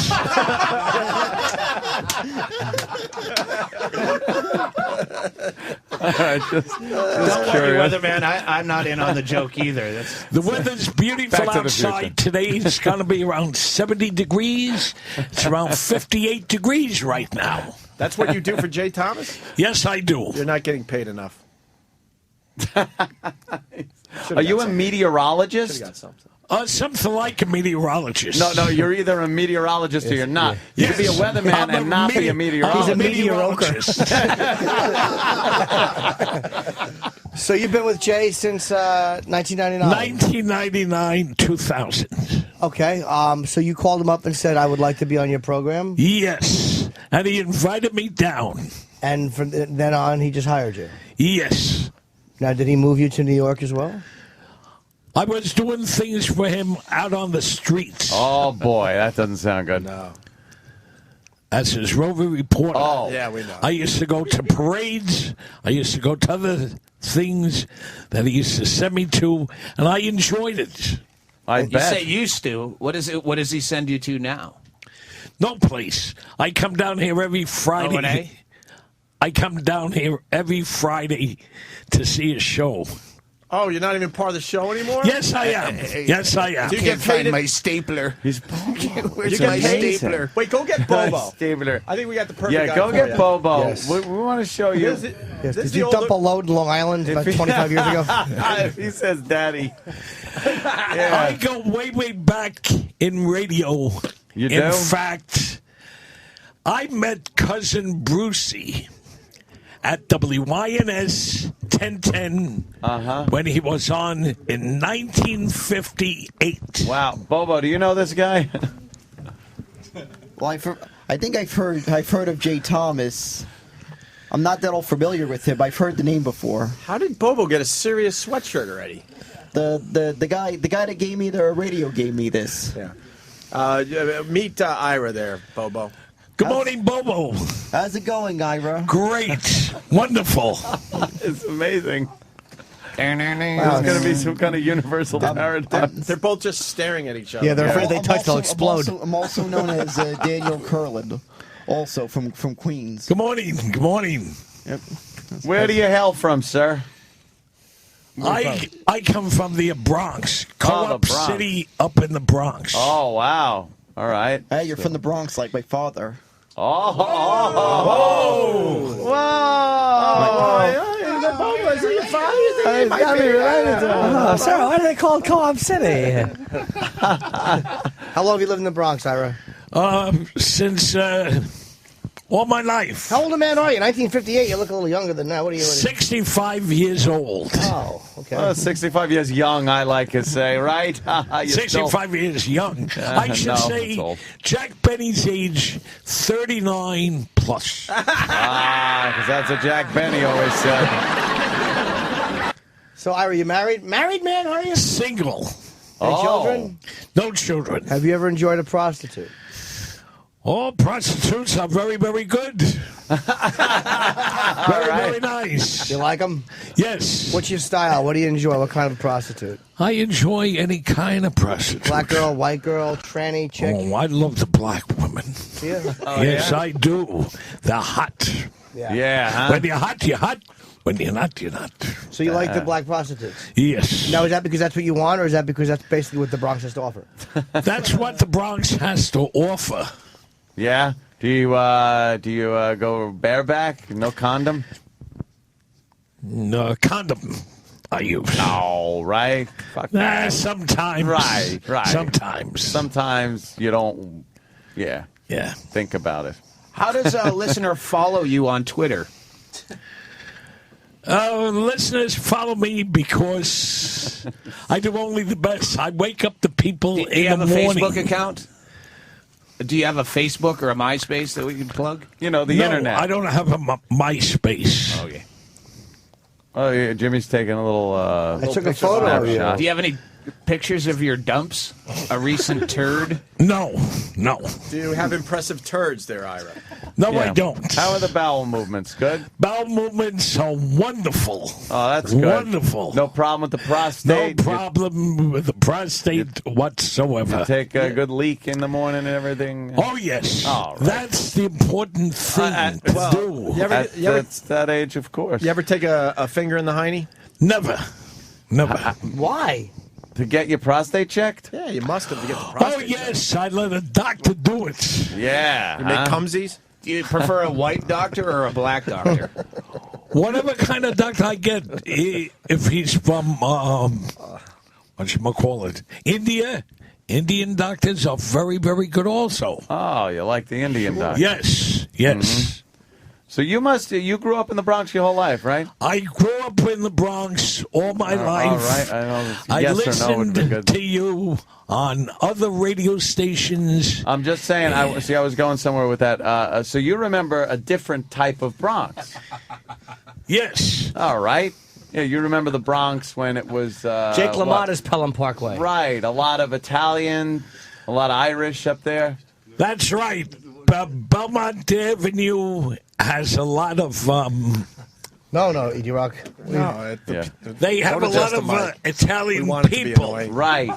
So and then of course Dion and the Belmonts. Yeah, Dion and the Belmonts. Yes. and then the neighborhood kind of changed over the years. The neighborhood's changed a lot. A lot. How'd they change? What happened over the years? It changed. You know, every place changes. How'd that one change? I don't live there. Yeah, how did the Bronx change? The Bronx changed because there's a few criminals in the Bronx. A few, huh? There's a few criminals in Queens, Manhattan. Right. Whatever. I hear you. I hear you. I just Twittered Ira. Opie and I fight out for who says they Twittered him first. I know you guys are really battling it out. Now, what about the weather? What's the weather? You're the weather guy, right? The weather's going to be. Oh, he said that right. 70, but it's 58 the weather's going to be around 70 degrees today. 58 degrees. Fucking raining in here. Beautiful weather. Hey, get Stinky in here It's raining in here. Well, yes. Jimmy's being sorry. I fucking Stinky's back. Well, the reason Stinky's here is because Stinky works for Jay Thomas, so maybe he can help us out as far as what this Ira thing's all about. Yeah, what's up what there? What do you need to know? Like, what's his story? He says he likes prostitutes. Is that true? He does, yes. Jay talks about it? Yes, he does. Well, we've learned today he's never had an orgasm. Wow, really? Why? That's bullshit. You've never had. But you're Bobo, just older. What do you do when? What do the prostitutes do with you? Do They're you the same blown? person. Well, you fuck them? They like to be hugged. No, they don't. Some of them do. None of them and do. choked Yes. and thrown in the river. Yes. They like to be cleansed for the Lord with my knife. They like to be gutted like whorefish. So wait, what do you do with the prostitutes? You hug them because you're probably lonely, but what else do you do with them? And I like to enjoy myself with them. Do you put your penis in them? Yes. Okay, do you have erections when you do this? Yes. So what happens? How do you not orgasm? Well, when do you stop? I stop when it gets very in there. You just put it in and then pull it out and go, Pull it out. Done? That's right. I got the stat? That's right. Basically a pelvic high five. Yeah. Does penis bumps. Yeah, why don't you keep doing that, repeating it until it feels real good? I should really repeat it. And you make cumsies. I should. What do you do when your favorite song comes on? Just tap your foot once? No, I tap it twice. Okay. That's hysterical. Keep at it. Great improv. Always take what he did and doubled it. Wow. Ira's claim to fame is him and Al Roker had a weather-telling contest or something. Oh. And Ira said it was going to snow in April, and Al Roker said, you're crazy, and it actually snowed that day. And he is. Yeah. So both of them are right. Yeah. Oh, Jesus Christ. How'd you know it was going to snow that day? I knew it was because of the other dandruff on March, your... the first week in April, it did snow. But you knew that? Now, why didn't Al know it? Al didn't know about it because he didn't have the right maps. I had only right maps. You have Aryan superiority. Yeah. Yes. Wait, what does he got? Aryan superiority. Right. Yeah, you showed him. Yep. Wow. A lot of people suggesting that we show Ira Two Girls, One Cup. Have you ever seen Two Girls, One Cup, Ira? Never. Oh, you better take a seat. It's a great video. You better take a seat. That we will. Funny, this was playing last time I was on your show. I'm sorry. right. Doug. It's a favorite, Doug. Plays in my head all the time. We're going to give you something that certainly Jay Thomas would not give you. No. He's not on top of this stuff, Ira. He actually produced this. Yeah. Jay Thomas is number one. All right. Well, so you're speaking of number two. Yeah. You'll enjoy this Number next two, video. Howard Stern, and number three, You guys. Get the fuck out. Shall I tell you one thing? As long as we're not You're number 4 gonna behind be Bubba. Number 1. I think so. Yes. You're going to be number 1. I think this really. show is going to impress a lot of people now that we're in this building. You watch. You watch what happens with us now, Ira. If Cousin Brucey can come in with his wig in Sirius Radio, you guys could. He has a wig? No, he doesn't. Yes, that's a wig? That's his wig. I thought it was a hat. No, it's a wig. I thought it was my long-lost cat. All right, here we go, Ira, for you. This is called Two Girls, One Cup. We want you to describe what's going on to the radio audience. You know how to do radio. Here we go. Play-by-play. Play-by-play. Here it comes. Nice, right? Describe it. Oh, they're loving one another. Oh, the breasts and everything. Okay. Oh, yes. Oh, Tell us what's going on. she is taking it out by your ass. What? What just happened there? Wait, can you go back? Yeah. You suck at describing vagina. stuff. Yeah, you got to describe it for the listeners. Please. You Yes. got to paint a picture with your words. She's rubbing her face on the breasts, and it's coming out from the vagina into a bottle. What? Into a glass. All right, let's slow down. What's coming out of a vagina? Yeah. What is that? Some of her junk. Please tell me that a 65-year-old guy thinks Hold on, the stand close. Ira, stand closer Please. because you're spitting on me and you're not seeing it. There you go. All right, go back Put some again. windshield wipers on the fucking computer screen. Jesus Christ.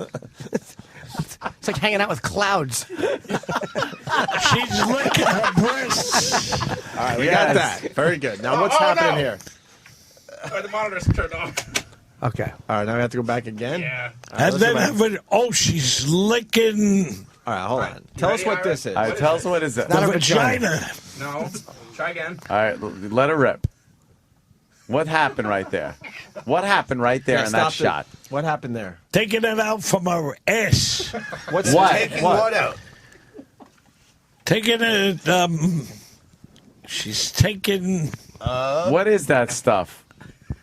Besides never coming, I think this guy's never taken a shit. She's taking a shit right into right. a glass. All right, yeah. Way to pick up the keyword. Now look. And she's licking it. She's licking it and she's eating it. Delicious. Delicious.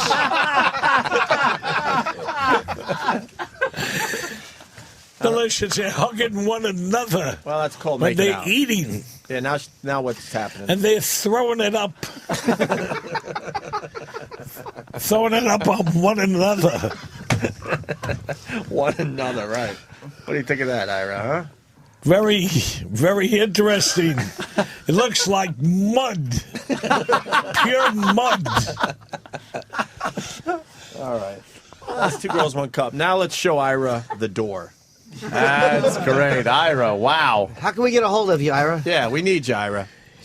You Tell our can get in producer. touch with me on my cellular telephone number. All right, what's your number? Wow. I'll give it to you. Right now, let's go. What's the number? Go ahead. 1-646. You're on the radio. You do know that. 685 7180.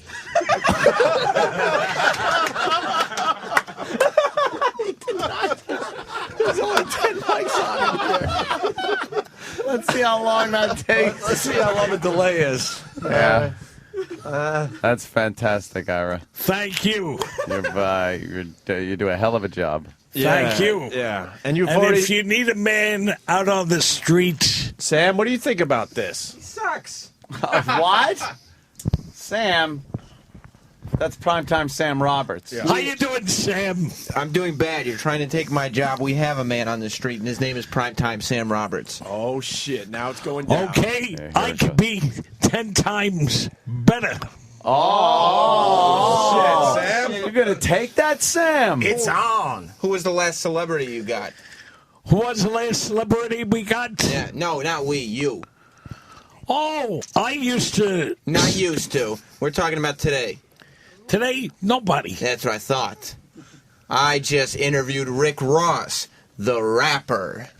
Oh, Rick Ross, the rapper. Wonderful.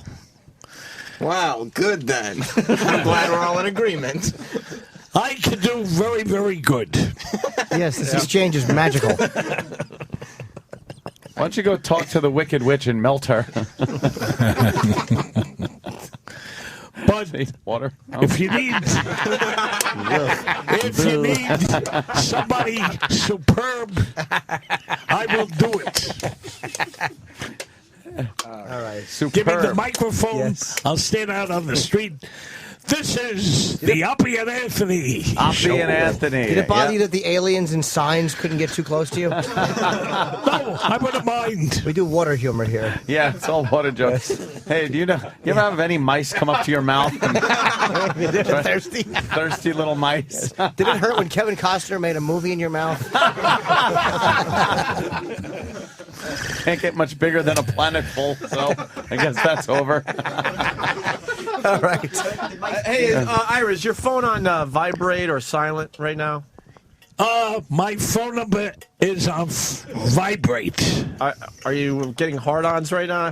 No. A hard-on right now? No. Okay. No, it's off.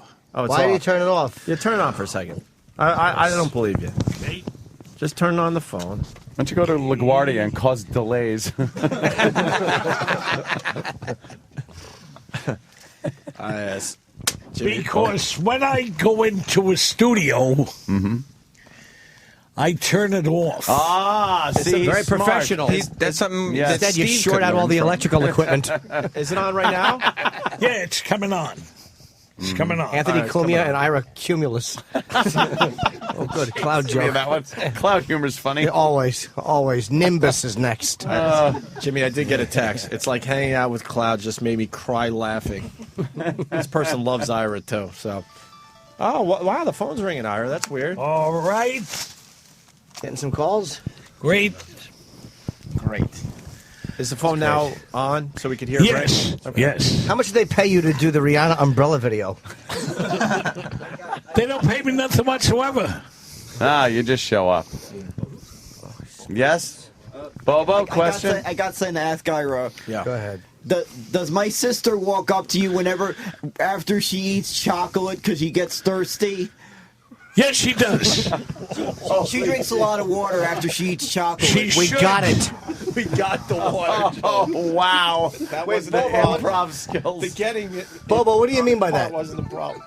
Bobo, what do you mean? His phone's ringing. I don't know. It's some weird thing. Ira, that see who's happens on the phone. If my sister eats chocolate, Answer the phone live on the show. That's what we she do. wants water. Bobo, I'm not sure. I didn't get it. What do you mean? I was saying that my. Here, try speakerphone. Here. No, go ahead, Ira. Hello. How you doing? Great. I'll be I heard Francis. I think I heard Francis. All right, hang it up, Ira. Hang it up. I'm sure that's the Yeah. only one you're going to Bobo, get. what were you saying? No, I was saying my sister. Whenever she eats chocolate, for some Got reason it. she wants water. Enough. I don't know for. Oh, Ira, your phone's ringing. I got a lot of. Saliva? Hello. Uppy and Anthony's show. It's Africa. There's people starving. Could you talk here? Yes. What are they saying, Ira? Yes. What are Uppy, they want to talk to you. Well, I'm not Oppie. Yeah, I'm the Oppie part. Uppy, they want to talk to you. I don't think I want to talk into that They're phone. busy. All right, How's hang it up still the working? phone, Ira. I'm sure that's the only It's one a you're phone gonna sponge. Bobo, what? I didn't understand what you were saying before about the that spin. No. Oh, Ira, your boy. phone's ringing again. Oh, Bobo, what do you mean? Wait. it's Sully. He wants to land in his mouth. The whole joke was a reference to my sister. Oh, this is Uppy and Hey, what's going on? Oh, this is the #1 show in New York City. See, we're number one already. Yeah, in New York City. Oh. But Huh? it's national. When is he coming up to Buffalo? Maybe tonight, maybe. You heard his call waiting go. All right, hang up the phone, Ira. Hang up the phone. Bobo, I didn't hear the Yeah, your how joke come, Bobo? before. Why'd you say they should talk to your sister? The whole joke I was trying to explain was the joke was about Wait, hold that thought, Bobo, for a second. Hold on. Ira, your phone's ringing again. Go ahead, Bobo. Just say it. No, hold on. Hold that thought. I'll be an Anthony show. Yes. How you doing? Yeah. Yes. The douchebag? What? All right, Ira, hang up on him. We So, got Bobo, a radio what show were you to do. saying? Yeah, let's get back to Bobo. Bobo, now. I didn't. All right, Yeah, Bobo. what were you saying? What'd you say about Ira? Well, I was saying that, for one thing, his cell phone's becoming the Long Island Expressway of cell phones. Oh, wait, Bobo. Ira's phone is very ringing again. clever because it's busy. You don't like the improv, Jimmy? Oh, I'll be an Anthony show. All right, back to the phone with Ira. Great, lovely. Yes, I'm a meteorologist. No. I think he's looking for Ted. Yeah. Ted the meteorologist. Yeah. Is Ted the meteorologist here? Yes, he is. Yes, he is. And then there was weather's chocolate. beautiful. All right, yeah, Ira, hang Then up. We there got to was get back chocolate. to Bobo. Bobo. What I was What did saying the is that my chocolate have to do? sister. What do you mean the every Long time Island she eats Expressway? every What's the time Long Island she Expressway eats- got to do with it? Wait, Oh, wait a minute. Ira's got a phone call. Without any luck, it'll Hello, be Peter I'll be an Piper. Anthony show. Cha-cha-cha-cha. Jimmy Delante. In New Hampshire. Oh, the show. Thank you. Was he just, Thank you. He called him a creep? Every day, the number one. I should be on the number waiting one again. show. All All right, Ira, hang up. We got to get back to Bobo. We had a Yeah, very good Bobo, point what to were you make. saying about the Long Island Yeah, Expressway? Expressway. I was saying that his cell phone's Okay, becoming the thank Long you. Island Expressway of cell phones. But why is your sister not eating chocolate? No, I didn't. No, I was saying the joke I said about his mouth, about the water joke. Yeah. I was saying that it was a reference to my sister. What's that got to do with the Long Island Expressway? Yeah. No, the Long Island Expressway was a comment about the amount of phone calls he's getting. Oh, hold on. But- Ira's phone is Hold ringing. on. Hold that thought.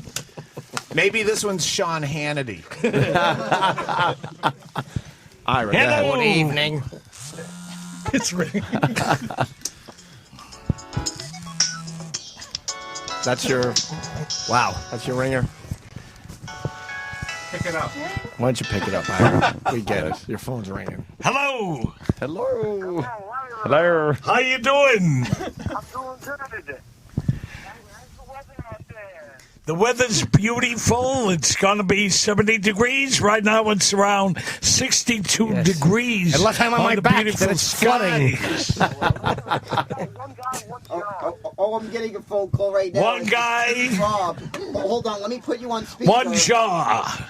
All right, Ira. Bobo's now Now got Bobo's Okay. getting a call. Thank I'm you. getting a call. I'm also getting a call. Of course, this person I know. This is Rob. Say hi. Mama, what's the rule about going to the Met game? What Met game are you talking about? Hello, I'll be an Anthony show. This is insane. I can go. What? This is who? What day? What day? The Ready Guys. The water company. They've come to read your mouth. I'm timing. Oh yeah, that's right. I got a song for. Did they refer Wow, did you see how much just came out of Doug? I gotta tell them I don't bring any Maybe that inbred was- Jews to the Met game. All right. All right. Hey, Ira, when your teeth hurt, do you have to go to the Levy doctor? So, Bubba, what were you saying about chocolate? I could not hear you. Hello, I'll be an Anthony my show. Sister, every time she eats chocolate, if Yes. she eats enough chocolate, she starts craving water. Who is this? She'll go for the water bottle.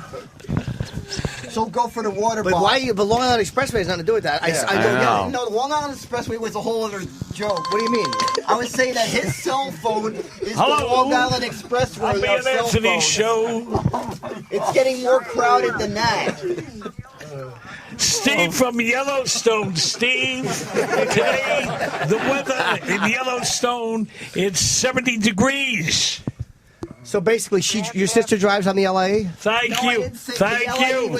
Enjoy the Uppy and Anthony show. They're terrific. His cell phone. So why does she? I'm not sure if she I eats was saying chocolate. that his cell But she eats phone chocolate. is the Long Island Expressway of cell But phone. why does she eat chocolate? You're confusing the hell out of me. Now, I was saying the thing was about my sister. Every time she eats chocolate, Unbelievable. she goes up to the water bottle 40 times. because she always craves a lot of water. Oh, there's the phone. Hold on. I can do this all day. Hello, Uppy and Anthony show. I actually get the same thing happens to me. If I eat chocolate, I all of a sudden start drinking water like crazy. Uppy and Anthony show. I don't know. It's a weird thing that I got. Lobo. Hey, Butters, don't forget that Lobo. battery. Bobo. My Wants battery to talk for my to you. van. Bingo's Hold there. on. Hello. Yeah, it's Bobo. dead. If you could just change that out today. Bobo speaking. Who's Bingo will this? be up by 9. Bobo speaking. Okay, no problem, man. All right. How's it going? How's it going, Ira? You doing good otherwise? All right. What is it? You want to speak to Ira? Give Ira's phone back up, Bobo. All right, hold on. Wow. Was that your sister? Was she mad about the Long Island Expressway joke you made about her? No, she doesn't have that cell number. She only's got my phone number. Bobo, they want to speak to you.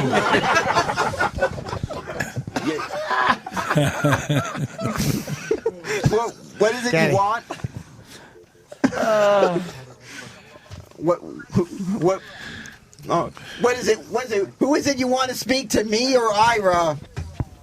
You want to speak to Ira? This is Bobo. Make up your mind here, all right? You're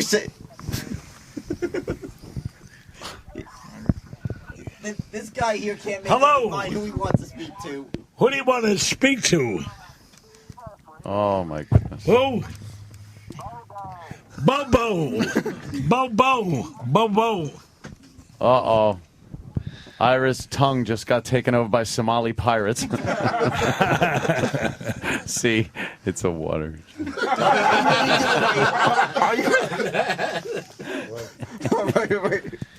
This guy must love phone tag. I'm trying to get Jimmy to do a little prank call on my sister here. Oh, about chocolate? Oh. No, it's a little bit of some. Oh, hold on, feel free. This is the Uppy and Anthony show.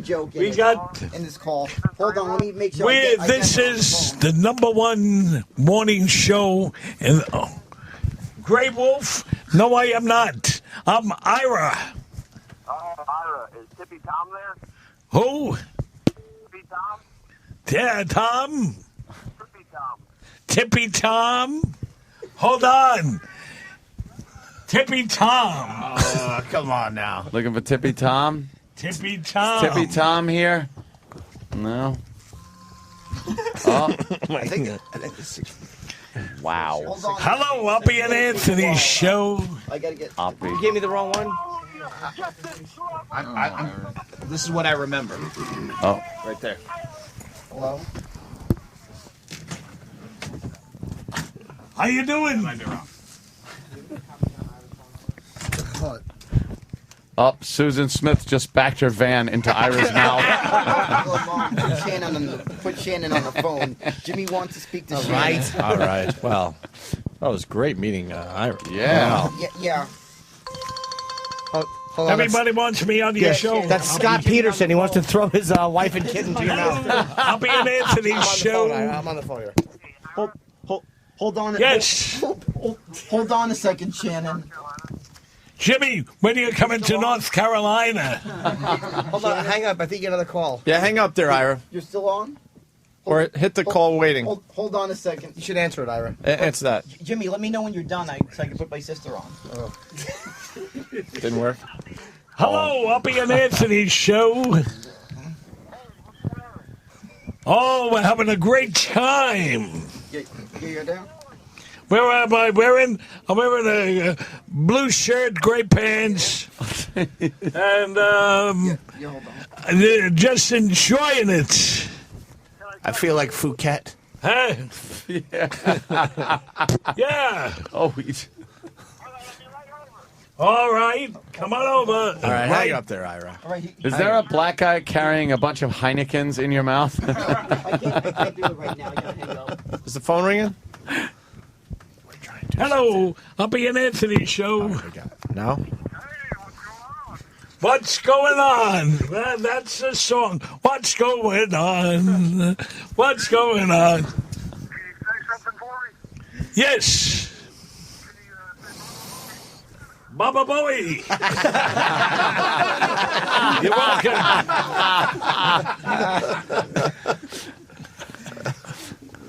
Jimmy's trying to call him. I was trying to for a while. So, Dummy gave me the wrong Bubba, number. Yeah. what does chocolate do to you? Yeah. The same thing Let's that my finally get sister this over does. I with. want to What does drink. it do to I your want to drink. sister? I want to drink a lot of water. So you're talking about the way This is the Uppy the and Anthony saliva show. is coming out of his mouth. Yeah, and I was saying that my sister should just go to you. Oh, she's on the phone right now. Give me the phone with your sister. All right, I got to call back. Dixie Normus. Hold on, I'm gonna call back. Is that Dixie Normus on the phone? That's right, Dixie Normus. Hello. All right, we're back in. Back in. Car pass, we're back in. Dixie Normus. All right, Ira. All right. Yeah. We don't want to beat this into Ira, Hold on. Oh, wait. Bobo's giving a phone Oh, to... wait, Ira's phone. No, there's one more call. Bobo's giving a phone to Jimmy. Hello, this is the Uppy and Anthony show. Hey, can you ask Anthony if Mr. McGregor's available? Who? Mr. McGregor, yeah. Mr. Yes, McGregor. Mr. McGregor. Where's Mr. McGregor? Is Mr. McGregor available? Oh. All right, you better hang up on that one, Ira, right? Yeah, they're really giving you a hard time. Yeah. All right. I think we had a fine time with Ira today. Yeah. Ira, thank you so much. Oh, wait, the phone's God. ringing again, yeah. Just get him. Jesus. Like a telethon around here. People are calling. If I would ask for pledges, I would Katrina. get millions and millions of pledges. Exactly. Who's on Was the it phone, weird when you were Ira? talking and Michael Phelps fell out of your mouth? Yes. If a butterfly flaps his wing in Japan, you spit on the United States? No, I don't. Oh, you never. better hang up on him, Ira. That's nasty. Nasty stuff. All right. Doug Stanhope's going to be at the Highline Ballroom tonight. West 16th Street. Oh, no, the phone again. How come so many calls? Oh, it's crazy.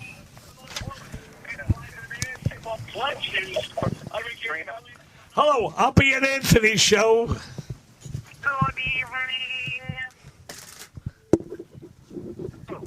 Ira, please hang up on that guy. We're trying to wrap up our show. Just trying to get Jimmy on to end up. Yeah. That's all we're trying to do. Oh. Ringy dingy. Hello. Hello. Uppy and Anthony show. Answer the other line, please. Answer the other line. That'll make a new phone promo. Yeah. Wait, I left the phone there. Answer the other line. All right, well. Does it not have a flash on Be it? a green Ira, button. answer the other line. Shorted it out. All right, another Ira, call. go ahead. Another call coming in. Hello, Uppy and Anthony show. Yes, can you stop spitting when you talk? Wait, play it for everybody. Who is this? This is the wet person sitting on your left, you dumb cunt. He's looking at his phone. Jimmy's calling him from 2 feet away.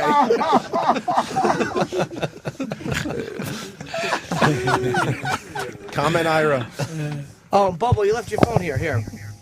Oh, Bubba, there you go. I'm sorry about that. I left that there. It was on? My sister hung up. Hello. Oh, I want to talk to her. Put her on Maybe the phone. she wanted chocolate. Why did you say she was on the LIE? No, that was a separate joke about his about a Separate about joke. this guy's phone. What do you mean by his phone? What happened with his phone? I said his phone is getting more traffic than the LIE. But what about the chocolate? Why does he eat chocolate? My sister drinks so much chocolate. She drinks chocolate? No, she eats so much chocolate Oh, that Uppy and water. Anthony show. That this guy's saliva If you could go into this guy's saliva, I don't ever want it to stop. Just dial this. The two of them. Oh, just dial it for me and leave it there, because I'll be there in a second. This show is wonderful, Tell marvelous. Tell her you want to speak to Shannon. Now, what about tell him about the imagine LIE? your hookers dressed up like the Gorton's fishermen. Okay, you do that. Now, why is Ira on the LIE? Explain that joke. I said his phone gets more. The It's endless. LIE is all backed up because everybody is listening. Yes, I am. Sir, I would like to know. Oh, hey, your phone's here, Bubba. It's on speaker. Oh, turn it off. So now, explain to Ira what you meant about the chocolate. Love this. What station? Sirius. Space Shuttle. They're filming. You want to go up in the Space Shuttle? Well, we're going to have this. They're filming the deadliest catch in his Thank you. mouth. The best show in the world. Wow. At least we now know where to look for those. Oops. Ooh, I backed up. What happened there, Jim? We now know where to look for those missing NFL players. All right, Ira. Oh, God, his phone. I got a lot of, you should see, I got a lot of fans out there. Yeah. Hello, Oppie and Anthony show. His chin is wet. Do you have baloney tits? Oh, my God, yeah. His chin is wet. He needs like a little towel like a baby. Hello. Glistening. Yeah. Yeah, totally. He's the reason prostitutes don't kiss anymore on the mouth. Oh, you're damn right. All right. I guess that's it, Ira. Ira, thank you so much for... Oppie, Anthony, I want to say this. Your show is terrific. Thank you, Ira. Thank you. Like I said, you're number 3. Jay is number 1. Howard is number 2. Who's number 4? Number 4 is having a ball. Oh, wow. Cousin Brucey. Who's number 17?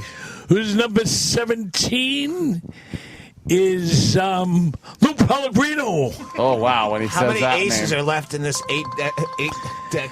And should I tell him one thing? Yeah.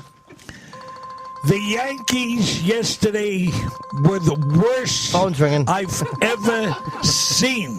Opening day, too, right, Ira? Opening day, Not a and good they day to have a bad lost game. 10-2. Yeah. You should have went to the game. They'd have had to pull the tarp out and delay it. I don't go to Yankee Stadium. I only go to Shea Stadium. Oh, Well, Bobo's a good Mets luck fan, now. too. Only It's called the Citi Mets. Field now. Yeah. And should I tell you, the Mets are You going to do go to better Spray than Stadium.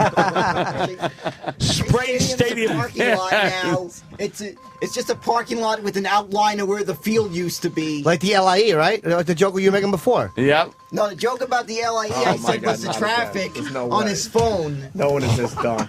Even Bobo. Please. Well, he's why? Haven't you figured out? I said the traffic No. on The his phone LIE is heavier than is all LIE. backed up. And you're saying that your sister will talk to him after she eats what? Chocolates. No, the joke For is a I guy said that's about not his from saliva- around here, about his could you explain saliva. what the LIE I is? said- The LIE is a Long Island A lot of people Express. might not know because it's a national show. It's a highway here in New York. So I don't understand why it would be like a basically phone. connects Queens to Long Island. Queens. Just Queens. And those are towns that are around here. Which, by the way, is my hometown. By the way, is Queens. And that's where the chocolate joke came from. I got right. Yep. Yeah. What is? No, the joke was about his saliva and my and the reaction my sister gets when she eats chocolate. What she happens? Wants water. Is it I like a said chocolate she wants foam? water. She drinks a lot of water. She drinks a lot of water. Phones don't work underwater, is what you're saying. No, I said when my sister eats chocolate, she asks for water. And the same thing happens to me.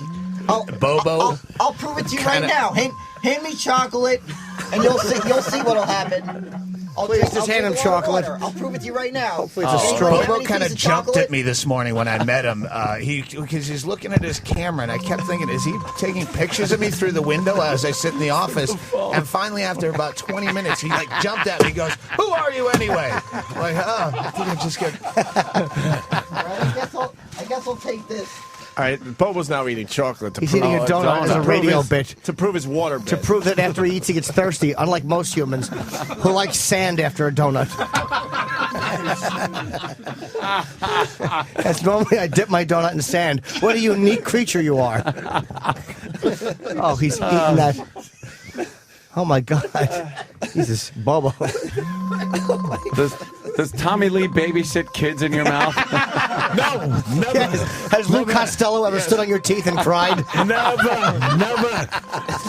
Did William Shatner's wife ever fall into your mouth? Just go there. Spit out William Shatner's wife. Are you ever going to answer that phone? Oh, my God. Jesus. Did you find Richard Dreyfuss hiding under your tongue? All right, well, Bobo is almost ready for his experiment. Oh, wow, yeah. Bobo ate some chocolate. What happens when your sister eats chocolate? Like, she wants nothing to drink, right? Well, that's weird. She needs a glass of water. That's what she needs. Exactly. No. I need the water. No, you don't. All right, he needs the water to prove the point now. Bobo, what are you trying to say about your sister? I said that every time she eats chocolate, she asks for a glass of water. Will you answer your fucking phone? And the same thing's happening to me right now. I need water. No, here, have another one. Yeah, have another one. Give him water. Have another donut. Oh, is that your phone? God. No? You like to drink every so often? You like a belt? Yeah, water or soda. Yeah? No beer? No beer. No hard stuff? No. No?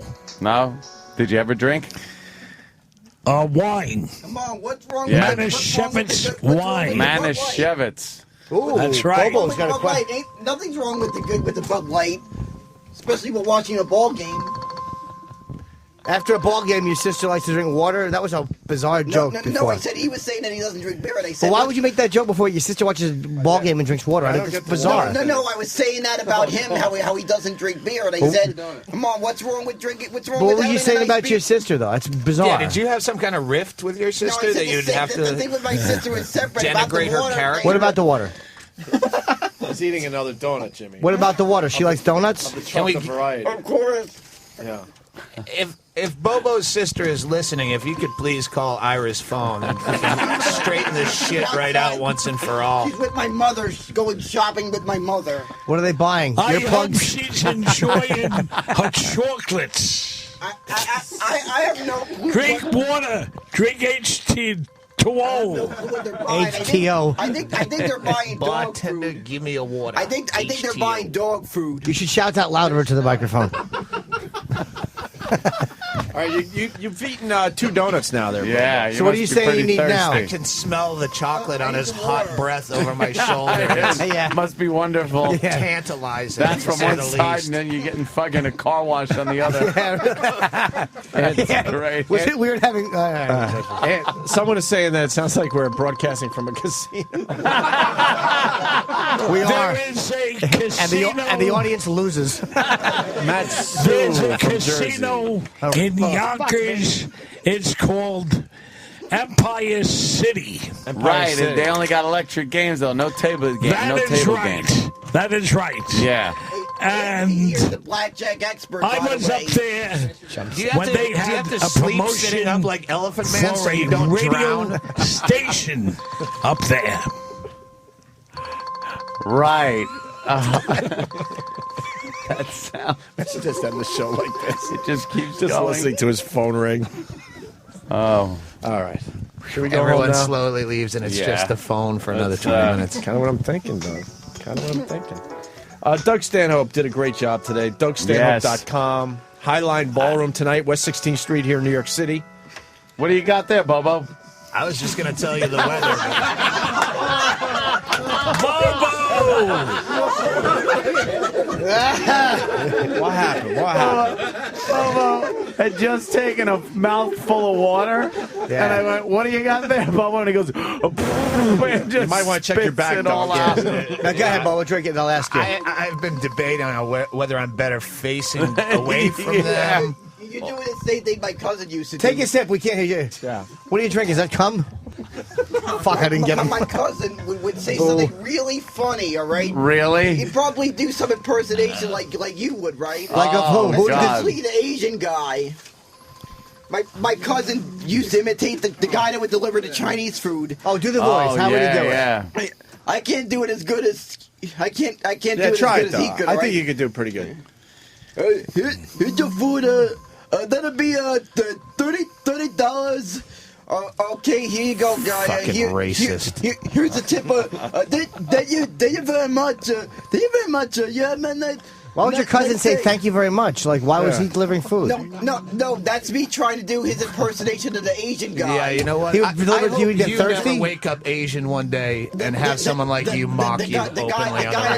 The guy that always would deliver the Chinese food where I lived. Holy shit. We would make fun of the Chinese food delivery guy. Right. All right, the Chinese guy, because he was on the Long Island Expressway. All right, I finally got that dumb joke before. Yeah. The Chinese guys on the It LIE. must be nice to be you, Bobo, and be perfect and make fun of everybody else. That guy would wreck his races. I don't know, whatever the heck that moped or whatever the fuck it is the guy drives. Those Asians, right? Yeah, they'd be freaking. Say it. Let me guess, they're bad drivers. There'd be pork fried rice flying all over the LIE. Because his phone is on the don't have LIE. feelings either.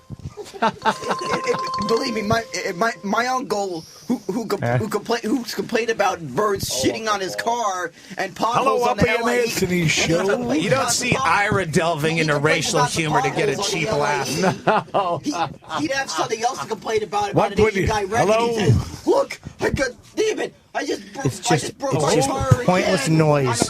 His mouth is a hole with noise coming out of it. Tip of Ira's tongue waiting for the ship to go down. No better than The band is still playing in Ira's mouth all the way till the end.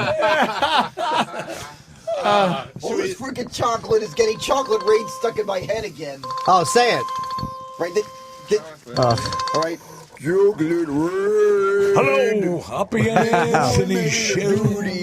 After he was born, they said, chocolate rain, I'll never take another drink again. And his mom. I freaking had it with my sister dog Rosie leaving The stink of homemade yoo-hoo in his mouth that's blowing at me. Can you smell it? Chocolate rain.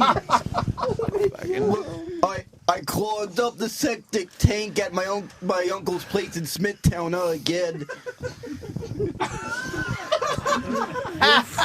The front lawn smells like my shit. Hello, Happy Anthony show. Pink sock. Is there a pink sock? What kind of shop? Uncle Joe will lay you off the beans. Pink suck. What's that guy looking for, Ira? Oh, pink suck asshole. All right. Have a go there. What was that guy looking for, Ira? Chocolate rain. A pink suck asshole. How many times do I got to remind you, Joe from Three Sons? You are welcome to call. What? Hey, have a good weekend. It's like, take it easy. Have fun, man. Yes. I'm out. Enjoy that Devils game. I believe. Thanks. Bye. It's out. Yeah, I'm done. You guys continue. I'm tapping. You're doing great. Keep the phone Doug, ringing. thanks. Keep Good telling to see the you. same Very joke. nice. You have a good weekend. Good luck in Sweden, Roland. Doug, you rule. You know that. Thanks. Highline Ballroom. Mention that, Ira. Don't stop mentioning Highline Ballroom tonight in the Highline meatpacking Ballroom district. on 14th Street.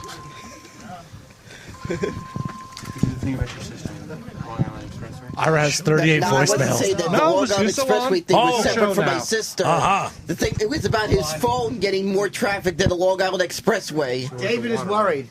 The water thing I was saying was that he's got so much saliva that when my sister's asking for water, when she eats chocolate, she could just go up to him and get all the water she needs. David, just ask, because David One wanted of to my know. friends- Hold on, Ira. Hold on. David wanted to know. Go ahead, ask. What do I want to know? About you were asking me about him and... Oh. Yeah.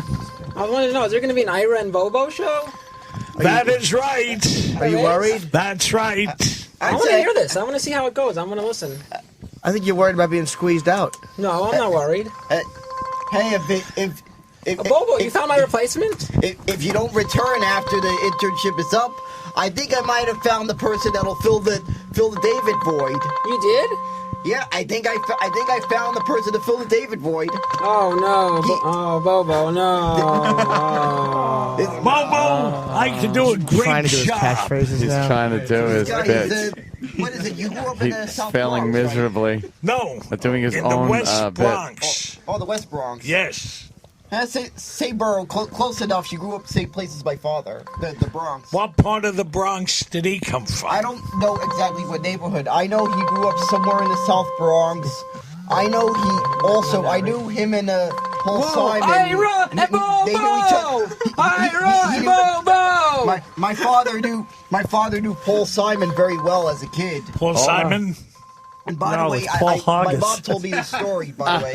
She said that when my father went to some kind of Simon Garfunkel reunion in Central Park, he said Paul, he's arrested for sodomy. My mom told me that Paul Simon treated him like a douche when he was telling him that, he said, "Remember me when we were kids?" And he didn't. What did Paul say? The guy just didn't even acknowledge I heard he didn't acknowledge my father. Oh, that's terrible. Understandable. That's I don't horrible. blame him. The guy didn't acknowledge someone he would hang out with as a kid. I think your phone is ringing. But if he would like the Elegants or the Supremes or the Coasters or the whatever, it would be very, very good. We had great groups in the 1950s, the 1960s. I go way, way back to Murray the K, the Swingin' Soiree. You don't go way, way back to 1950s. I go way, way back. That's how far back my father goes, God I rest his can soul. tell you God rest his anything soul. about radio on WABC Radio. Your phone's ringing. There used to be a disc jockey called Herb Oscar Anderson. Herb Oscar Now, Herb Oscar Anderson used to go, "Hello again, here's my best to you. Are your skies all gray? I hope they're blue. Let me sing a song to you. Pass on the rainbow and the rainbow to you." Ira, I have a question for you. Yes. Do you like fish sticks? Fish sticks? Yes, I do. Oh, that's wonderful. Do you like fish sticks? Oh,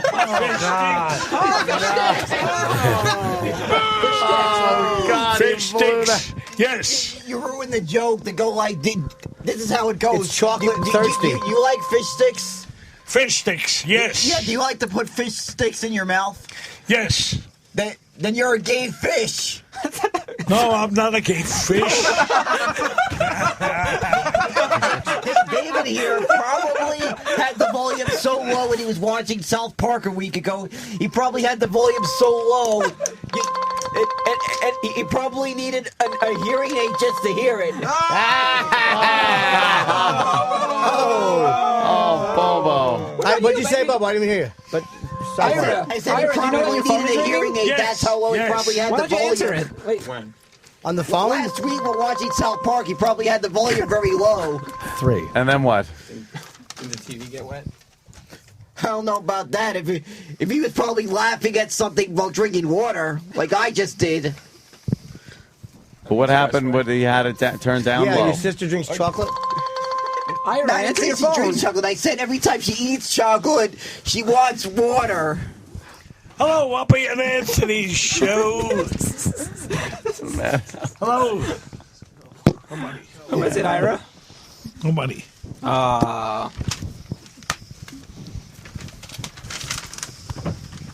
So, Bobo, why don't you...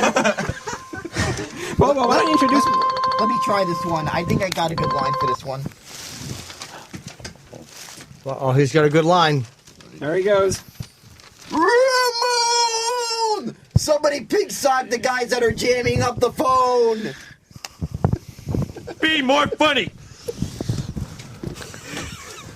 Hello. Pick it up. Answer it.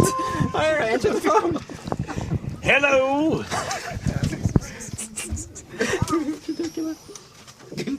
Who is this? I bet you it's gonna take a year to mail the bill on this one.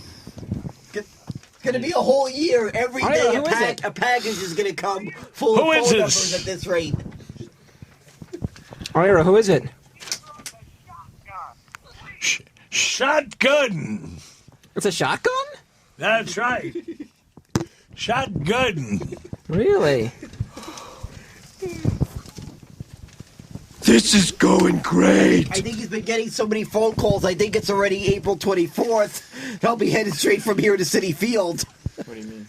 I got tickets to the game on the 24th, but at the rate that he's getting phone calls, he could be easily on the phone all the way till that day. What do you mean? He'll be getting phone calls for days now. Huh. They got his number. He's getting them for days. Ira here. South Park was too low, you saying, to hear it? No, I said that was a separate thing. I said Jimmy, he said South Park. He said South Park was slow for me because I got the whole fish sticks joke wrong. No, you didn't. You got it right. He got the part wrong. He got the part wrong that he says like fish sticks in your mouth. He forgot the hurricane fish punchline. Explain to me the fish sticks joke. I didn't get it right. Explain it to me. No, you got it right. You're supposed to say do you like fish sticks? And he said you like to put fish sticks in your mouth. I didn't say that part. I messed up. One of my friends. But you would say yes, and I'd say one of my friends who used to work at Mix 102.7. No, I didn't see the episode. Did it have the volume? You used to work at Closed WNEWFM. captioning got. And one of my friends was program director Rick Martini. Did you know Rick Martini? Then you had the volume so Steve low. Martini, Can you too. introduce me to Ira? I haven't been Rick properly Martini. introduced. He used to be the program Yeah, director. what does he do here? He does the weather on the Jay Thomas Show, which is broadcasted in this very building we're in. Oh, yeah? Of course, he's on the freaking same service. Oh, yeah? Probably, Okay. I think he's on I forgot what XM channel. What channel? XM on Friday mornings. Answer your phone, Ira. 101, The Howard Stern Show. Ira, answer your phone. Oh, you're on there. He's on that channel. He's on channel 101, which I gotta say, boo. There you go. To channel 101. Why? Ira, I don't mean... That's Ho-Ho's channel. Ira, someone's calling. I think you should answer. It might be an important phone Anybody call. who knows me knows that's the code name I use for Answer it Howard. quick before they go off. If I say ho-ho, they know who I'm hello. talking. Anybody that knows me say, if I mention ho-ho, they know who I'm talking about.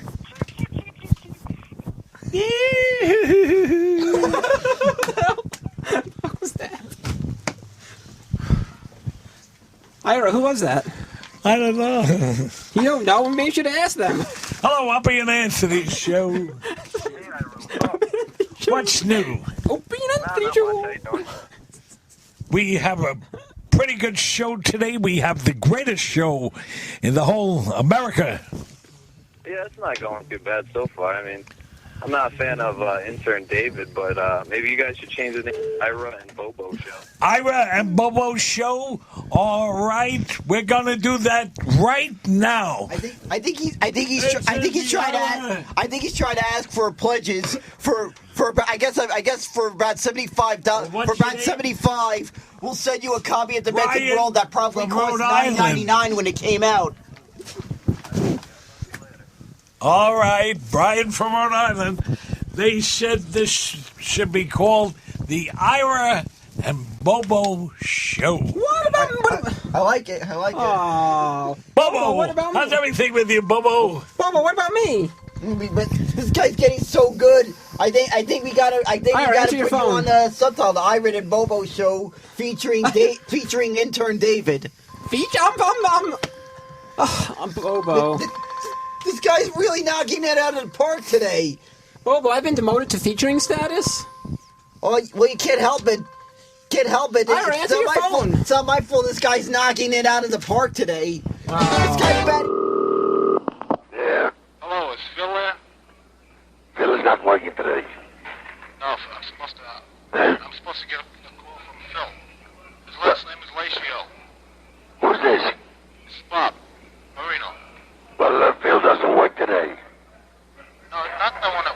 another Phil.